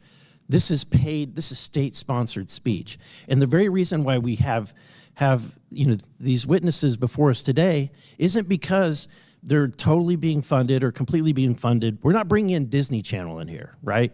We're not bringing in the National Geographic, right, for their content. The reason why we're having this conversation is because we are funding you, and because we're funding you, the taxpayers get to have an opportunity to ask, why are we funding some of this content that they might disagree with? Right? Yeah, no, that's completely right. In fact, I think that PBS and NPR, but especially PBS, will thrive on the membership model. They keep saying it's such a small percentage. Well, if it's the public funding, if it's such a small percentage, then no problem. Yeah. So, Ms. Maurer, I'm going to ask a very difficult question, but if you're in my shoes and you have to face the fact, can we fund Social Security or do we spend money on NPR? Which would you choose? Congressman, I would argue that if you had to pick, if you were forced to make a decision, there wasn't enough money to go around, Social Security or NPR? We know how important public media is to our nation's seniors, sir. More important than Social Security. I think the American people disagree. I think that Ms. Kerger, let me ask this. Would it be more appropriate to fund PBS or to fund veterans health care? If given limited resources, which is where we're at. I recognize the limited resources, and I feel that both are important for this country. And I think what the American people want to know is when they're sending money, their taxpayer dollars, and they're funding things like Independent Lens. And look, I like some of the content on your stations. I love Nova. But you know what? Nova competes with National Geographic and Nature. Why are we funding something that competes with these private sector industries? I like Sesame Street, but I also know that it's competing directly with Handy Manny, Doc McStuffins, and Little Einsteins, right? Those exist, and we're not funding them. They're not here having to defend their content. But because we are funding it, I'm going to ask you, why are we funding episodes of Real Lens, Independent Lens, about an episode called Real Boy, a trans teen navigates adolescent sobriety and physical emotional ramifications? That's what the American people want to know. Social Security. We're out of time, but our witnesses can answer the questions. Thank you, Madam Chair. That was a documentary that was produced for adults as part of our primetime audience. And it was part of a point of view that we share to try to help people understand the wide breadth of experiences of people across the country. Thank you, Madam Chair. I now recognize the gentlewoman from the District of Columbia, Ms. Norton, for 5 minutes. Thank you, Madam Chair. I would like to thank the witnesses for being here today. I am a strong supporter of public broadcasting, and I am a regular listener and watcher of the public broadcasting stations here in D.C. Public broadcasting is a public good. WETA's DC's local PBS station is proudly home to the world's longest running high school quiz show. For over 60 years, the show, It's Academic, has showcased some of the best and brightest high school students in the capital region. President Reagan once praised It's Academic as, quote, a reminder of the importance of education, end quote. And even Supreme Court Justice Clarence Thomas made a guest appearance. One area student who competed on the show said, quote, it's made me a lot smarter, end quote. And, quote, getting to say that I've been on a TV show is really cool, end quote. It's academic is just one example of local public media programming that celebrates and lifts up the community. Mr. Ullman, in your experience as head of the Alaska Public Media, why is it important for public media to elevate local voices? Thank you so much for that question. There are stories to be told all over this great nation of ours. And one of the things that I take the utmost pride in is being someone who can provide the strategy and build the resources and build the capacity to ensure that we can capture video about those uniquely Alaskan stories. We can capture audio about those uniquely Alaskan stories. And what we do is we take that opportunity to not only tell those stories for ourselves within our great state, but we also work with our national partners. This local national partnership is essential. Without PBS, without NPR, you wouldn't hear stories, news stories, public affairs stories, community stories from Alaska. You wouldn't see them on the PBS NewsHour. This is vital. It's vital for Alaskans to know that they're connected to their nation and that what we do in Alaska matters to our nation. Thank you again for that question. Ms. Kruger, I would love to hear your bigger picture taker on this. If PBS stations are suddenly taken off the air, what would be lost to communities across the country? I've spent a good part of my time as the president of PBS traveling and visiting our stations across the country because I feel for me to do my job well, I need to understand what the role of our stations are in communities. That means spending time not just with station management, but also with people in the community. So I've been to all 50 states. And the reason that we are here and the reason that we are arguing so passionately for funding, recognizing there are very difficult challenges in our country right now, is that many of our smaller and actually medium-sized stations would not exist without the federal appropriation. And when you look at a station like Cookeville, Tennessee, which serves part of Appalachia, 50% of their budget comes from the federal government. Those are stations that I've seen that have small staffs that do extraordinary work. And those are the stations that I worry would not survive. This would be an existential moment for them. And that's why I think this is so important. The DC area NPR station similarly provides acclaimed programming, including up-to-the-minute news and local shows exploring the DC cultural scene and sharing stories from all over the city, including historically marginalized areas. The station also produces award-winning journalism, such as an investigative feature on local families coping with sickle cell disease. Throughout the country, more and more local news outlets are closing each day at a rate of more than 2 per week. This has made public radio reporting all the more important. Ms. Maher, why is it beneficial for journalists to live in the communities they cover? Yeah. We'll let the witness quickly answer, and then we're out of time. Thank you so much, Madam Chair.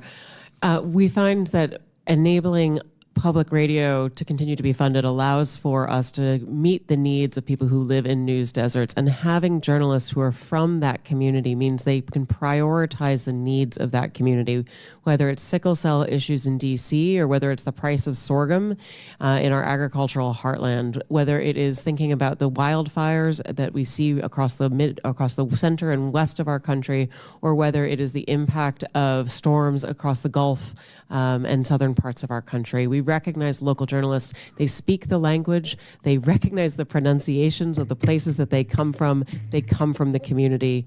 It is tremendous value to enable that we are for America, from Americans, and all American voices are heard. The gentlelady's time has expired. I now recognize the gentleman from Texas, Mr. Fallon, for 5 minutes. Thank you, Madam Chair. Ms. Maher, do you believe that National Public Radio takes a balanced and fair approach to news, politics, culture, etc.? Mr. Fallon, thank you for the question. I came into National Public Radio with And I apologize. It's just that we have such a limited time. Do you believe that to be true? I believe that we have work to do. We always do in order to improve and to it's serve all Americans. More accurate than not that you're fair, or you're either fair or you're unfair. So what do you think you are? I believe we wake up every day with a desire to be fair, and it is part You're of not why. claiming that you're fair. You have a desire to be fair. Okay. So you would not describe NPR as objective and nonpartisan? I would. You would, okay. Ms. Kerger, same question for you. Would you believe the PBS is fair and objective and nonpartisan? Yes. Okay, thank you. Thank you for the quick answer, too. So I found it interesting that the CBP's recent goal was to promote efforts that ensure fact-based journalism that promotes a symphony of ideological viewpoints. You both agree with that goal? Yes. All right, wonderful. So, Ms. Kerger, in 2023, when PBS had a program, Washington Week with the Atlantic, and when President Biden's mental acuity was questioned, one of the reporters claimed the GOP was lying. Another reporter, Jeffrey Goldberg, who's been in the news of late, described Biden as, quote, mentally acute. Were you aware if there were any dissenting opinions on that program that day? I don't know from that day. No. There were not.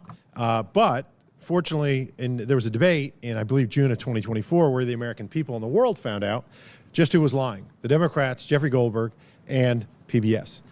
Ms. Marr, I'm sure you're aware that Hunter Biden had a laptop. I am, sir, yes. Okay. And there were many stories written about said laptop. Yes, sir. And in 2020, unfortunately, NPR's managing editor for news refused to cover the story, and he branded it a, quote, waste of time, not a real story, and a distraction. And instead, unfortunately, of NPR investigating, they ran a puff piece that led with, experts say attack on Hunter Biden addiction deepens stigma for millions. It's unfortunate that NPR ignored the Hunter Biden laptop story, but y'all did talk quite a bit about the debunked Russia collusion. Do you know how many times NPR interviewed Adam Schiff about Congressman, collusion? I would love to say that we actually believe we made a mistake on the Hunter Biden laptop story. And I appreciate that. Thank you. How many times did y'all interview Adam Schiff about the Russia collusion? I'm sorry, I don't have that number. It was 25 times. You know how many times NPR interviewed Chairman of this committee, Oversight Committee, Jamie Comer, about the Biden impeachment inquiry or the Hunter Biden tax evasion and illicit business dealings of the Biden family? I'm sorry, I don't know. I believe that's 0, so it's 25-0. Ms. Kerger, you're aware there's a political spectrum. It goes all the way from the far right to the far left and everywhere in between. Would it trouble you to hear that for 6 months, there was an analysis done on PBS's NewsHour from June to November of 2023, where they found that far right that term was used 162 times and far left was only used 6 times. Do you find that troubling?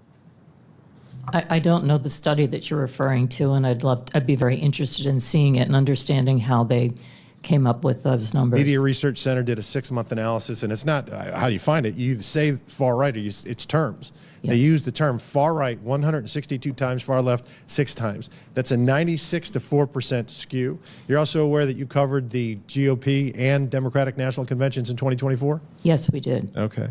Interestingly, 72% of the coverage of the GOP convention was negative. 88% of the Democratic convention was positive.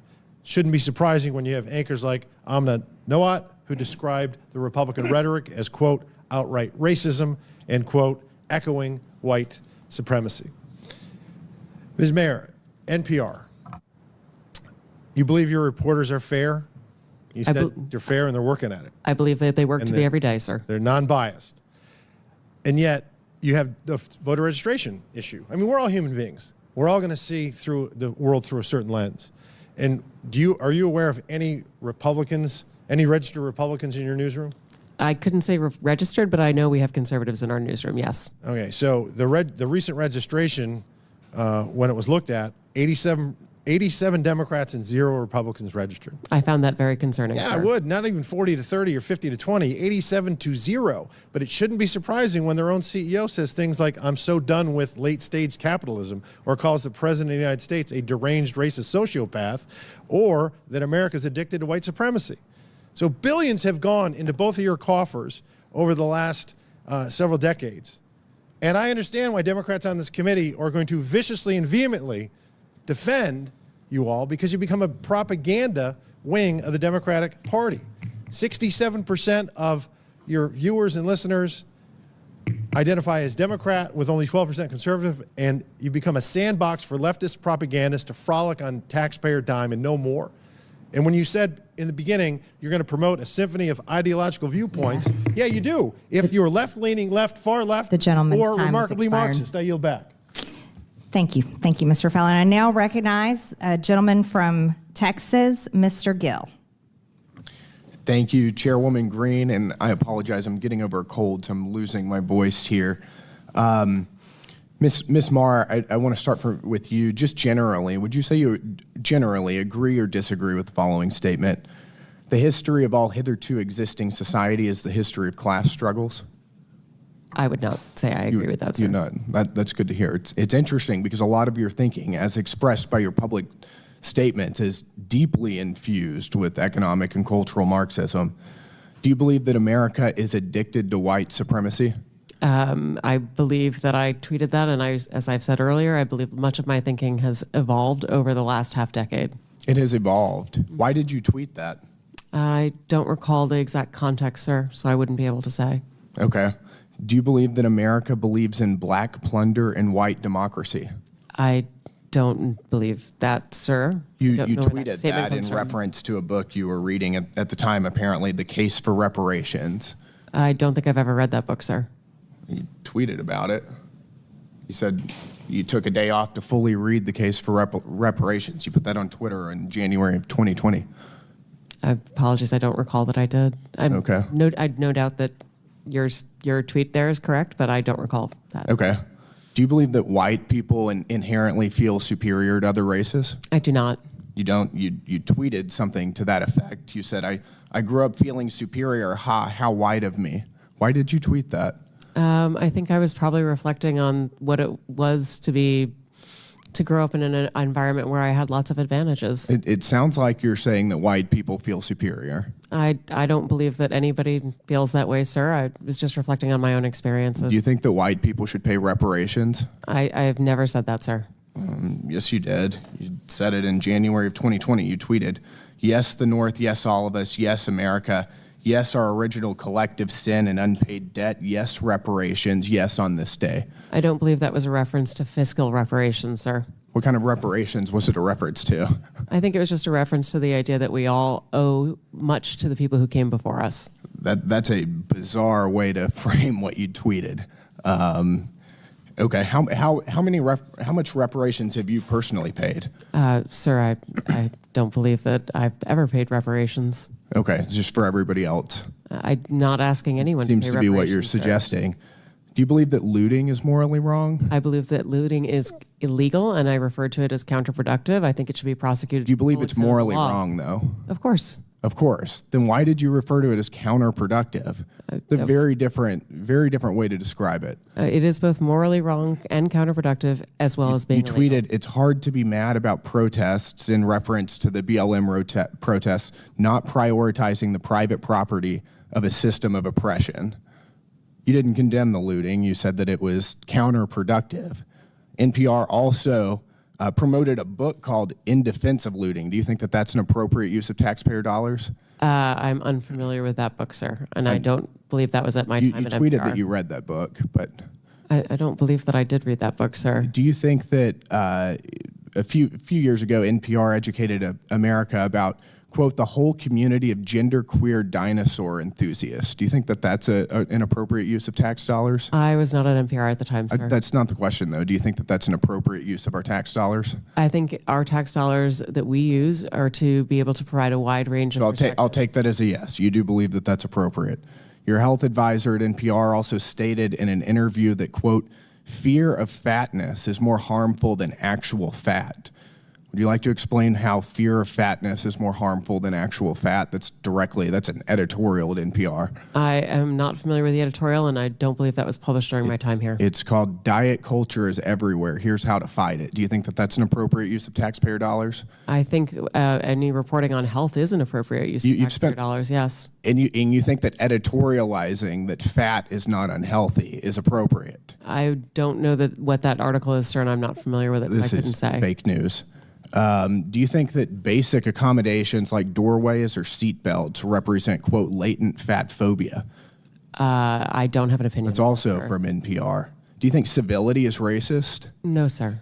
No. Well, your outlet ran an article entitled, quote, When Civility is Used as a Cudgel Against People of Color. That was on All Things Considered. Would you like to explain? I'm not on the editorial side, sir. I'm not familiar with that story. You talk about how NPR is news. This is editorialization, and I'll read it. For many people of color in the United States, civility isn't so much social lubricant as it is a vehicle for containing them, preventing social mobility, and preserving the status quo. This is garbage. I'll spend all of my time doing everything I can to ensure you guys never get another dollar of taxpayer funding. This is complete garbage. Thank you, Madam Chair. Thank you, Mr. Gill. I now recognize the gentleman from Georgia, Mr. Jack, for 5 minutes. Well, thank you very much, Madam Chair. I'd like to just start and build off of something Mr. Fallon noted. And Ms. Mayor, I think you noted, and just to confirm within your statement to him, that NPR failed to accurately report the circumstances around and content within Hunter Biden's laptop story. Is that fair to categorize your statement? Our current editorial leadership believes that we made a mistake not reporting the story and more reporting it earlier, yes. And I recognize you weren't there at the time, but what institutes and control, what have you done to ensure that never happens again? A number of things, sir, and thank you for the opportunity to speak to them. We have hired additional editor core, which we refer to as our editorial review, to make sure that all stories before they go out are comprehensive and well reviewed. We've instituted a monthly review to ensure that the most challenging stories of every month, we go back and we look at what we may have missed in order to not miss issues again and change processes and policies to be able to have more robust conversation and to ensure all areas and all views are considered. We have hired analysts to be able to count the number of stories that we're running on any particular issue, including whose voices are represented.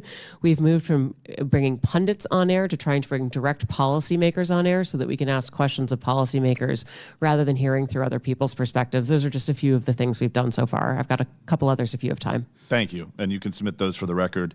Would you suggest then that the failure to accurately report those circumstances and the content around that story, would you suggest today, as I feel and many others feel, that impacted the 2020 election? I could not say, sir. I don't know. Well, I ask because you have a broad viewership, broad listenership, and I'm just curious if it is so broad and it is so necessary for us to continue to give taxpayer funds, as you all submit, to me, to misaccurately report something that's incredibly important around a 2020 election is very concerning. So welcome another thought from you there. I believe that we made a mistake, as I said, and I believe that we have taken that to heart and are focused on how do we report and report effectively and in a timely fashion on all the issues that matter to all Americans. I hear your concern, sir, and I want you to know that we are truly working on this. I'd like to spend the rest of my time talking about funding, and I know that some of my colleagues talked about it a little bit today, but could you walk us through the amount of money that NPR receives from CPB annually? Yes, sure, sir. We receive $11.2 million this past year, the majority of which goes to the public radio satellite system, which we operate on behalf of the entire public radio network. We also received a smaller amount of funding in the course of the past year that went to help us hire those additional editors and analysts in order to be able to beef up that editorial review.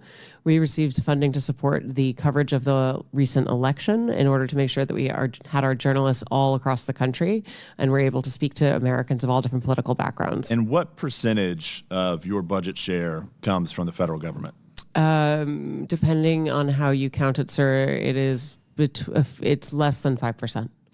And to help me understand too, the CPB, as I understand it, Congress has appropriated $500 million to CPB. It flows out, and I think smaller radio stations go and apply for grants for it. Do you receive payment from smaller radio stations through licensing agreements and things of that nature? We do, and the fees for that are designed around the amount of funding that they get from private member donations. So the fees are not designed around federal funding. They're designed around what sort of direct private support and donations they receive from members and listeners. Well, I noted Mr. Jordan today suggested that you all are fundraising off this hearing today, and a question that I have then, if you receive less than 5%, and over today you've said that private funding helps support the mission and the work of NPR, could NPR survive without the 5% that we give NPR annually?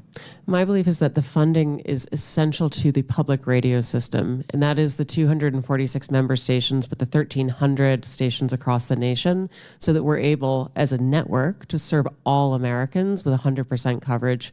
If federal funding for our network goes away, it means that people in rural parts of America, places where they can't afford to make private donations to support their local journalism, those will be harmed. But, sir, if I may, the bigger harm as well, or the additional harm, is that Americans in places that are affluent or do have many media choices will not be able to hear from their fellow Americans that are often underheard.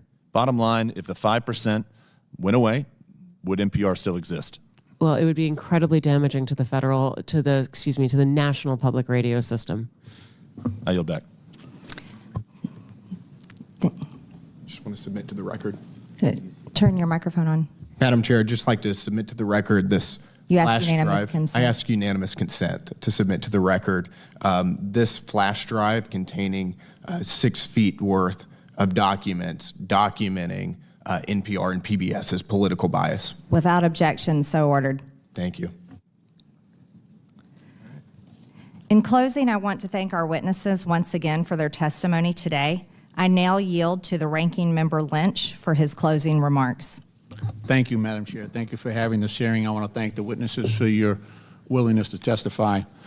In closing, I want to follow up on Mr. Connor's point. I'd point out to my colleagues that there are some government functions that are not merely transactions. There are some undertakings that we as a country engage in which are not necessarily justified by cash on the barrel at the point of purchase. Everything is not a transaction. It's not like selling a car, although that's exactly what the president was doing on the lawn of the White House the other day. Sometimes a government program is a long-term investment. I think that applies to public broadcasting. Like when you use public television to teach kids their numbers and their alphabet, because in some households that might be the only source of instruction available. More often, it could be an exercise in trust, because a lot of our parents out there, 88% of parents said they trusted PBS Kids. Or when you have a documentary given by a historian like Ken Burns, and he does research and drills down on the letters and firsthand correspondence of Civil War veterans and families north and south, and gives us the hard facts of the Civil War. Hopefully, we are teaching, or at least reminding people of the wrongfulness of slavery and the consequences of us from a system of bondage and the horrific price that was paid and perhaps is still being paid. Everything is not a transaction. But I do believe that some people see it that way. I think President Trump and Elon Musk see life often as a series of transactions. Much of the support we provide to seniors is not a profitable transaction because they're older and vulnerable. But they have paid for their fair share into Social Security. That's why FDR designed it that way. Some people just wanted the government to promise to pay a pension, but FDR knew that if he had Americans pay into that system, that their sense of fairness would cause them to defend that pension. And so they would fight like hell to get what they had coming. It sounds like we might have to test that theory if Elon Musk and Howard Lutnick have their way. Another thing we do that is not necessarily profitable in a financial sense is that we care for our veterans. It's a promise we made to our sons and daughters in uniform, and it's the right thing to do. And veterans care and veteran benefits are special because those benefits are owed to every veteran who lies in a hospital bed in every VA hospital across the country, because those benefits are for courageous service previously and honorably rendered to our country. And so now it's the time for America and Congress to fulfill their obligation as promised. That's not a transaction. But because of that cost, the Trump administration VA has announced 80,000 layoffs at the VA.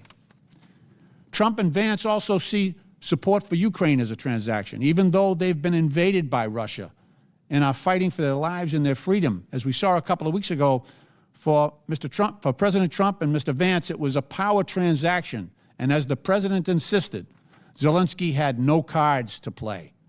And as Vance pointed out, he refused to sufficiently bend the knee, and he didn't dress up. These examples point out the nature of the presidency. Throughout our history, the president has never been viewed as the huckster-in-chief. Instead, our most successful presidents have occupied a position of what could be seen as moral leadership, which might cause some to conclude that America is bankrupt right now. But I have hope in the genius of our Constitution, that the checks and balances of our government framework might once again compensate for that shortcoming in the White House. It could be that Congress might provide that balance, or it may be the judicial branch that steps into the breach, or it might require the ultimate source of power in our system, the people themselves, to demand that we fulfill our obligations to all those most vulnerable in our country, wounded veterans, seniors, children, and the poor, to whom so much is owed. Madam Chair, I appreciate the opportunity here to address this issue. I would have preferred that we were talking about the security breach that occurred recently, but perhaps that will be for another day. But I thank you for your courtesy, and I yield back. I now recognize myself for closing remarks. The United States is $36 trillion in debt. In fiscal year 2024, the government spent over $1.8 trillion more than it took in. And in fiscal year 2025, the interest on our debt is expected to exceed $1 trillion. As we continue investigating waste, fraud, and abuse, and we can look no further than the Corporation for Public Broadcasting, the LGBTQ indoctrination of our children, the systematic racism narrative, and the support for censorship being pushed by the heads of NPR and PBS are just several of the many abuses of taxpayer dollars. And if you are one of the select few who might support such content, you can personally support and fund it with your own money through private donations, because the reality is the United States of America is broke and can't afford it. And after all, PBS and NPR are already fundraising off of this committee hearing. The American people are closely following along today in this long-awaited hearing to hear the case for why Americans' hard-earned tax dollars should continue for public broadcasting. I think from what we have heard here today, the American people will not continue to allow such propaganda to be funded through the federal government with their hard-earned tax dollars. The Corporation for Public Broadcasting that we give over $500 million to no longer serves the public. It serves a narrow audience of wealthy, liberal elites who are out of touch with everyday Americans. Not only have the times changed and the American people who once needed these outlets can now access the news anywhere at any time, but the content that is being put out through these state-sponsored outlets is so radical, it is brainwashing the American people and, more significantly, American children with un-American, anti-family, pro-crime fake news. The American people do not support their taxpayer dollars going to NPR articles like, "How is sex determined? Scientists say it's complicated," which discusses how biological sex is not limited to male or female. Or another article about how stories on crime are rife with misinformation and racism. Or about how birds and trees are racist. Over a 7-month period, the Media Research Center discovered the PBS NewsHour gave over 90% of the airtime to the left on gender ideology stories, 90%. As mentioned earlier, PBS was the outlet that featured the child predator drag queen on the education show for kids ages 3 to 8 years old. And to clarify the record, because our witness, Ms. Kerger, lied under oath and said it wasn't featured on PBS. This show was aired on PBS on April 1st, 2021, and we will take a look at this video right now. We're using a TV today because our audio system is having problems. Let's go ahead and watch this video. So, get your singing voices ready. And we're going to start with our hips. The hips on the drag queen go swish, swish, swish, swish, swish, swish. The shoulders on the drag queen go shimmy, shimmy, shimmy, shimmy, shimmy, shimmy, shimmy, shimmy, shimmy. Blah, blah, blah, blah, blah, blah, blah, blah, blah. The mouth on the drag queen goes blah, blah, blah, all through the town. So, get your singing voices. The hips go swish, swish, swish. The shoulders go shimmy, shimmy, shimmy. That's repulsive. That's not what children ages 3 to 8 should ever be watching. A grown biological man posing as a woman. And by the way, Ms. Kerger, that was aired on April 1st, 2021. And then something happened. It wasn't an accident. And it wasn't just for a brief time that it was up. It was aired April 1st, and then somehow it expired May 24th. Later on, it was taken down. I wonder why. Wonder why that was taken down. Another egregious example includes back in 2010, PBS's Travis Smiley stated that Christians blow up people every single day. Haven't seen that ever happen in my life. And today, if you look on NPR's website, there is still zero mention of any negative coverage of any Democrat today. And trust us, there are more than plenty of examples to pull from. How about a member from this committee making fun of the governor of Texas for having a disability and living his life in a wheelchair? Ms. Marr.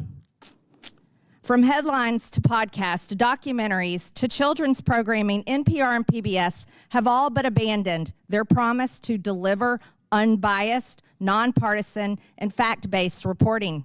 The American people have woken up to this nonsense and blatant disregard for truth, and truth matters. And they will not put up with it any longer. Contrary to the beliefs of the head of NPR, Ms. Marr, truth is not subjective. It's actually very important. And there are not multiple truths. There's just one. For a civilization to exist, objective truth must exist. It must be embraced. It must be protected.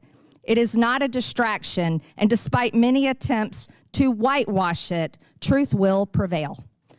The Corporation for Public Broadcasting is using taxpayer dollars to actively suppress the truth, suppress diverse viewpoints, and produce some of the most outlandish, ludicrous content. After listening to what we've heard today, we will be calling for the complete and total defund and dismantling of the Corporation for Public Broadcasting. Here's how it works in America every single day, private businesses operate on their own without government funding. We believe that you all can hate us on your own dime.